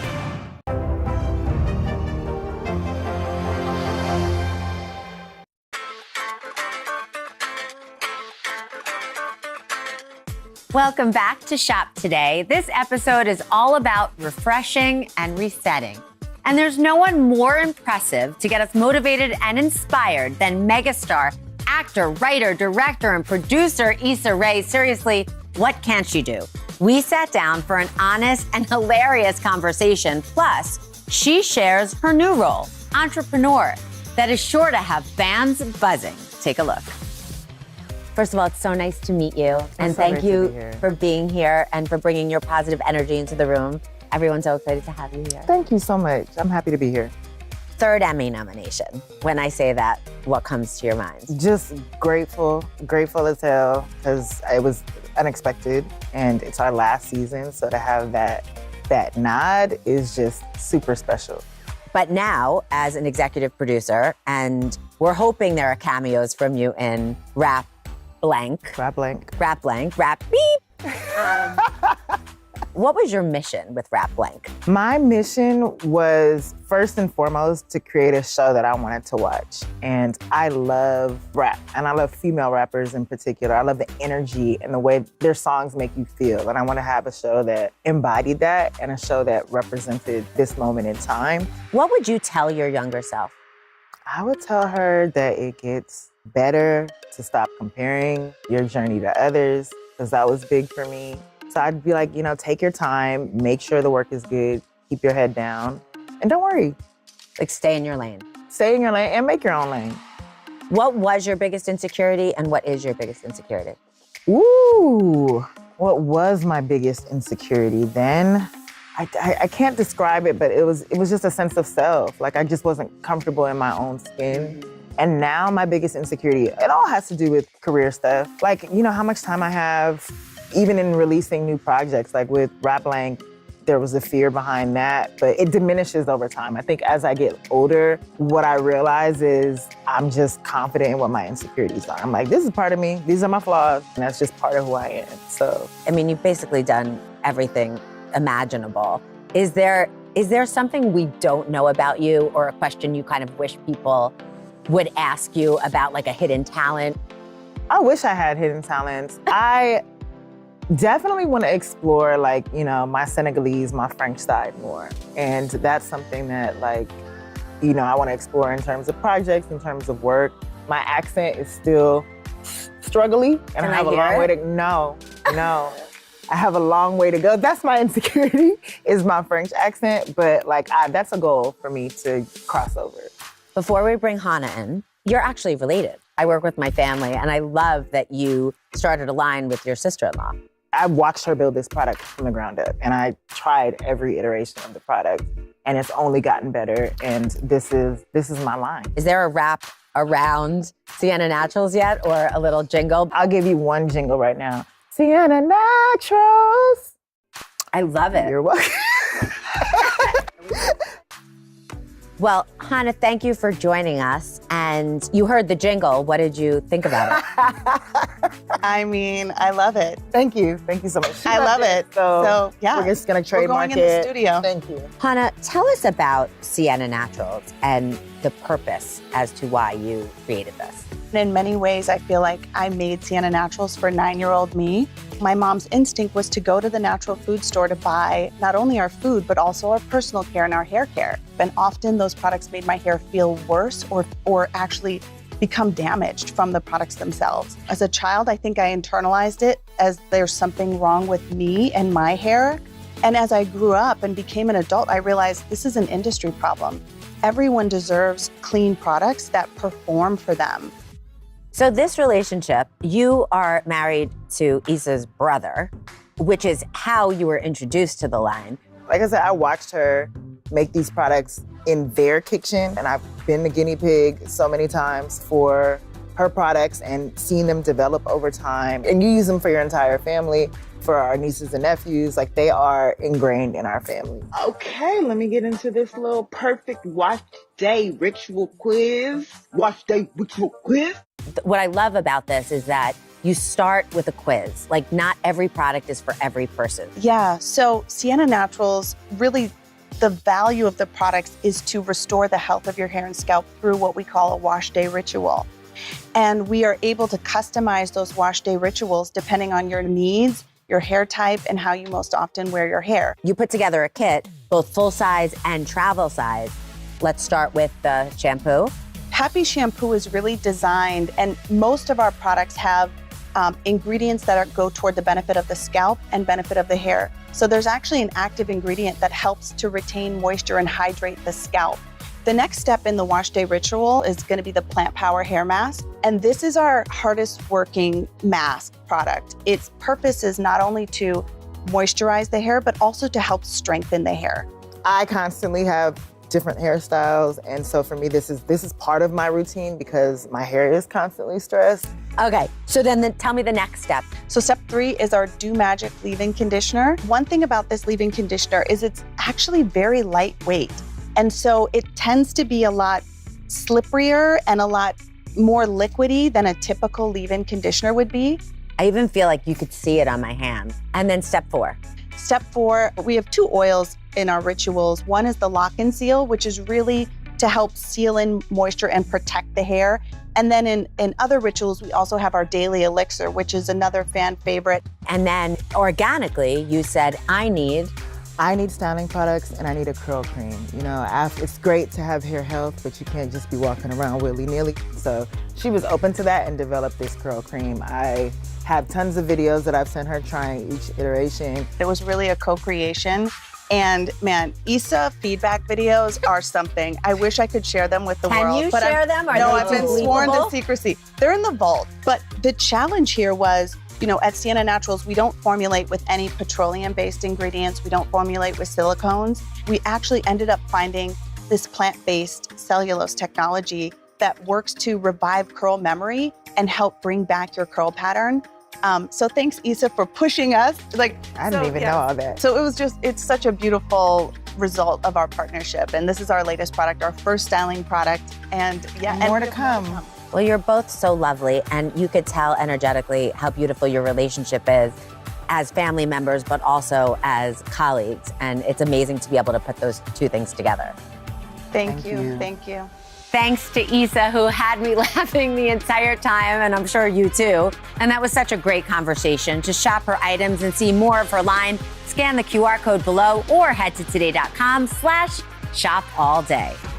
Well, next, my favorite buzzworthy products, including fun new bravery badges that are perfect for back to school, coming up only on Shop Today.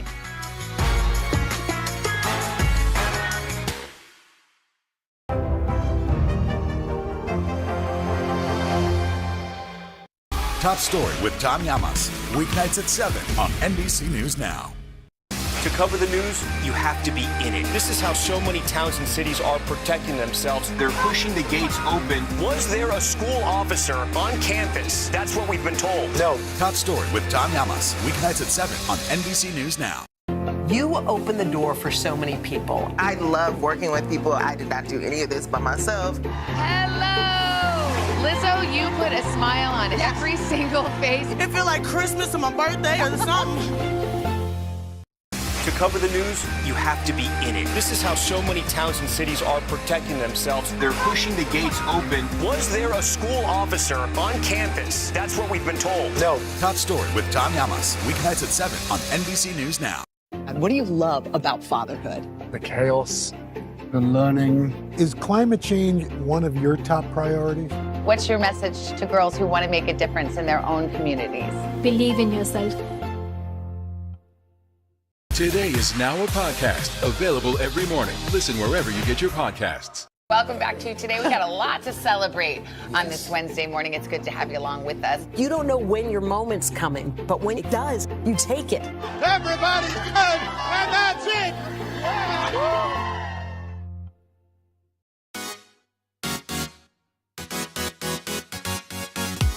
Welcome back. Well, we are going back to the basics as we get ready for fall. And now it's time for the buzziest items in everything from fashion to footwear.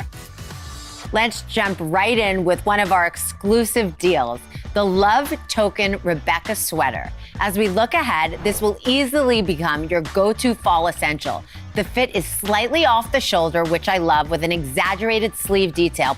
And this one's right on trend. It's so stylish, you might even get excited for those cooler temperatures so you could show it off.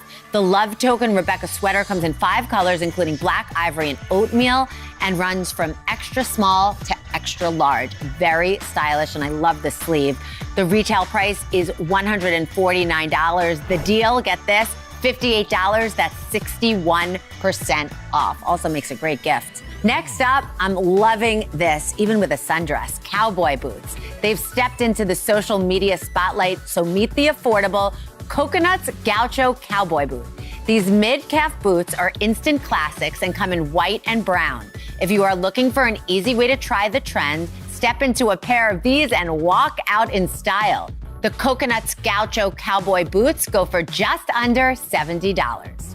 If you have longer hair like me, there are times when you need to clip it away from your face, and these Magic Sky hair claw clips make it easy. They are made of acrylic, resin, and alloy, and according to the brand, the clamps are non-slip, so your hair will hold firmly. They won't slip out. Don't you hate it when you put in the clip and then it doesn't hold your hair? Well, this will solve that problem. You get 4 different colors for $8.99, so share with your friends or keep them around the house. So when you need them, they are everywhere. Just loving these.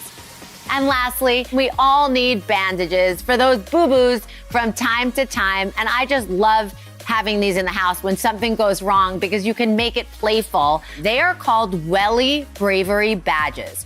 Who wouldn't want to stick these on? From ice cream to unicorns to dinosaurs and peculiar pets, these bravery badges are anything but ordinary. You can even repurpose the stackable tins. And according to the brand, the bandages are free from common allergens, including latex and silicone. The boxes start at just $7.99. Well, that wraps up my buzzworthy products. Let's go through them one more time. We have the Love Token Rebecca sweater, the Coconuts Gaucho Cowboy Boots, the Magic Sky hair claw clips, and the Welly Bravery badges. Thank you so much for joining us for another episode of Shop Today with me, Jill Martin. I hope you had fun going back to the basics in style. And don't forget, you can always shop the items from today's show by simply scanning the QR code below or text SHOP to 34318 or visit our site the old-fashioned way at today.com/shopallday. A big thank you to superstar actor, producer, and best-selling author Issa Rae for joining us to talk about her Sienna Naturals line. And I hope that each of these not-so-basic basics brighten up your season as we head into fall. We'll see you back here next time with more of my favorites and deals only on Shop Today. Goodbye, everyone.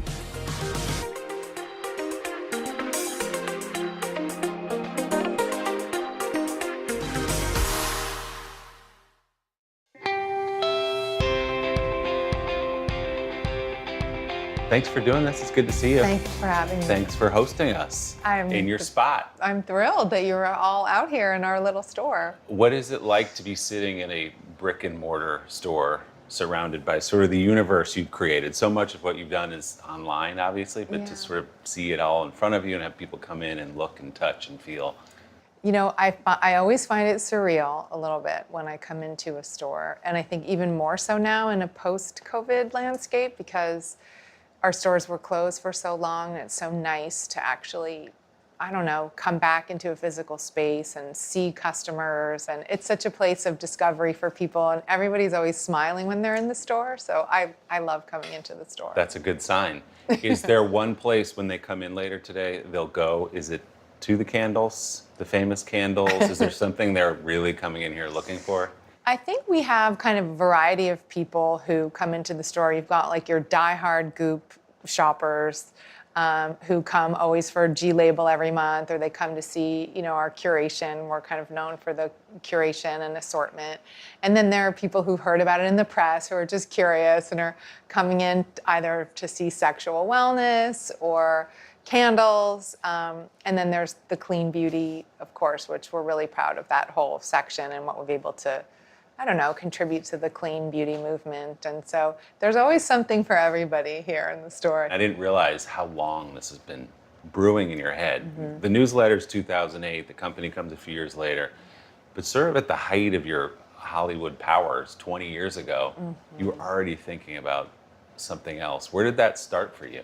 Well, I think I've always been a person that's been incredibly curious and always wanted to learn. And that to me is also like learning where the best bagel shop in Sag Harbor is and kind of gathering good information and sharing good information. It's always been my real passion. And I've always been like a pretty discerning customer. So I remember when the internet was kind of first getting going, I couldn't really find anything in the lifestyle space that spoke to me as a customer. And, you know, I didn't trust the travel curations, for example. And so I thought, gosh, it would be so fun to have a site on the internet that kind of had a collection or an aggregation or a curation of really the things that make me excited. So it took me a long time of talking to people, meeting with people, asking questions, even before I just decided to send that very first simple newsletter. It was a good few years in the making.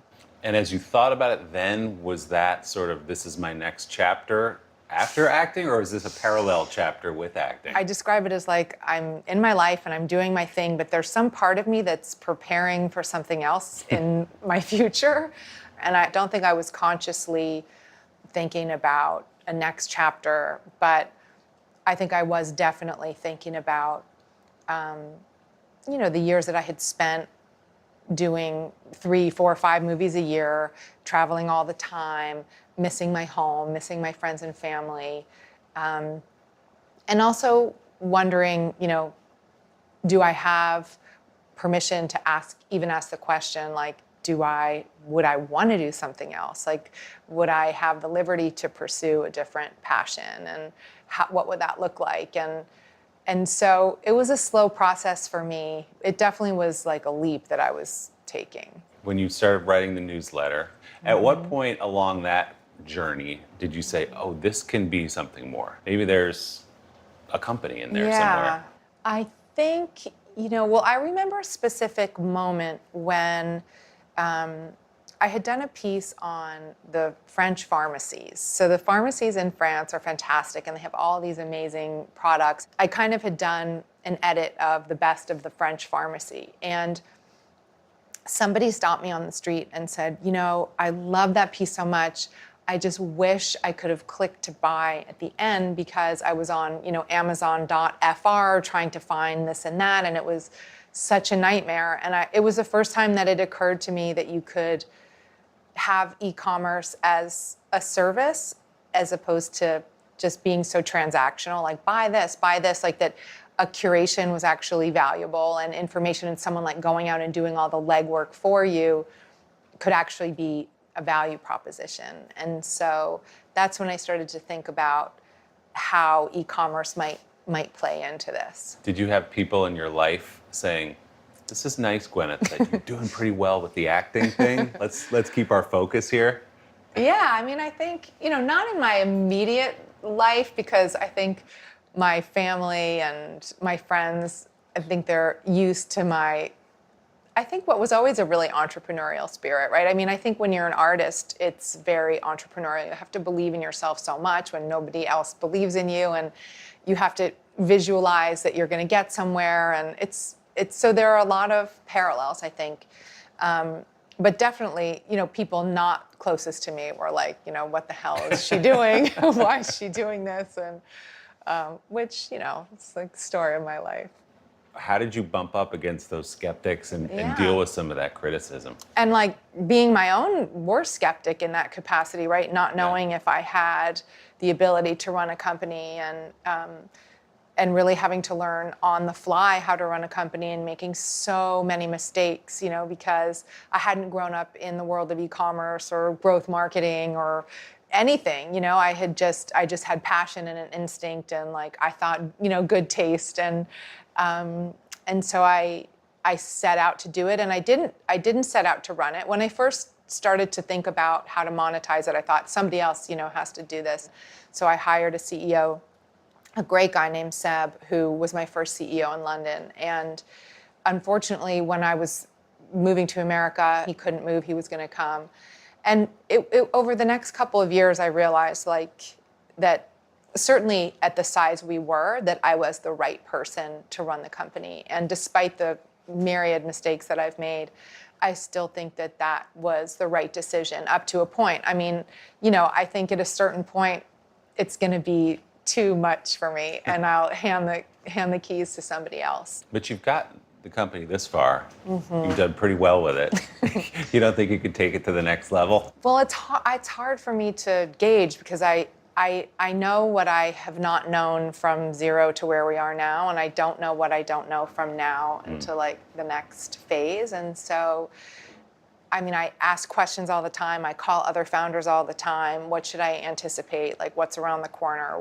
How do you really scale after this, point? And I think that I could probably do it to a certain point, but I don't know. I'm not sure if I could run it, if we had a even more complex international omni-channel business, I just don't know that I would be the right person at that point. You're in every meeting, you're making all the decisions.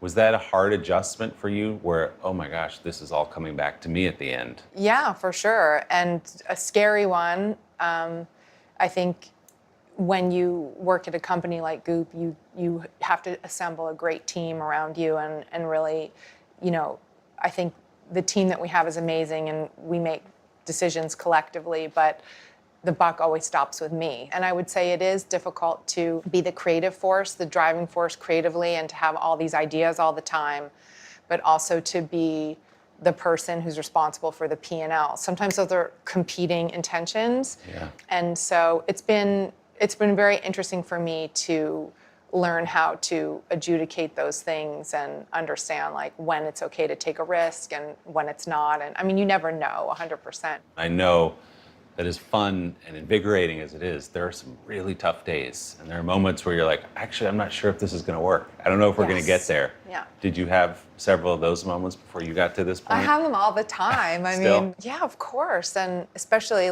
having gotten through a pandemic and now there's a looming recession and it's always something and you think is this going to be okay? Do I have the chops to get us through this? What am I not thinking about? What else, is what are the potential landmines?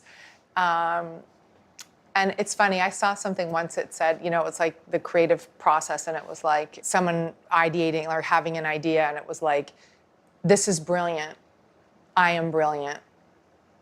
I think this is okay. I don't think this is okay. This is I am and then it starts again, it's and that's very true. And I think that's just part of the seasons of, being a founder and being so close to what you're doing and having to get excited by your own ideas, which is so weird. And then sometimes you think this is terrible. Why am I doing this? But it passes. Yes, I've had many of those days. But then the next day is a good day and you're right back at it, right? Yeah, or the next day, someone, says I had a conversation with my daughter about her sexual wellness that I never thought possible, and you facilitated that, and I'm so grateful because I grew up with all this weird shame around it, and now, and she cited Goop, things like that happen, and it makes me cry. Or someone says, I found the best restaurant I ever went to, and on your thing, and I met some, it's that web of meaning that happens when I think you're creating a business from a place of really wanting to help people find great things and bring them shortcuts and bring them amazing quality products. That happens. So those things always fill me back up and make me think okay, I'm gonna keep going.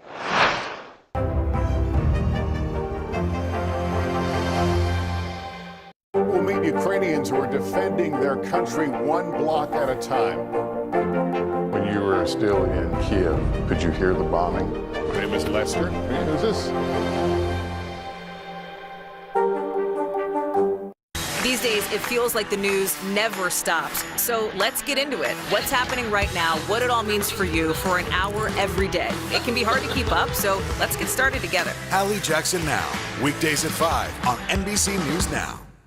What do you love about fatherhood? The chaos, the learning. Is climate change one of your top priorities? What's your message to girls who want to make a difference in their own communities? Believe in yourself. Top Story with Tom Yamas, weeknights at 7 on NBC News Now.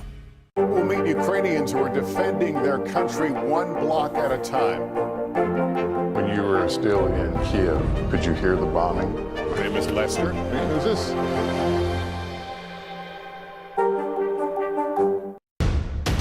The day's biggest political stories with trusted insight now and expert analysis now. A daily look at the politics behind the headlines. Meet the Press Now, streaming weekdays at 4 p.m. on NBC News Now. For breaking news in our changing world, download the NBC News app.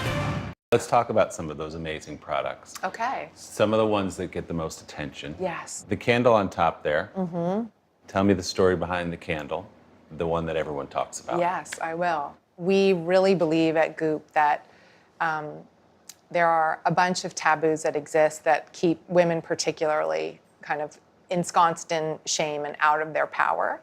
And so we like to find those paradigms and expose them. This smells like my vagina. Can I say that on morning TV? Okay, absolutely. Good. So see, we've made progress. We did. We've made It's progress. A breakthrough right This is great. So they're really provocations more than candles. They're meant to sort of take people by surprise and then ask, like, what is this? What does this mean? And this is like triggering, and why is it triggering? And I think there's a lot of, it's certainly when I grew up, there was a lot of shame around our sexuality or ambition. And so This Smells Like My Vagina candle is really like that provocation to say, like, it's amazing to be a woman in every way. It's amazing to have that kind of power, and you deserve to have that agency. And so it's just kind of a funny, strong way of, being a provocateur. And you guys have a big focus on pleasure, which I feel like even lately, partly because of you guys, people talk about that more openly. Absolutely. And I think, it's a conversation that we started around that very thing, right? Like, what is it like to be a woman who is not afraid of orienting around pleasure? It's not selfish. It's beautiful. It's important. Whether it doesn't have to be sexual pleasure, but just this idea that, we all deserve pleasure, and it's a beautiful part of life, right? And so the sexual piece of that, sexual wellness is a really new vertical, both at Goop and I think in culturally. So I think we're really proud of what we've been able to do culturally and shake that taboo off a bit. So what do you see, whether it's with you at the helm or not, what do you see next for Goop? Well, I think we still, we have a lot of work to do. I think just, again, like having been a startup and made a lot of mistakes, like we're in a really interesting foundational year of like cleaning up a bunch of processes. And I think we really are excited to keep kind of introducing the brand to people who might not know about the brand yet. I think that the lifestyle aspect is exciting to me as well, that there are multiple ways that you can reach a customer. We started a food business that's very nascent in Los Angeles that's doing extremely well, but I think it's a great way to deliver on the beauty and wellness from a different angle, right? We're always just trying to push further and think about the different ways that we can connect with the customer and think about, the exciting products that we have in the pipeline. And there's a lot still left to do. I'm very proud of us and where we've been able to get to. Today is now a podcast available every morning. Listen wherever you get your podcasts. Top Story with Tom Yamas, weeknights at 7 on NBC News Now. Mr. Secretary, when is this going to get better? You came into this job saying you were going to fight crime. Have you been successful? Found a way to put that. Can you update us on the status of negotiations? Hallie Jackson Now, weekdays at 5 on NBC News Now. Let's go. This is a critical choke point for this fire.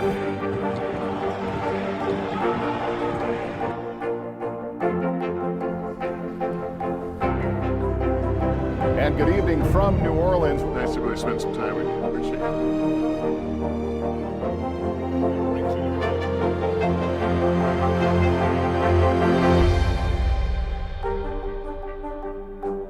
Hallie Jackson Now. Weekdays at 5 on NBC News Now. Live from Ukraine, from Uvalde, Texas, from Mayfield, Kentucky. To cover the news, you have to be in it. This is how so many towns and cities are protecting themselves. You can actually see they're pushing the gates open. Was there a school officer on campus? That's what we've been told. No. Do you remember any tornado as bad as this one? You look at this and you're thinking, we're not going to have power for weeks, if not months. Exactly. Every night, it's your news playlist. Top Story with Tom Yamas. Weeknights at 7 on NBC News Now. Mr. Secretary, when is this going to get better? You came into this job saying you were going to fight crime. Have you been successful? Found a way to put that. Can you update us on the status of negotiations? Today is now a podcast available every morning. Listen wherever you get your podcasts.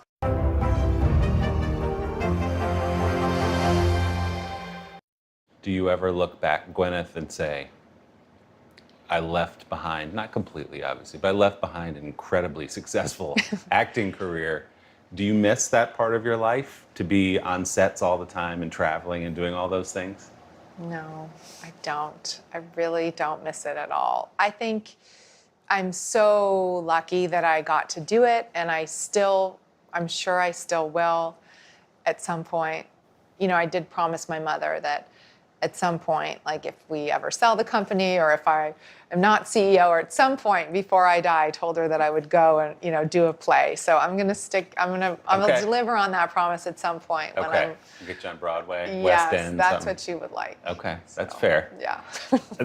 You also, what a gift to be able to have this period in your life with your kids, which I know was intentional. Has that been maybe even the best part of all this, that you haven't been flying all over the world, that you've been home with the kids? Yeah, definitely. I mean, especially now that I do have one going off to college, you realize how finite it went so quickly. And you're right. You know, I was talking to my son about this the other day, actually, that I used to take him and his friends in London to a kickboxing class every Wednesday, and I would be editing the newsletter on my iPad because it would go out, you know, Thursday morning.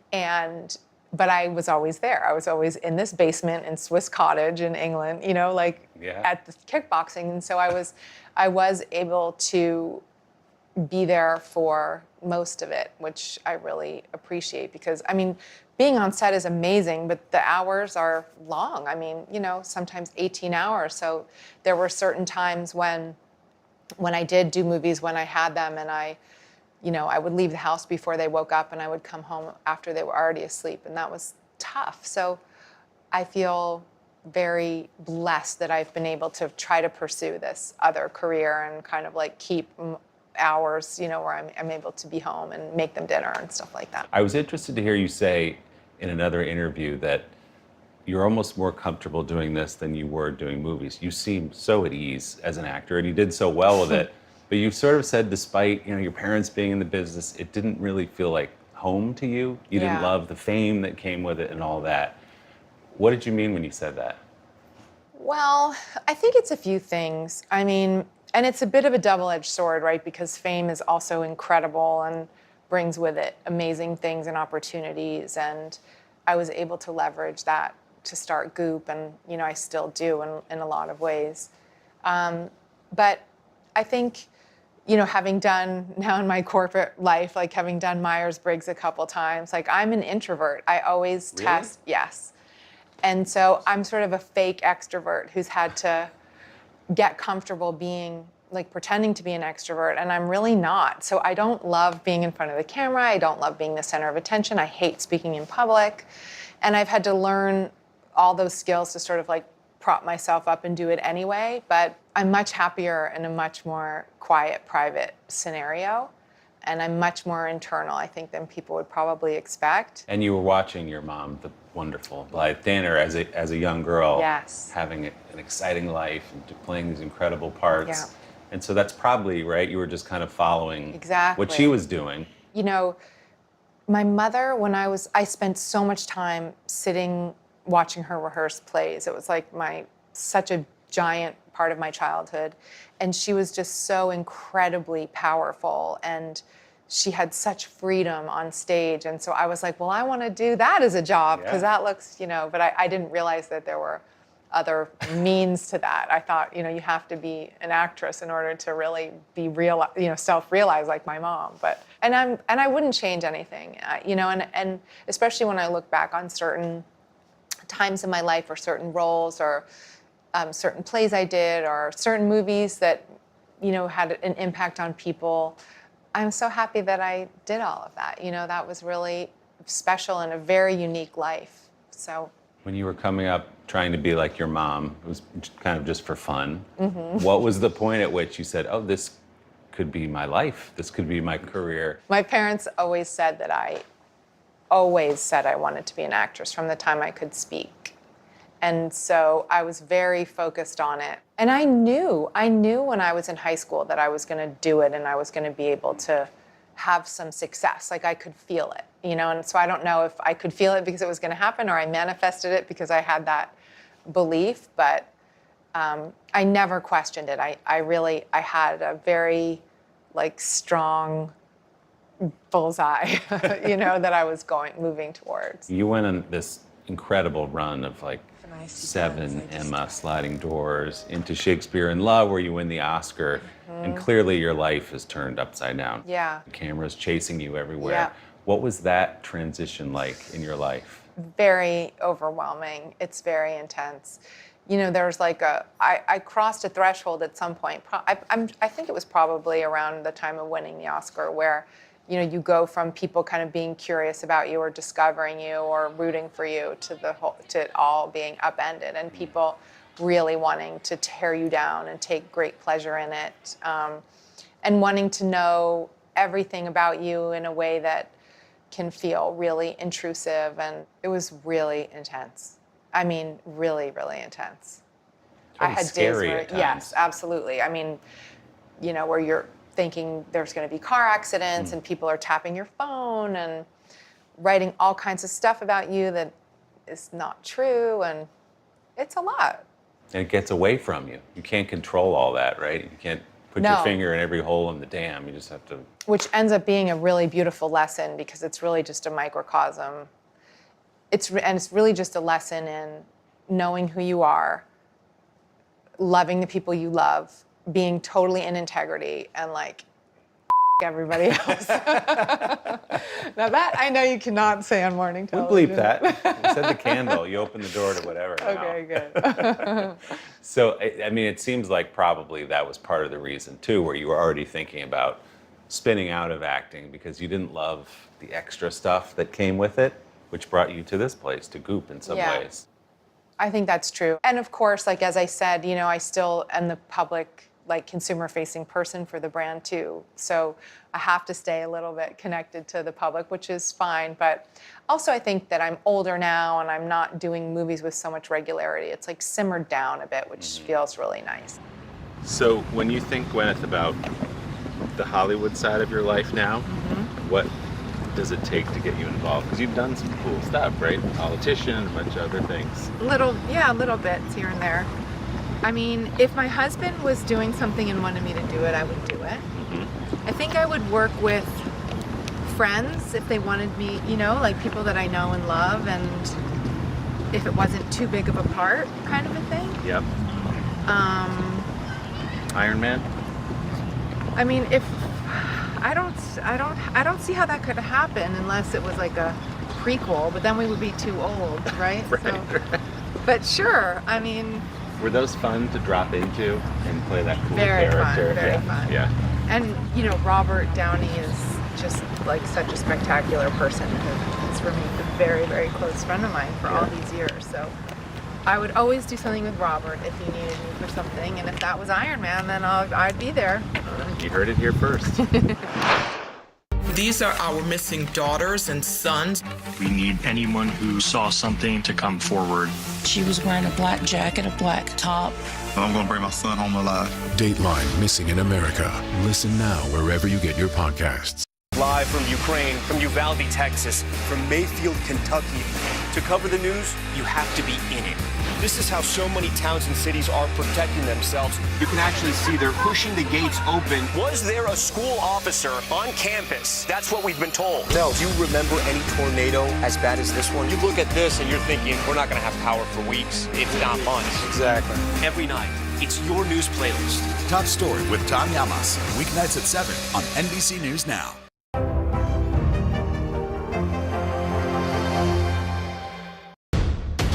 The day's biggest political stories with trusted insight now and expert analysis now. A daily look at the politics behind the headlines. Meet the Press Now, streaming weekdays at 4 p.m. on NBC News Now. Top Story with Tom Llamas, weeknights at 7 on NBC News Now. To cover the news, you have to be in it. This is how so many towns and cities are protecting themselves. They're pushing the gates open. Was there a school officer on campus? That's what we've been told. No. Top Story with Tom Llamas, weeknights at 7 on NBC News Now.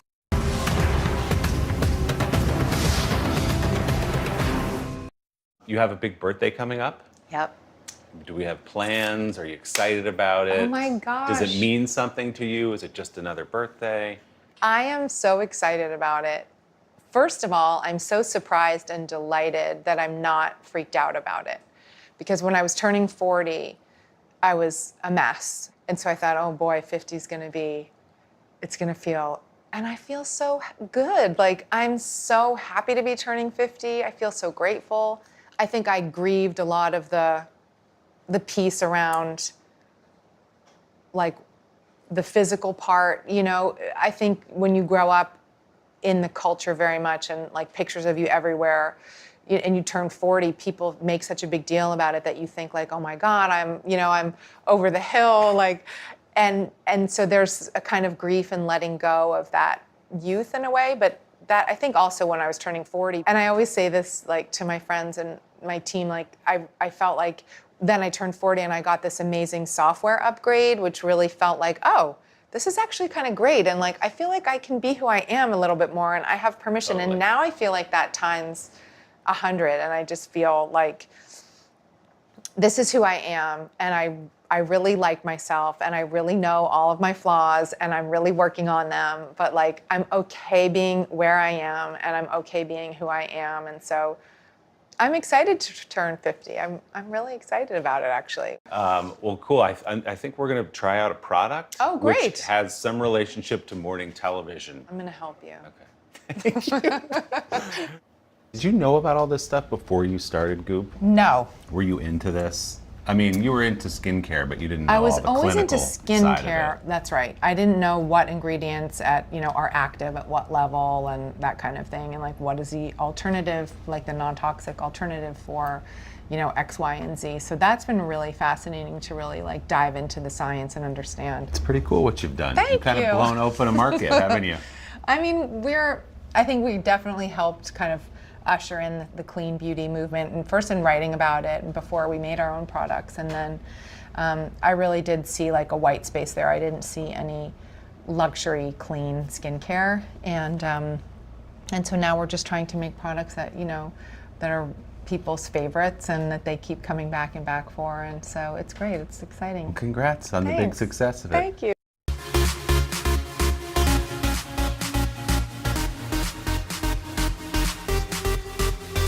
Hey everyone watching Today All Day, I'm Joe Fryer in for Carson here on Pop Start Plus. Coming up, our conversation with actor and comedian Joe Coy. He stopped by for our What I Watched series and told us all about his new movie Easter Sunday. Then one of our favorites, Chrissy Metz. The actress joined the third hour to update us on her latest music. And last but not least, a clip from our vault to celebrate the late Paul Sorvino and his unforgettable role in Goodfellas. But first, today's Pop Start with Chanel, starting with news about a legend who recently hinted his 60-year career could soon come to a close, Steve Martin. So first up, Steve Martin. The iconic comedian's life story is getting the Hollywood treatment. Yesterday, The Hollywood Reporter revealed plans for a 2-part feature about Martin's career. And it has some serious star power behind the camera. Mr. Rogers' documentary, Won't You Be My Neighbor? Director Morgan Neville will helm the project. You might recall back in 2007, Martin's memoir was called Born Standing Up. hit the New York Times bestseller list. Well, now Steve promises this new project will go way, way back to his origin story. He told The Hollywood Reporter that the filmmakers have a lot of archival material, including a photo of his father from Germany in 1944, touring a production of Our Town with the USO. Should be good. No word yet on when the feature will be released, but it's scheduled to debut on Apple TV+. All right, next up, Madonna.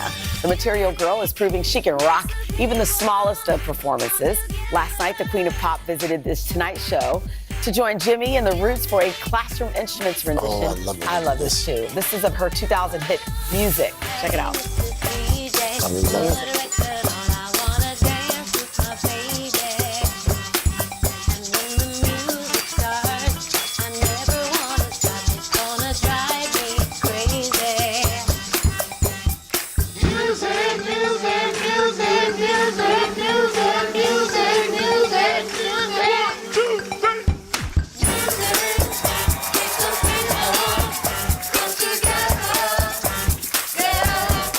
That's awesome.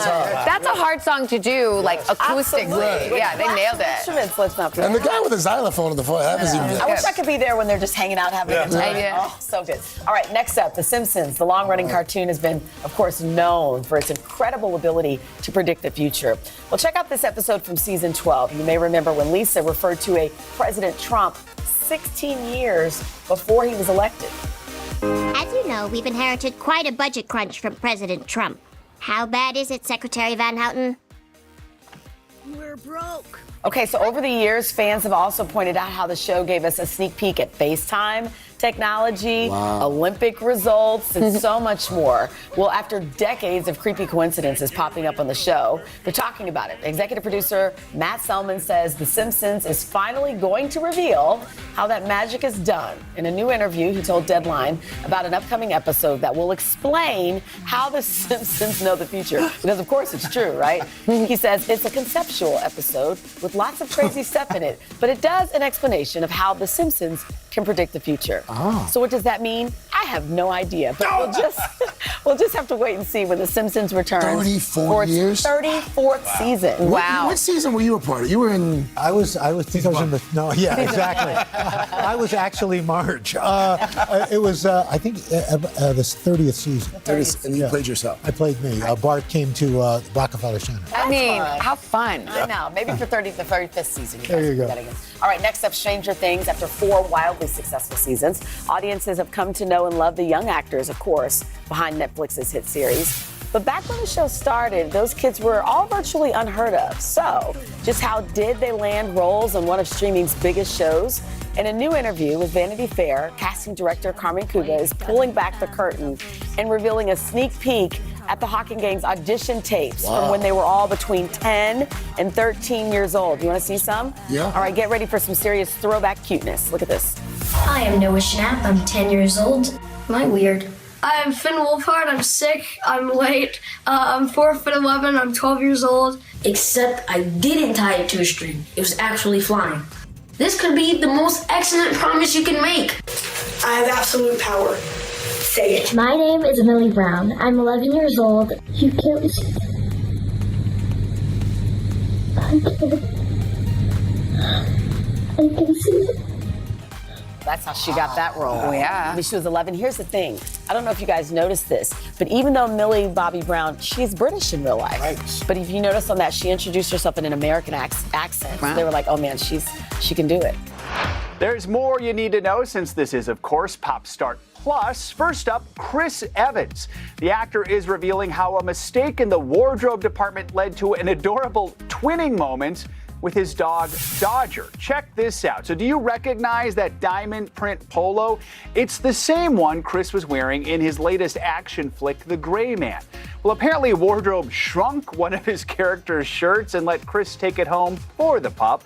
I think we know what Dodger is going to be for this Halloween this year.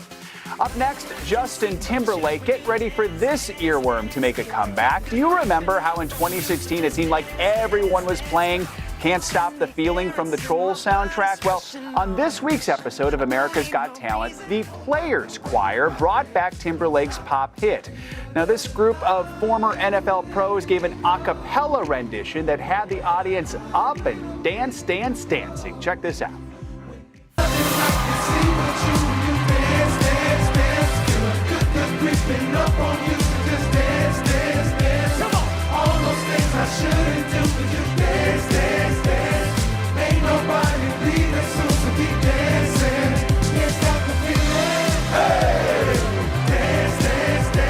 Yeah, those guys know how to get a party started. Plus, they even earned the stamp of approval from JT himself. Timberlake retweeted the show clip, giving it the little raised hands emoji. Unfortunately, the players did not make it to AGT's next round, but they shared on social media how blessed and grateful they are for the opportunity to be on stage this season. And finally, Missy Elliott. Miss A, the princess is here, and we mean right here. Take a look. This Portsmouth, Virginia street is being renamed Missy Elliott Boulevard, formerly known as McLean Street.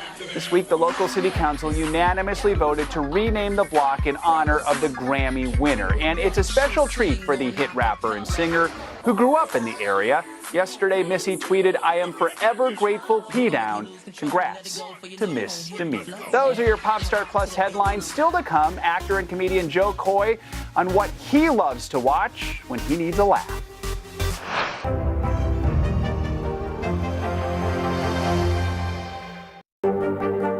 Mr. Secretary, when is this going to get better? You came into this job saying you were to fight crime. Have you been successful? Found a way to put that. Can you update us on the status of negotiations? For breaking news in our changing world, download the NBC News app. Welcome back to Today. We got a lot to celebrate on this Wednesday morning. It's good to have you along with us. You don't know when your moment's coming, but when it does, you take it. Everybody's good, and that's it. You open the door for so many people. I love working with people. I did not do any of this by myself. Hello! Lizzo, you put a smile on every single face. It feels like Christmas or my birthday or something.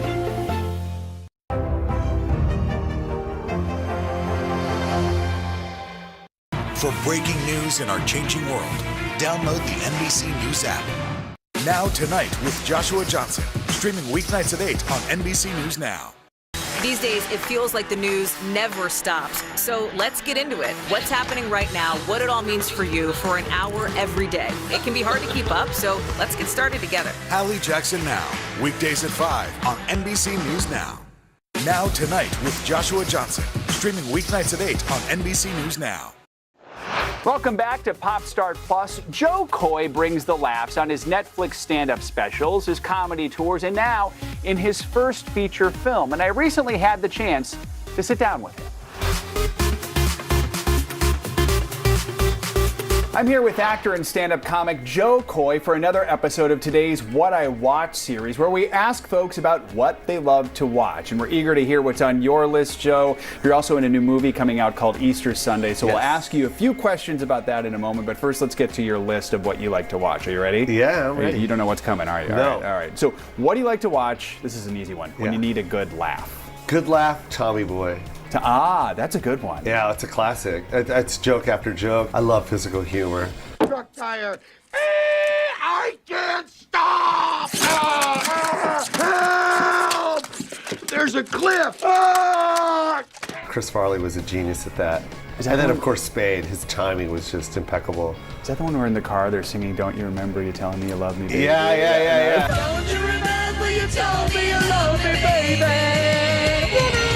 You said you'd be coming back this way again, baby. That was so funny. Yep. That's a good one. All right. Twist on this one. What do you love to watch when you're feeling sad? When I'm feeling sad, I want something to lift me up. Yes, sure. Oof. The kid movies. So like Goonies, something like that would make me feel good about myself. Okay. Yeah, because it brings you back to childhood. when you were a kid and everything was fun. So my next question was, what reminds you of your childhood? What do you like to watch that reminds you of your childhood? Ooh. Is that what those are, or is there something else? No, another one for my childhood would be Man, Delirious, Eddie Murphy, stand-up, yeah. The ice cream man is coming! The ice cream man is coming! Ma! That's a classic right there. Classic. All right, so if you need comfort, some comfort food, but in the form of something to watch, a movie, television. Ooh, something that's comforting? Oh, that's a good question. It would be probably Mission Impossible. Because it just keeps me going. Like, I get happy. I feel like I can jump a building. So, you know what I mean? Like, I want to be Cruise for just 2 hours. Let me be Tom Cruise for 2 hours. Maybe that can be your next movie, like something like that. Like Done. Action. Let's go, yes. Minority Report 2. There you go. Yeah, let's go. What do you watch that might surprise people? Documentaries. I love documentaries. And I've always loved them since I was a kid. And what's crazy is my son loves documentaries. So I believe in this DNA thing, man. I saw my son at 8, he was like watching documentaries. I was like, I used to do that. So I love that. That's very cool. And then anything you're watching right now that you're currently obsessed with, it's like your thing right now. Currently obsessed with would have to be Jurassic Park is something that I still always go to. Those are the go-to movies that I can just click on and watch. All right, let's talk about something that we hope a lot of people are going to be watching. That's your new movie, Easter Sunday. It's a new film from our parent company, NBC Universal. Anything you watch to prepare for that film, or anything that helped inspire it? Man, no. Because your life inspired it, right? Yeah. I guess in a lot of ways. I would, no lie, I would watch just all my favorite comics that moved to the big screen and literally like learn how they kept themselves in their characters. Who are some that come to mind? Like Bernie. Bernie stayed himself. Bernie Mac was great. Yeah. He just memorized his lines and delivered it as Bernie Mac. I'm not saying that's what I did. What I'm saying is I was a student just seeing that transition from stand-up to acting. All right, what should we know about Easter Sunday? How do you sum up the plot for folks? It's a family movie, first and foremost. I think we've always said if it's too specific, like no one's gonna get it. Well, it's like, no, everyone's gonna get it. It's just because my family's Filipino doesn't mean you're not gonna get a story between the father and the son and the mother and the daughter. Like, you get it. A family is a family, no matter what they are. What do you hope this does? Not just for you, but for the Filipino-American community to have a movie like this by a major studio out there. That's beautiful that you said that. And I don't hope, I know it's going to happen. But not only just for Filipinos, but AAPI alone. And just any immigrant that comes to this country. Any immigrant, you know what I mean? Where they come here and they feel invisible. You watch TV and you watch these movies and you not only sometimes you feel misrepresented or not represented at all, and it sucks, and this movie right here is going to show the world that it doesn't matter who you are, what color you are, your story is relevant and it's relatable. Very relatable. That being said, you must feel a little bit of pressure. A lot of pressure. But you know what? I got the hand of Steven Spielberg blessing this project, and I know people are going to be proud of what we did with this movie. I have to ask you, our friends at the third hour of today's show were bringing up the fact that you had a recent breakup with Chelsea Handler, and you said something. You said you're still very close with your exes, which I think is pretty incredible, and that's maybe a good lesson for folks, right? I think what it is you have an option to learn, right? Like, so I'm a product of a divorced family, right? Divorced parents, and I saw how they fought tooth and nail. And I mean, to this day, they still have, a rough relationship. And the only person that suffered were the kids. So when my ex and I broke up, my son's mommy, we became best friends. It's like, okay, we can't be together. That's fine, but we're parents. So my son needs parents, strong parents, and we're the best of friends, man. So I've always had that approach when it comes to relationships. It's like, yeah, Chelsea and I have always been friends. Before we were together, we were friends, and after, it's like I'm always going to be her biggest cheerleader, and she's going to crush it. She's always going to crush it. We're all your cheerleader right now. Joe Coy, best of luck with Easter Sunday. We appreciate you speaking with us. Such an absolute pleasure getting to hang with Joe. Check out his movie Easter Sunday. It's in theaters now. Up next, we are chatting with Chrissy Metz about her other great talent, singing. Mr. Secretary, when is this going to get better? You came into this job saying you were going to fight crime. Have you been successful? Found a way to put that. Can you update us on the status of negotiations? Welcome back to Today. We got a lot to celebrate on this Wednesday morning. It's good to have you along with us. You don't know when your moment's coming, but when it does, you take it. Everybody's good, and that's it. Now Tonight with Joshua Johnson, streaming weeknights at 8 on NBC News Now.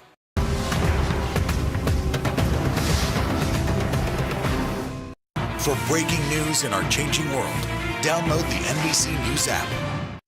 You open the door for so many people. I love working with people. I did not do any of this by myself. Hello! Lizzo, you put a smile on every single face. It feel like Christmas or my birthday or something. What do you love about fatherhood? The chaos, the learning. Is climate change one of your top priorities? What's your message to girls who want to make a difference in their own communities? Believe in yourself. We'll meet Ukrainians who are defending their country one block at a time. When you were still in Kiev, could you hear the bombing? My name is Lester. Who's this? Hallie Jackson Now. Weekdays at 5 on NBC News Now.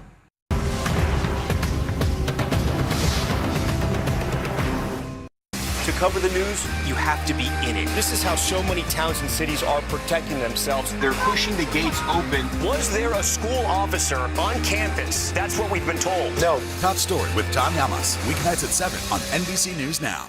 Now Tonight with Joshua Johnson. Streaming weeknights at 8 on NBC News Now. We're back. Chrissy Metz is best known for her role as Kate on This Is Us. But not only can she act, she can also sing. And she updated the third hour about that part of her career, going on tour, and everything else that's going on in her life.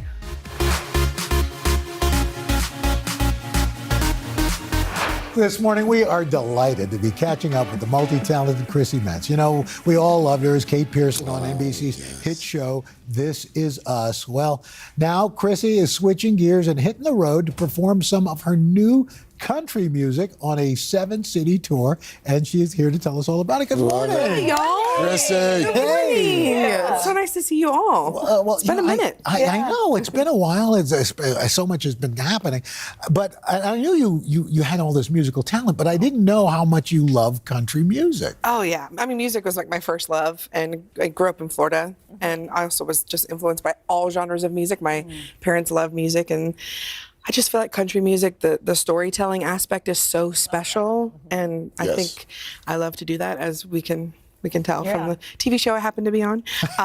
So yeah, it just felt right. It's so interesting because a lot of people would think the acting was first and then the music, but it's clear that music is a love of yours, right? Oh yeah, for sure. I mean, I was making tapes in my bedroom with my boom box and, trying to record and write poetry. But I love that. So what was the inspiration behind this music? Really like love, loss, the past 10 years of my life, like gratitude, but also really healing through the feeling. And for a long time, right? Let that marinate. Yes. Okay. For a long time, I was afraid to feel because it's uncomfortable. Yep. You have to go through it, and the only way to go is through. Mm-hmm. So I found music always to be really cathartic, and I mean, it's healed me in many ways. So writing and being able to perform the songs now is like a dream. Yeah. It's like unreal, so exciting. So let's talk about This Is Us. Yes. My wife and I, we just love the show so much. You wrapped it up a few months ago. Yeah. I read somewhere that you are open to the idea, perhaps, of a reunion down the road. Yeah, like 10 years from now. Yeah. Like, how It's cute too- would it be? it's too raw right now. Yeah, it's too raw. It's too soon. What It's too part of soon. the story do you think would be the impetus for the reunion? Is there a part that left you wanting a bit more? Ooh. Oh gosh. I mean, the stories of people's lives continue for years and decades. So I don't know. I think it could be anything, but I love to see kids grow up and what Tess and Annie would be doing and Jack and Haley. Right. I mean, obviously we know Jack, spoiler alert, becomes a really big famous music guy, but I don't know. I think it could go anywhere. Yeah. Mm-hmm. So, but yeah, I'm down for it. Okay. If Dan Fogelman's involved, Dan. Then you're in. All right, Dan. Yeah, you put it out into the universe, so we'll check in 10 years. Right. Let's talk about your children's book, because you're also an author. You wrote this with your boyfriend. Yeah. When I talk to God, I talk about you, is the name of it. Tell us about it. Yeah, so over the pandemic, people are, really getting to know one another, and it was the beginning of my relationship with my boyfriend. But, you sort of talk about, like, do you want kids? Do you not? And I taught preschool. I have a huge family and I love kids. And I just know that it's so important, the foundation of like encouraging them and empowering them and supporting them.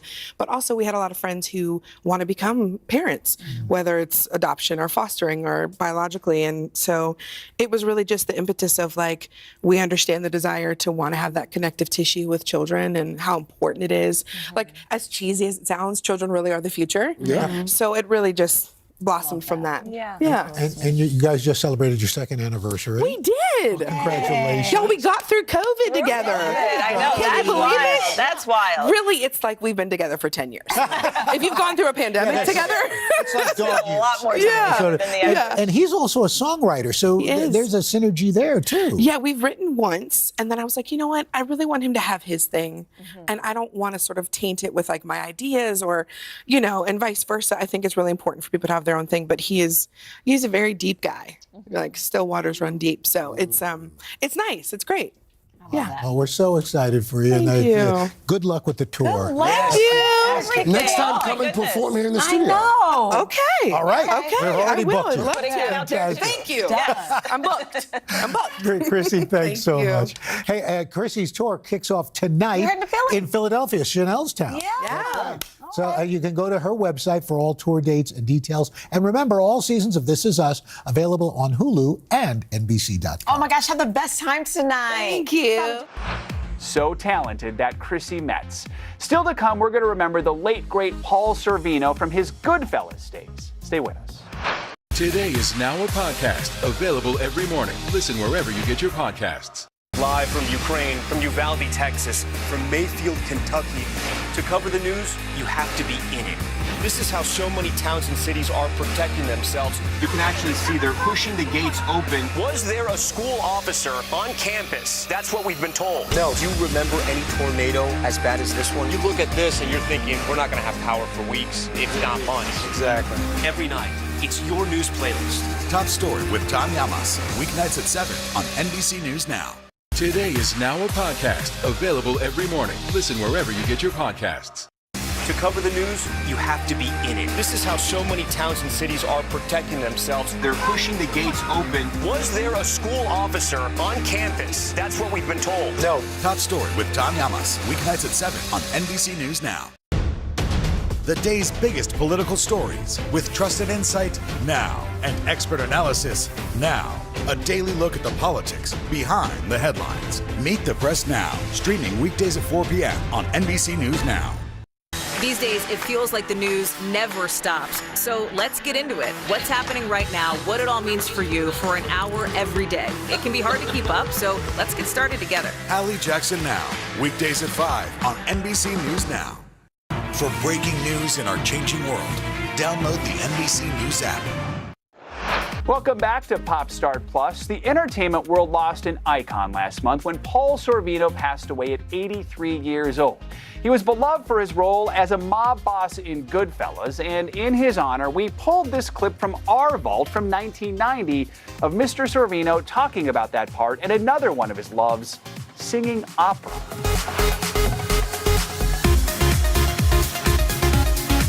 Such a sweet and lovable guy.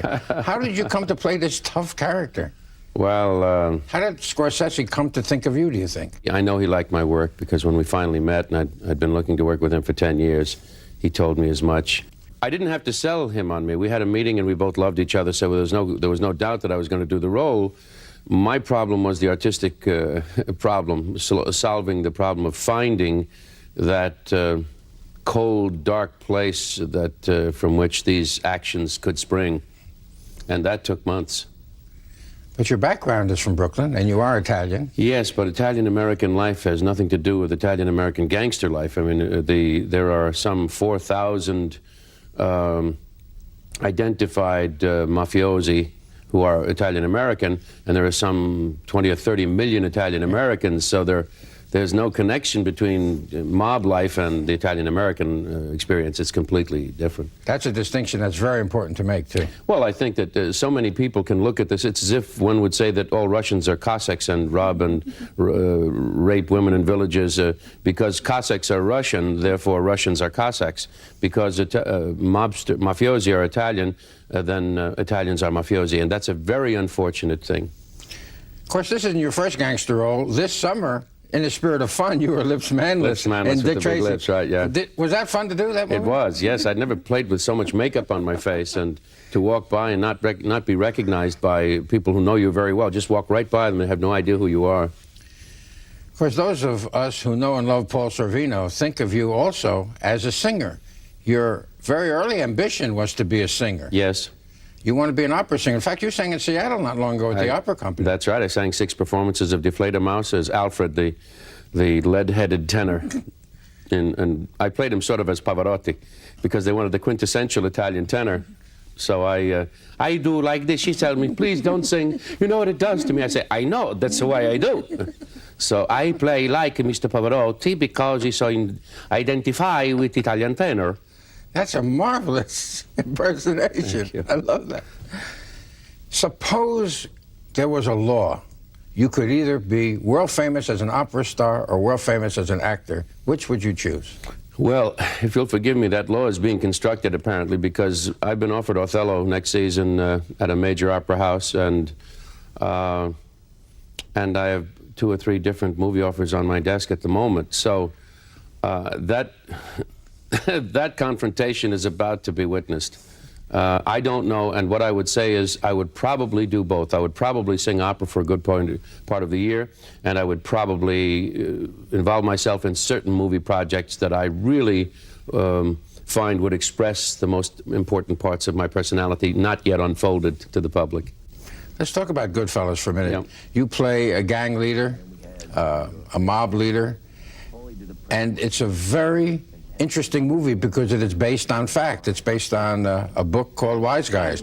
Don't put too many onions in the sauce. When I first read it, I thought, well, this will make a good movie.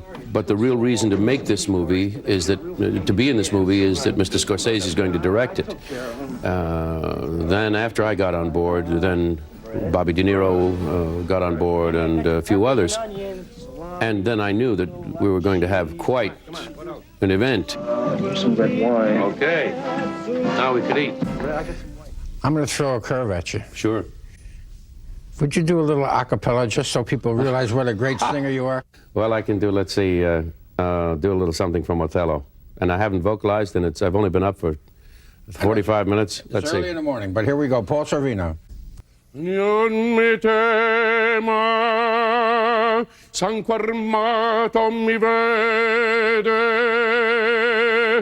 ecco la fine del mio cammin. Oh, gloria.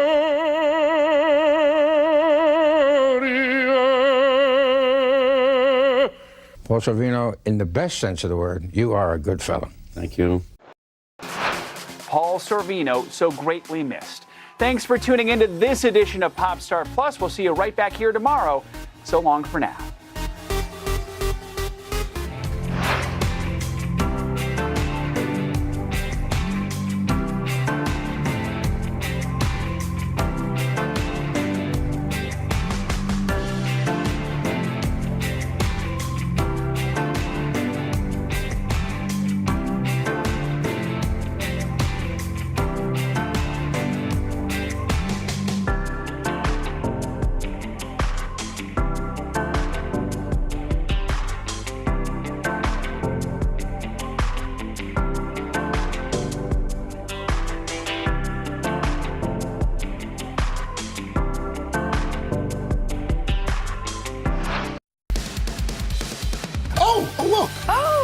It's our friends in Today All Day Land. We hope you were enjoying your Thursday, and thanks for tuning in to Today in 30. Why didn't you say Friday? I was going to say it later. Well, save it for later, guys.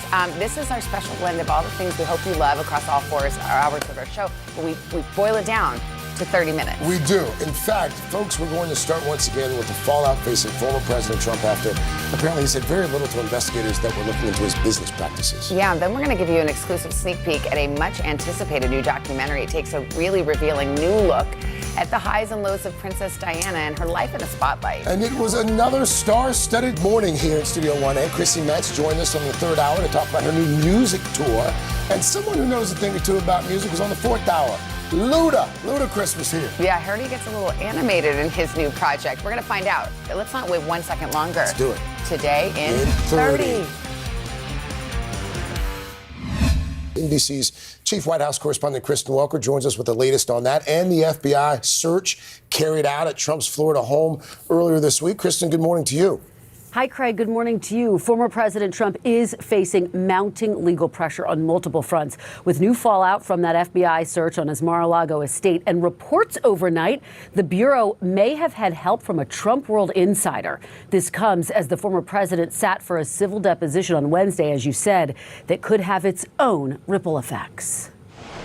This morning, new details are emerging about the latest legal challenge for former President Trump. According to a source with knowledge of the case, Mr. Trump invoked his Fifth Amendment right against self-incrimination more than 440 times during a deposition that lasted 4 hours. It's part of a civil investigation of his business practices by New York Attorney General Letitia James. His lawyer says he answered one question, his name, and read a statement accusing James and her team of a witch hunt.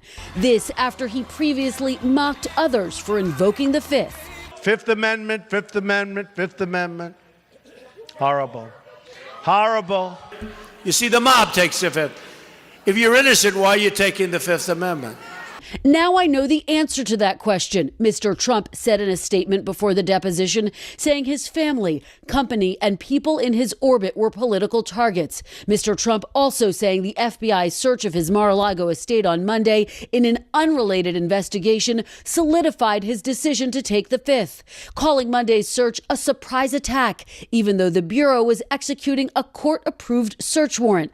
That search connected to classified documents from the Trump administration, and this morning reports that an insider may have provided information to authorities. The Wall Street Journal reporting that someone familiar with the stored papers told investigators there may be still more classified documents at the private club after the National Archives retrieved 15 boxes earlier in the year. People familiar with the matter told the Journal. NBC News has not confirmed that report. It comes as pressure is mounting on the Justice Department to explain its actions. A current senior Justice Department official and a former DOJ official telling NBC News multiple officials within the DOJ believe Attorney General Merrick Garland should make a public statement explaining the need for the search. FBI Director Christopher Wray, who was appointed by Mr. Trump, was asked about the former president's baseless claims agents may have planted evidence at Mar-a-Lago during the search. That's not something that I can talk about, so I'd refer you to the department. But Wray did condemn the surge in violent threats against law enforcement by some Trump supporters online in the wake of Monday.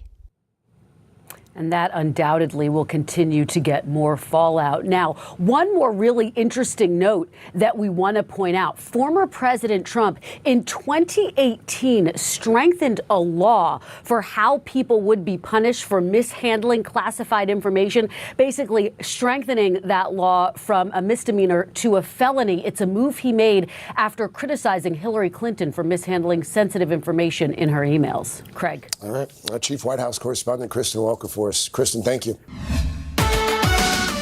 Consumer Confidential time. We've been focusing on stories that impact the bottom line around this time every morning. Yes, so today we're all about that morning staple for many Americans, coffee. In fact, the latest figures show consumption at a 2-decade high. In fact, there's a pretty good chance you're drinking a cup of Joe while you watch us right now. Unfortunately, like most everything else, the cost of that cup of coffee, it's also way up. NBC's Sam Brock joins us now to break it all down. Sam, what's going on with coffee now? You know what? It's like everything is going up. Everyone feels that way, Craig. And we start our coffee routine in the morning at 4 or 5 a.m. For most people, maybe slightly more normal hours, 6 or 7. But the point is, It is essential 2 out of every 3 Americans have at least 1 cup of coffee every single day. It's now about $4 for a regular cup. A specialty like this latte, $5 a cup. If you extrapolate that over the course of a week, you're looking at about $30 per week. Of course, we all have more than 1 cup of coffee per day, making this a very expensive habit. Whether you like it hot, iced, or even frozen, enjoying a cup of coffee is how millions of Americans start their day. But even though so many have a whole lot of love for the bean, it's becoming increasingly costly to get that morning caffeine rush. The price of everything is going up, but I normally drink coffee at home, unless special occasions. I know what it is, so I hope you like it. Okay. In North Dallas, Brittany Willis is a franchise owner of a PJ's Coffee of New Orleans. She says everything from cooking oil to cups now costs more, pushing coffee prices up too. Inflation is really challenging. I've been very hesitant to increase my prices, but you get to a point as a business owner where you have to say, am I looking to sustain and survive so I can continue to offer this product? The National Coffee Association reports about 2/3 of Americans drink a cup of Joe every day, the highest figure in decades. But many average Joes do appear to be adjusting to new circumstances. Coffee now is not something of an everyday going out, it's more of a treat. And here's why. It's now more than $4 for a regular coffee, 9% higher than this time last year. For a specialty cup, that's more than $5, up 7% according to industry data, which means trouble's brewing for budgets. Necessities like food and gasoline have already eaten into discretionary spending. Starbucks CEO Howard Schultz jolting investors in June. It's hard to be optimistic unless there is a plan to get inflation under control. While the inflation rate is slowing slightly, high prices are still a major issue for everyday consumers. The cost of food at home up 1.3% in July, while coffee nearly tripled that figure in the same month. Businesses like Brittany's hoping high prices don't grind away demand. Coffee as a whole continues to grow, and we're actually seeing sales increases as a result. I mean, what's better than a warm or a cold cup of coffee? So for those who are thinking, all right, I know what I'm going to do. I'm just going to skip the coffee shop for now, drink at home. I'll save money that way, because we talked about the fact, guys, that coffee's up 7 to 9%. Instant coffee, like these Keurig cups, are up 17%. At-home coffee, according to the latest CPI, up 20%, more than double what this coffee is. So what we're seeing right now is a trend of people who are working from home. They come to the coffee shops, they enjoy the experience, spend all day here, and maybe spend less money than they would brewing on their stove. So just let that percolate a little bit, simmer just for a little while. I'm not going to say something really cheesy like it's mocha me crazy, but you kind of get the gist of this. Coffee's definitely on the We're so proud of you, Sam. That was probably the 10th pun in Sam's You've gone full Today Show now, my friend. I was going for a record. I love it. Mr. Secretary, when is this going to get better? You came into this job saying you were going to fight crime. Have you been successful? Found a way to put that. Can you update us on the status of negotiations? You open the door for so many people. I love working with people. I did not do any of this by myself. Hello! Lizzo, you put a smile on every single face. It feels like Christmas or my birthday or something. We'll meet Ukrainians who are defending their country one block at a time. When you were still in Kiev, could you hear the bombing? My name is Lester. Who's this?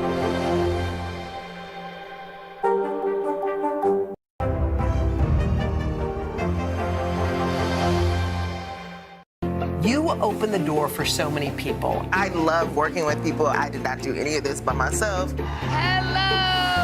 Lizzo, you put a smile on every single face. It feels like Christmas or my birthday or something.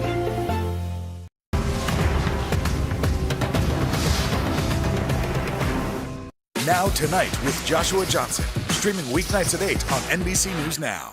To cover the news, you have to be in it. This is how so many towns and cities are protecting themselves. They're pushing the gates open. Was there a school officer on campus? That's what we've been told. No. Top Story with Tom Yamas, weeknights at 7 on NBC News Now. We are back with the new documentary taking viewers inside the life of Princess Diana in a really unprecedented way. Yeah, it's called The Princess. It premieres this weekend on HBO, but this morning we are getting an exclusive first look from the team behind it. Today's senior international correspondent Keir Simmons is here with that. Good morning to you. Thank you. Hey guys, good morning to you. Can you believe 2.5 decades since Princess Diana died? There have been many documentaries about Princess Diana, but this one is unique, immersive, they call it. As we approach the 25th anniversary of her death, the filmmakers have used TV clips and video archive from the Diana years to trace her life and transport you back to that tumultuous royal era. The princess has been the best thing to happen to the monarchy in centuries. Did you get a chance to see her? Yes! Diana is very big news everywhere. Princess Diana was a global icon. Millions feeling connected to her, even before the era of social media. A hollow and tormented marriage are giving the British media and its public little else to talk about. Now, a new HBO documentary, simply called The Princess, is turning back the clock, laying out key events in her life as they happened. British producer Simon Chin and director Ed Perkins gave us an exclusive insight into their work. The challenge for us was to do something that was just entirely different, that kind of enabled you audiences to come at the story in a different way. Is not only to kind of create a sort of time machine where we take audiences back into all of our past, but it really is to allow the film to kind of act as a bit of a mirror. The film, a gripping timeline of Diana's life in the public eye, using only archival material. Then, Lady Spencer was 19 when she stepped into the public limelight. Her engagement to Prince Charles in 1981, the beginning of what seemed like a fairy tale. What was your instant impression? Well, I remember thinking what a very jolly and amusing and attractive 16-year-old she was. I don't know what you thought of me. Pretty amazing. The film documents the highs and lows. Her wedding day, watched by 750 million people, and perhaps her happiest moments, the birth of her two sons, William and Harry. Diana's subtle character, relatable, making her the people's princess. She actually didn't speak that often publicly throughout her life, but she did have this kind of extraordinary ability through her own body language to tell her story. The princess asks difficult questions about the constant scrutiny and controversy that followed Diana everywhere. As her marriage to the Prince of Wales unravelled, the press obsessed over every appearance. She has a sick mind. She likes to be with people. She likes to be bloody well watched. In retrospect, her interdependent and tumultuous relationship with the media looks like a foreshadowing of today's world. It's the media that's causing the problems. Leave them alone. I think we've got an unhealthy obsession. Ultimately, the controversy forcing Diana to limit public life. When I started my public life 12 years ago, I understood the media might be interested in what I did. But I was not aware of how overwhelming that attention would become. And then, that unexpected, tragic end. A car accident that stunned the world. Mourners gathered around her home in Kensington Palace for days. This became literally a sort of sea of flowers for as far as you can see it. The global outpouring of grief and anger that spiraled and still resonates almost 25 years after her passing. This film is about Diana, but actually this film is about all of us. It's about what Diana meant to us. The film premiered at the Sundance Festival earlier this year and will be available on HBO and HBO Max on Saturday. And Savannah, guys, we were just talking about, you were a young journalist, I was a young journalist when she died, and I remember being woken up in the middle of the night, and then the news. It's impossible to describe how shocking it was. And then out on the streets of London, it was like a royal revolution with those flowers. People were furious, sobbing. It does feel like it was a different era, but kind of said something about our era today. Yeah, as you said, it was sort of a foreshadowing. Yeah. But it does feel like it was yesterday, doesn't it? I know. Yeah. Incredible. I believe it's been 25 years. Wow. It's cool to get that sneak peek. We'll be watching when it comes out in a few weeks. Great. Thank you, Keir. Good to see you, Keir.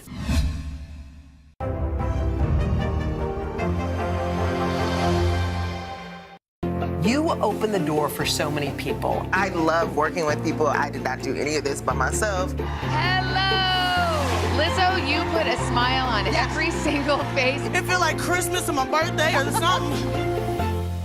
Hallie Jackson Now. Weekdays at 5 on NBC News Now. Live from Ukraine, from Uvalde, Texas, from Mayfield, Kentucky. To cover the news, you have to be in it.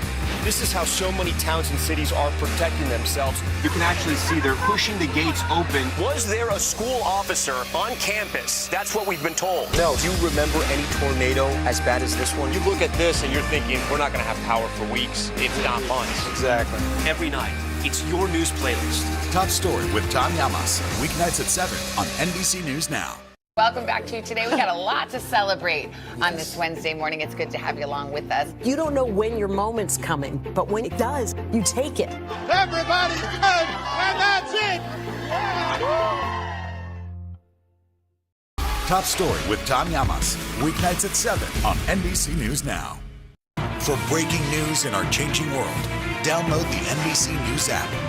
Hallie Jackson Now. Weekdays at 5 on NBC News Now. To cover the news, you have to be in it. This is how so many towns and cities are protecting themselves. They're pushing the gates open. Was there a school officer on campus? That's what we've been told. No. Top Story with Tom Yamas. Weeknights at 7 on NBC News Now. Mr. Secretary, when is this going to get better? You came into this job saying you were to fight crime. Have you been successful? Found a way to put that. Can you update us on the status of negotiations? For breaking news in our changing world, download the NBC News app. This morning, we are delighted to be catching up with the multi-talented Chrissy Metz. You know, we all loved her as Kate Pearson on NBC's hit show, This Is Us. Well, now Chrissy is switching gears and hitting the road to perform some of her new country music on a 7-city tour, and she is here to tell us all about it. Good morning. Hey, y'all. Chrissy. Hey. Yeah. It's so nice to see you all. Well, it's been a minute. I know. It's been a while. So much has been happening. But I knew you had all this musical talent, but I didn't know how much you love country music. Oh, yeah. I mean, music was like my first love, and I grew up in Florida, and I also was just influenced by all genres of music. My parents love music, and I just feel like country music, the storytelling aspect is so special, and I think I love to do that, as we can tell from the TV show I happen to be on. So yeah, it just felt right. It's so interesting because a lot of people would think the acting was first and then the music, but it's clear that music is a love of yours, right? Oh yeah, for sure. I mean, I was making tapes in my bedroom with my boom box and, you know, trying to record and write poetry. But I love that. So what was the inspiration behind this music? Really, like, love, loss, the past 10 years of my life, like gratitude, but also really healing through the feeling. And for a long time, right? Let that marinate. Yes. Okay. For a long time, I was afraid to feel because, like, it's uncomfortable. Yep. You have to go through it, and the only way to go is through.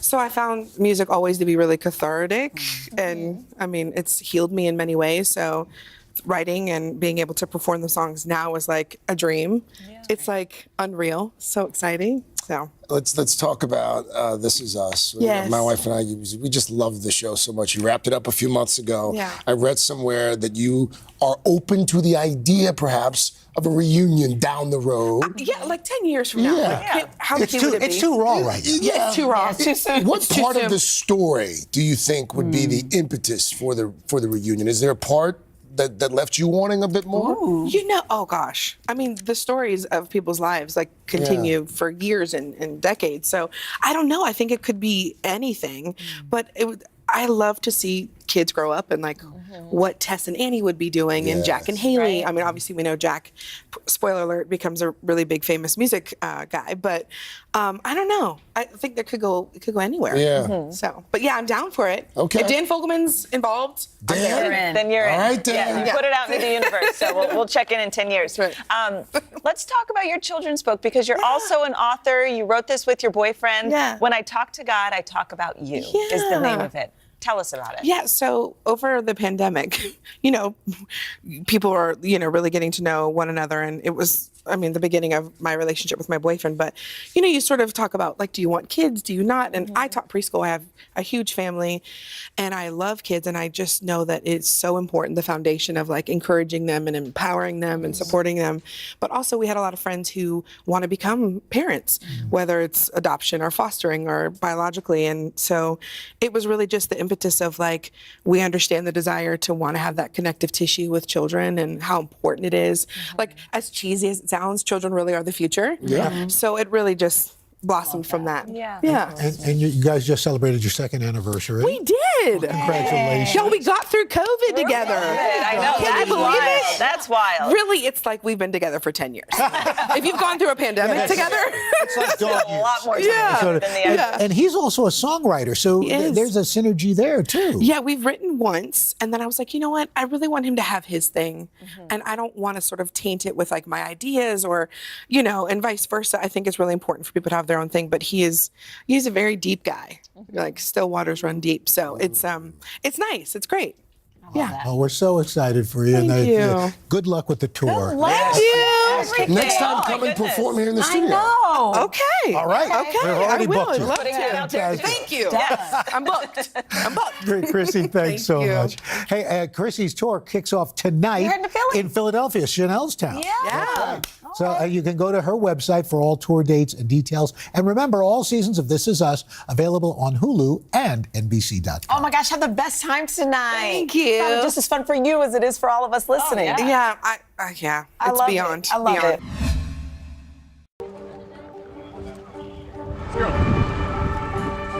This is a critical choke point for this fire.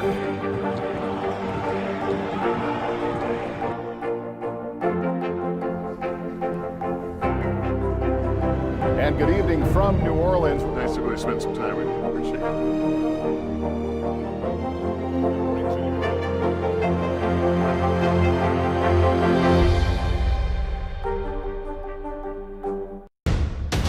The day's biggest political stories with trusted insight now and expert analysis now. A daily look at the politics behind the headlines. Meet the Press Now, streaming weekdays at 4 p.m. on NBC News Now. Mr. Secretary, when is this going to get better? You came into this job saying you were going to fight crime. Have you been successful? Found a way to put that. Can you update us on the status of negotiations?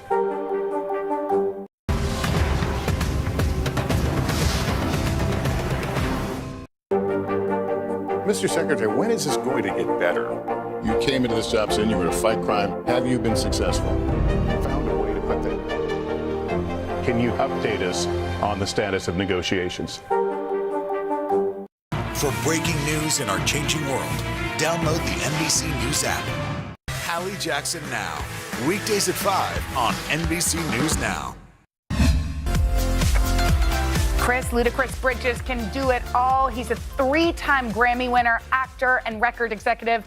And he's the man behind the awesome children's series, my kids love it, Karma's World. Inspired by his eldest daughter, Karma, the show follows a talented young woman who uses music and smarts to solve any problem that comes her way. Chris. Yeah. What's happening? I don't know. I'm off 3 hours of sleep, but I am amped up. I've been working too hard because we've been promoting this season 3 and all the toys that are in the store. So you hear it in my voice right now. That's why I'm wearing the sunglasses, by the way. First of all, you look great. FAO Schwartz is right there. Yes. It was filled with dolls yesterday. It's still filled with dolls. They're going to be in there as long as people keep buying them. So it's a beautiful thing. Trust me. Awesome. And you got to share that with your daughter on her birthday. What was that moment like for you guys? Because this was 13 years in the making. 13 years in the making. My daughter just turned 21, believe it or not. Oh my What gosh. better gift can you get on your 21st birthday than to Did you have... go out last night? No. Listen, we didn't go out last night. I know what you're thinking.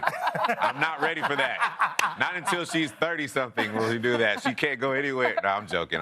But no, we didn't go out. Yeah. We chilled. I love that it took time and that you said, you know what, some things that are worth it, you have to wait for. And it was a good lesson for her, right? Absolutely. So this, like you said, 13 years in the making, this is a perfect testament to making sure you never quit and, just your dreams come true when you stick with certain things. And I like to say you fail better and better every time. So we went through a roller coaster ride over a decade of just trying to get this right. And I think that's why people love this show so much that's currently on Netflix, is because it's based off real experiences that she went through in her life. Wow. And so we're just so happy that it's being received so well, and just this world and universe is expanding bigger than I could have ever imagined. But being 13 years, I'm glad, because I worked so hard on it, so now it's just, it's a beautiful thing. I love what you said about failure. Like, I think it's so important to teach our kids that it's okay to fail. Did you, and you say you fail better, how so? Like, what has taught you to be better that way? There's so many phases that we went through with the animation, with all of the different characters, with how the script should go, with all of the music that's on the streaming services right now.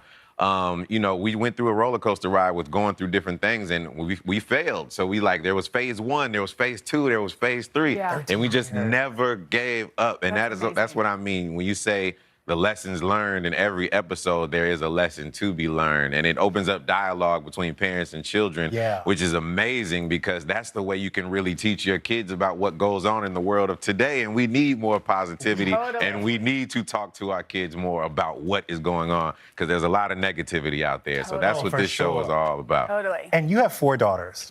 4. Yes, say it again. By the way, it's always like the chill dad. Look at this. Who's like the worst, like when you bring a date home for the first time. Hey, I feel like you are the scariest one out of the bunch. Yeah, but it's also why I have 3 hours of sleep. You see, y'all saw that picture. Yes. Having 4 daughters, you're never gonna get any sleep. Can we also just say hi to your beautiful mom, Roberta? Yes, she's here. she is here today. So there she is. Look at her. Yeah. Hi.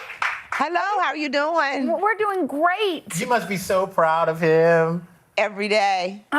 What has your mom taught you? Oh man, she used to teach me to write my goals down every single year about what it was that I wanted to accomplish. And at the end of the year, she'd give me like $10 for each goal that I accomplished. And the crazy thing about that is, you have to have a compass in life of knowing where you're going. Otherwise, you're just kind of just floating, right? So if it was not for my mother, then this show would not be as successful as it is. And you never know, like her teaching me not to give up and set my goals is exactly what this is about, goal-orienting. Roberta, that's great parenting advice, right? Like to own what you want to do, and now look at you. It is, but was $10 enough for each goal? I don't know. I try to think about that. I'm looking at your diamonds. You seem to be doing just fine. For sure. Yeah, I'm gonna pay her back, by the way. We have to just say that you just graduated this summer. You said Luda cum laude. I need to go in that program, okay, from Georgia State. You got your honorary degree. How meaningful was that for you? Man, it means the world to me, because my whole family was there to watch that. So again, everything, I'm just trying to set an example for my children and, just pave the way for the new generation.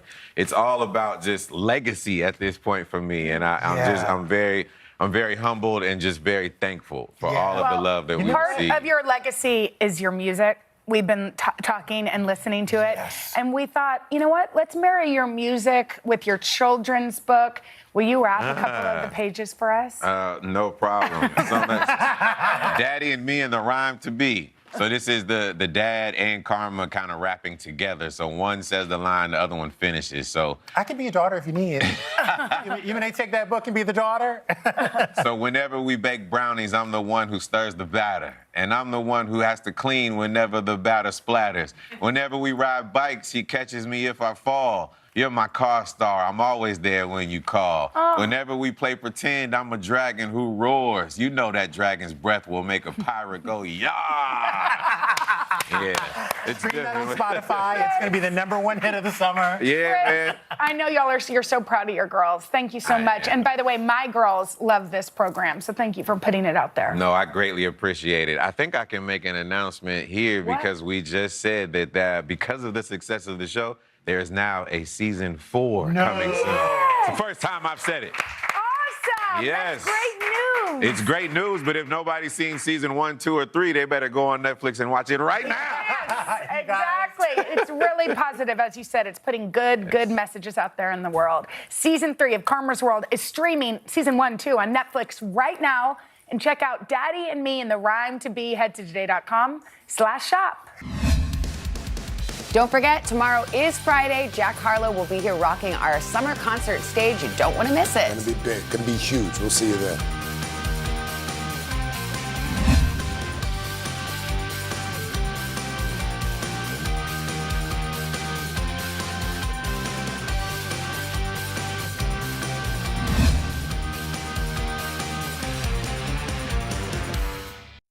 When most of us think about Detroit, Motown, car manufacturing, even sports comes to mind. But when it comes to food, the folks here in the Motor City are all about one famous Frank, the Coney dog. And no, we're not talking about Coney Island in New York. In Michigan, a Coney is both a diner to locals and a hot dog smothered in chili, topped with onions, and finished off with a of mustard. Now, there are dozens of Coneys in the Detroit metro area. Some bear the Coney Island name, others don't. But you'll always find some type of sausage, a bun, and a signature meat sauce on the menu. So, what makes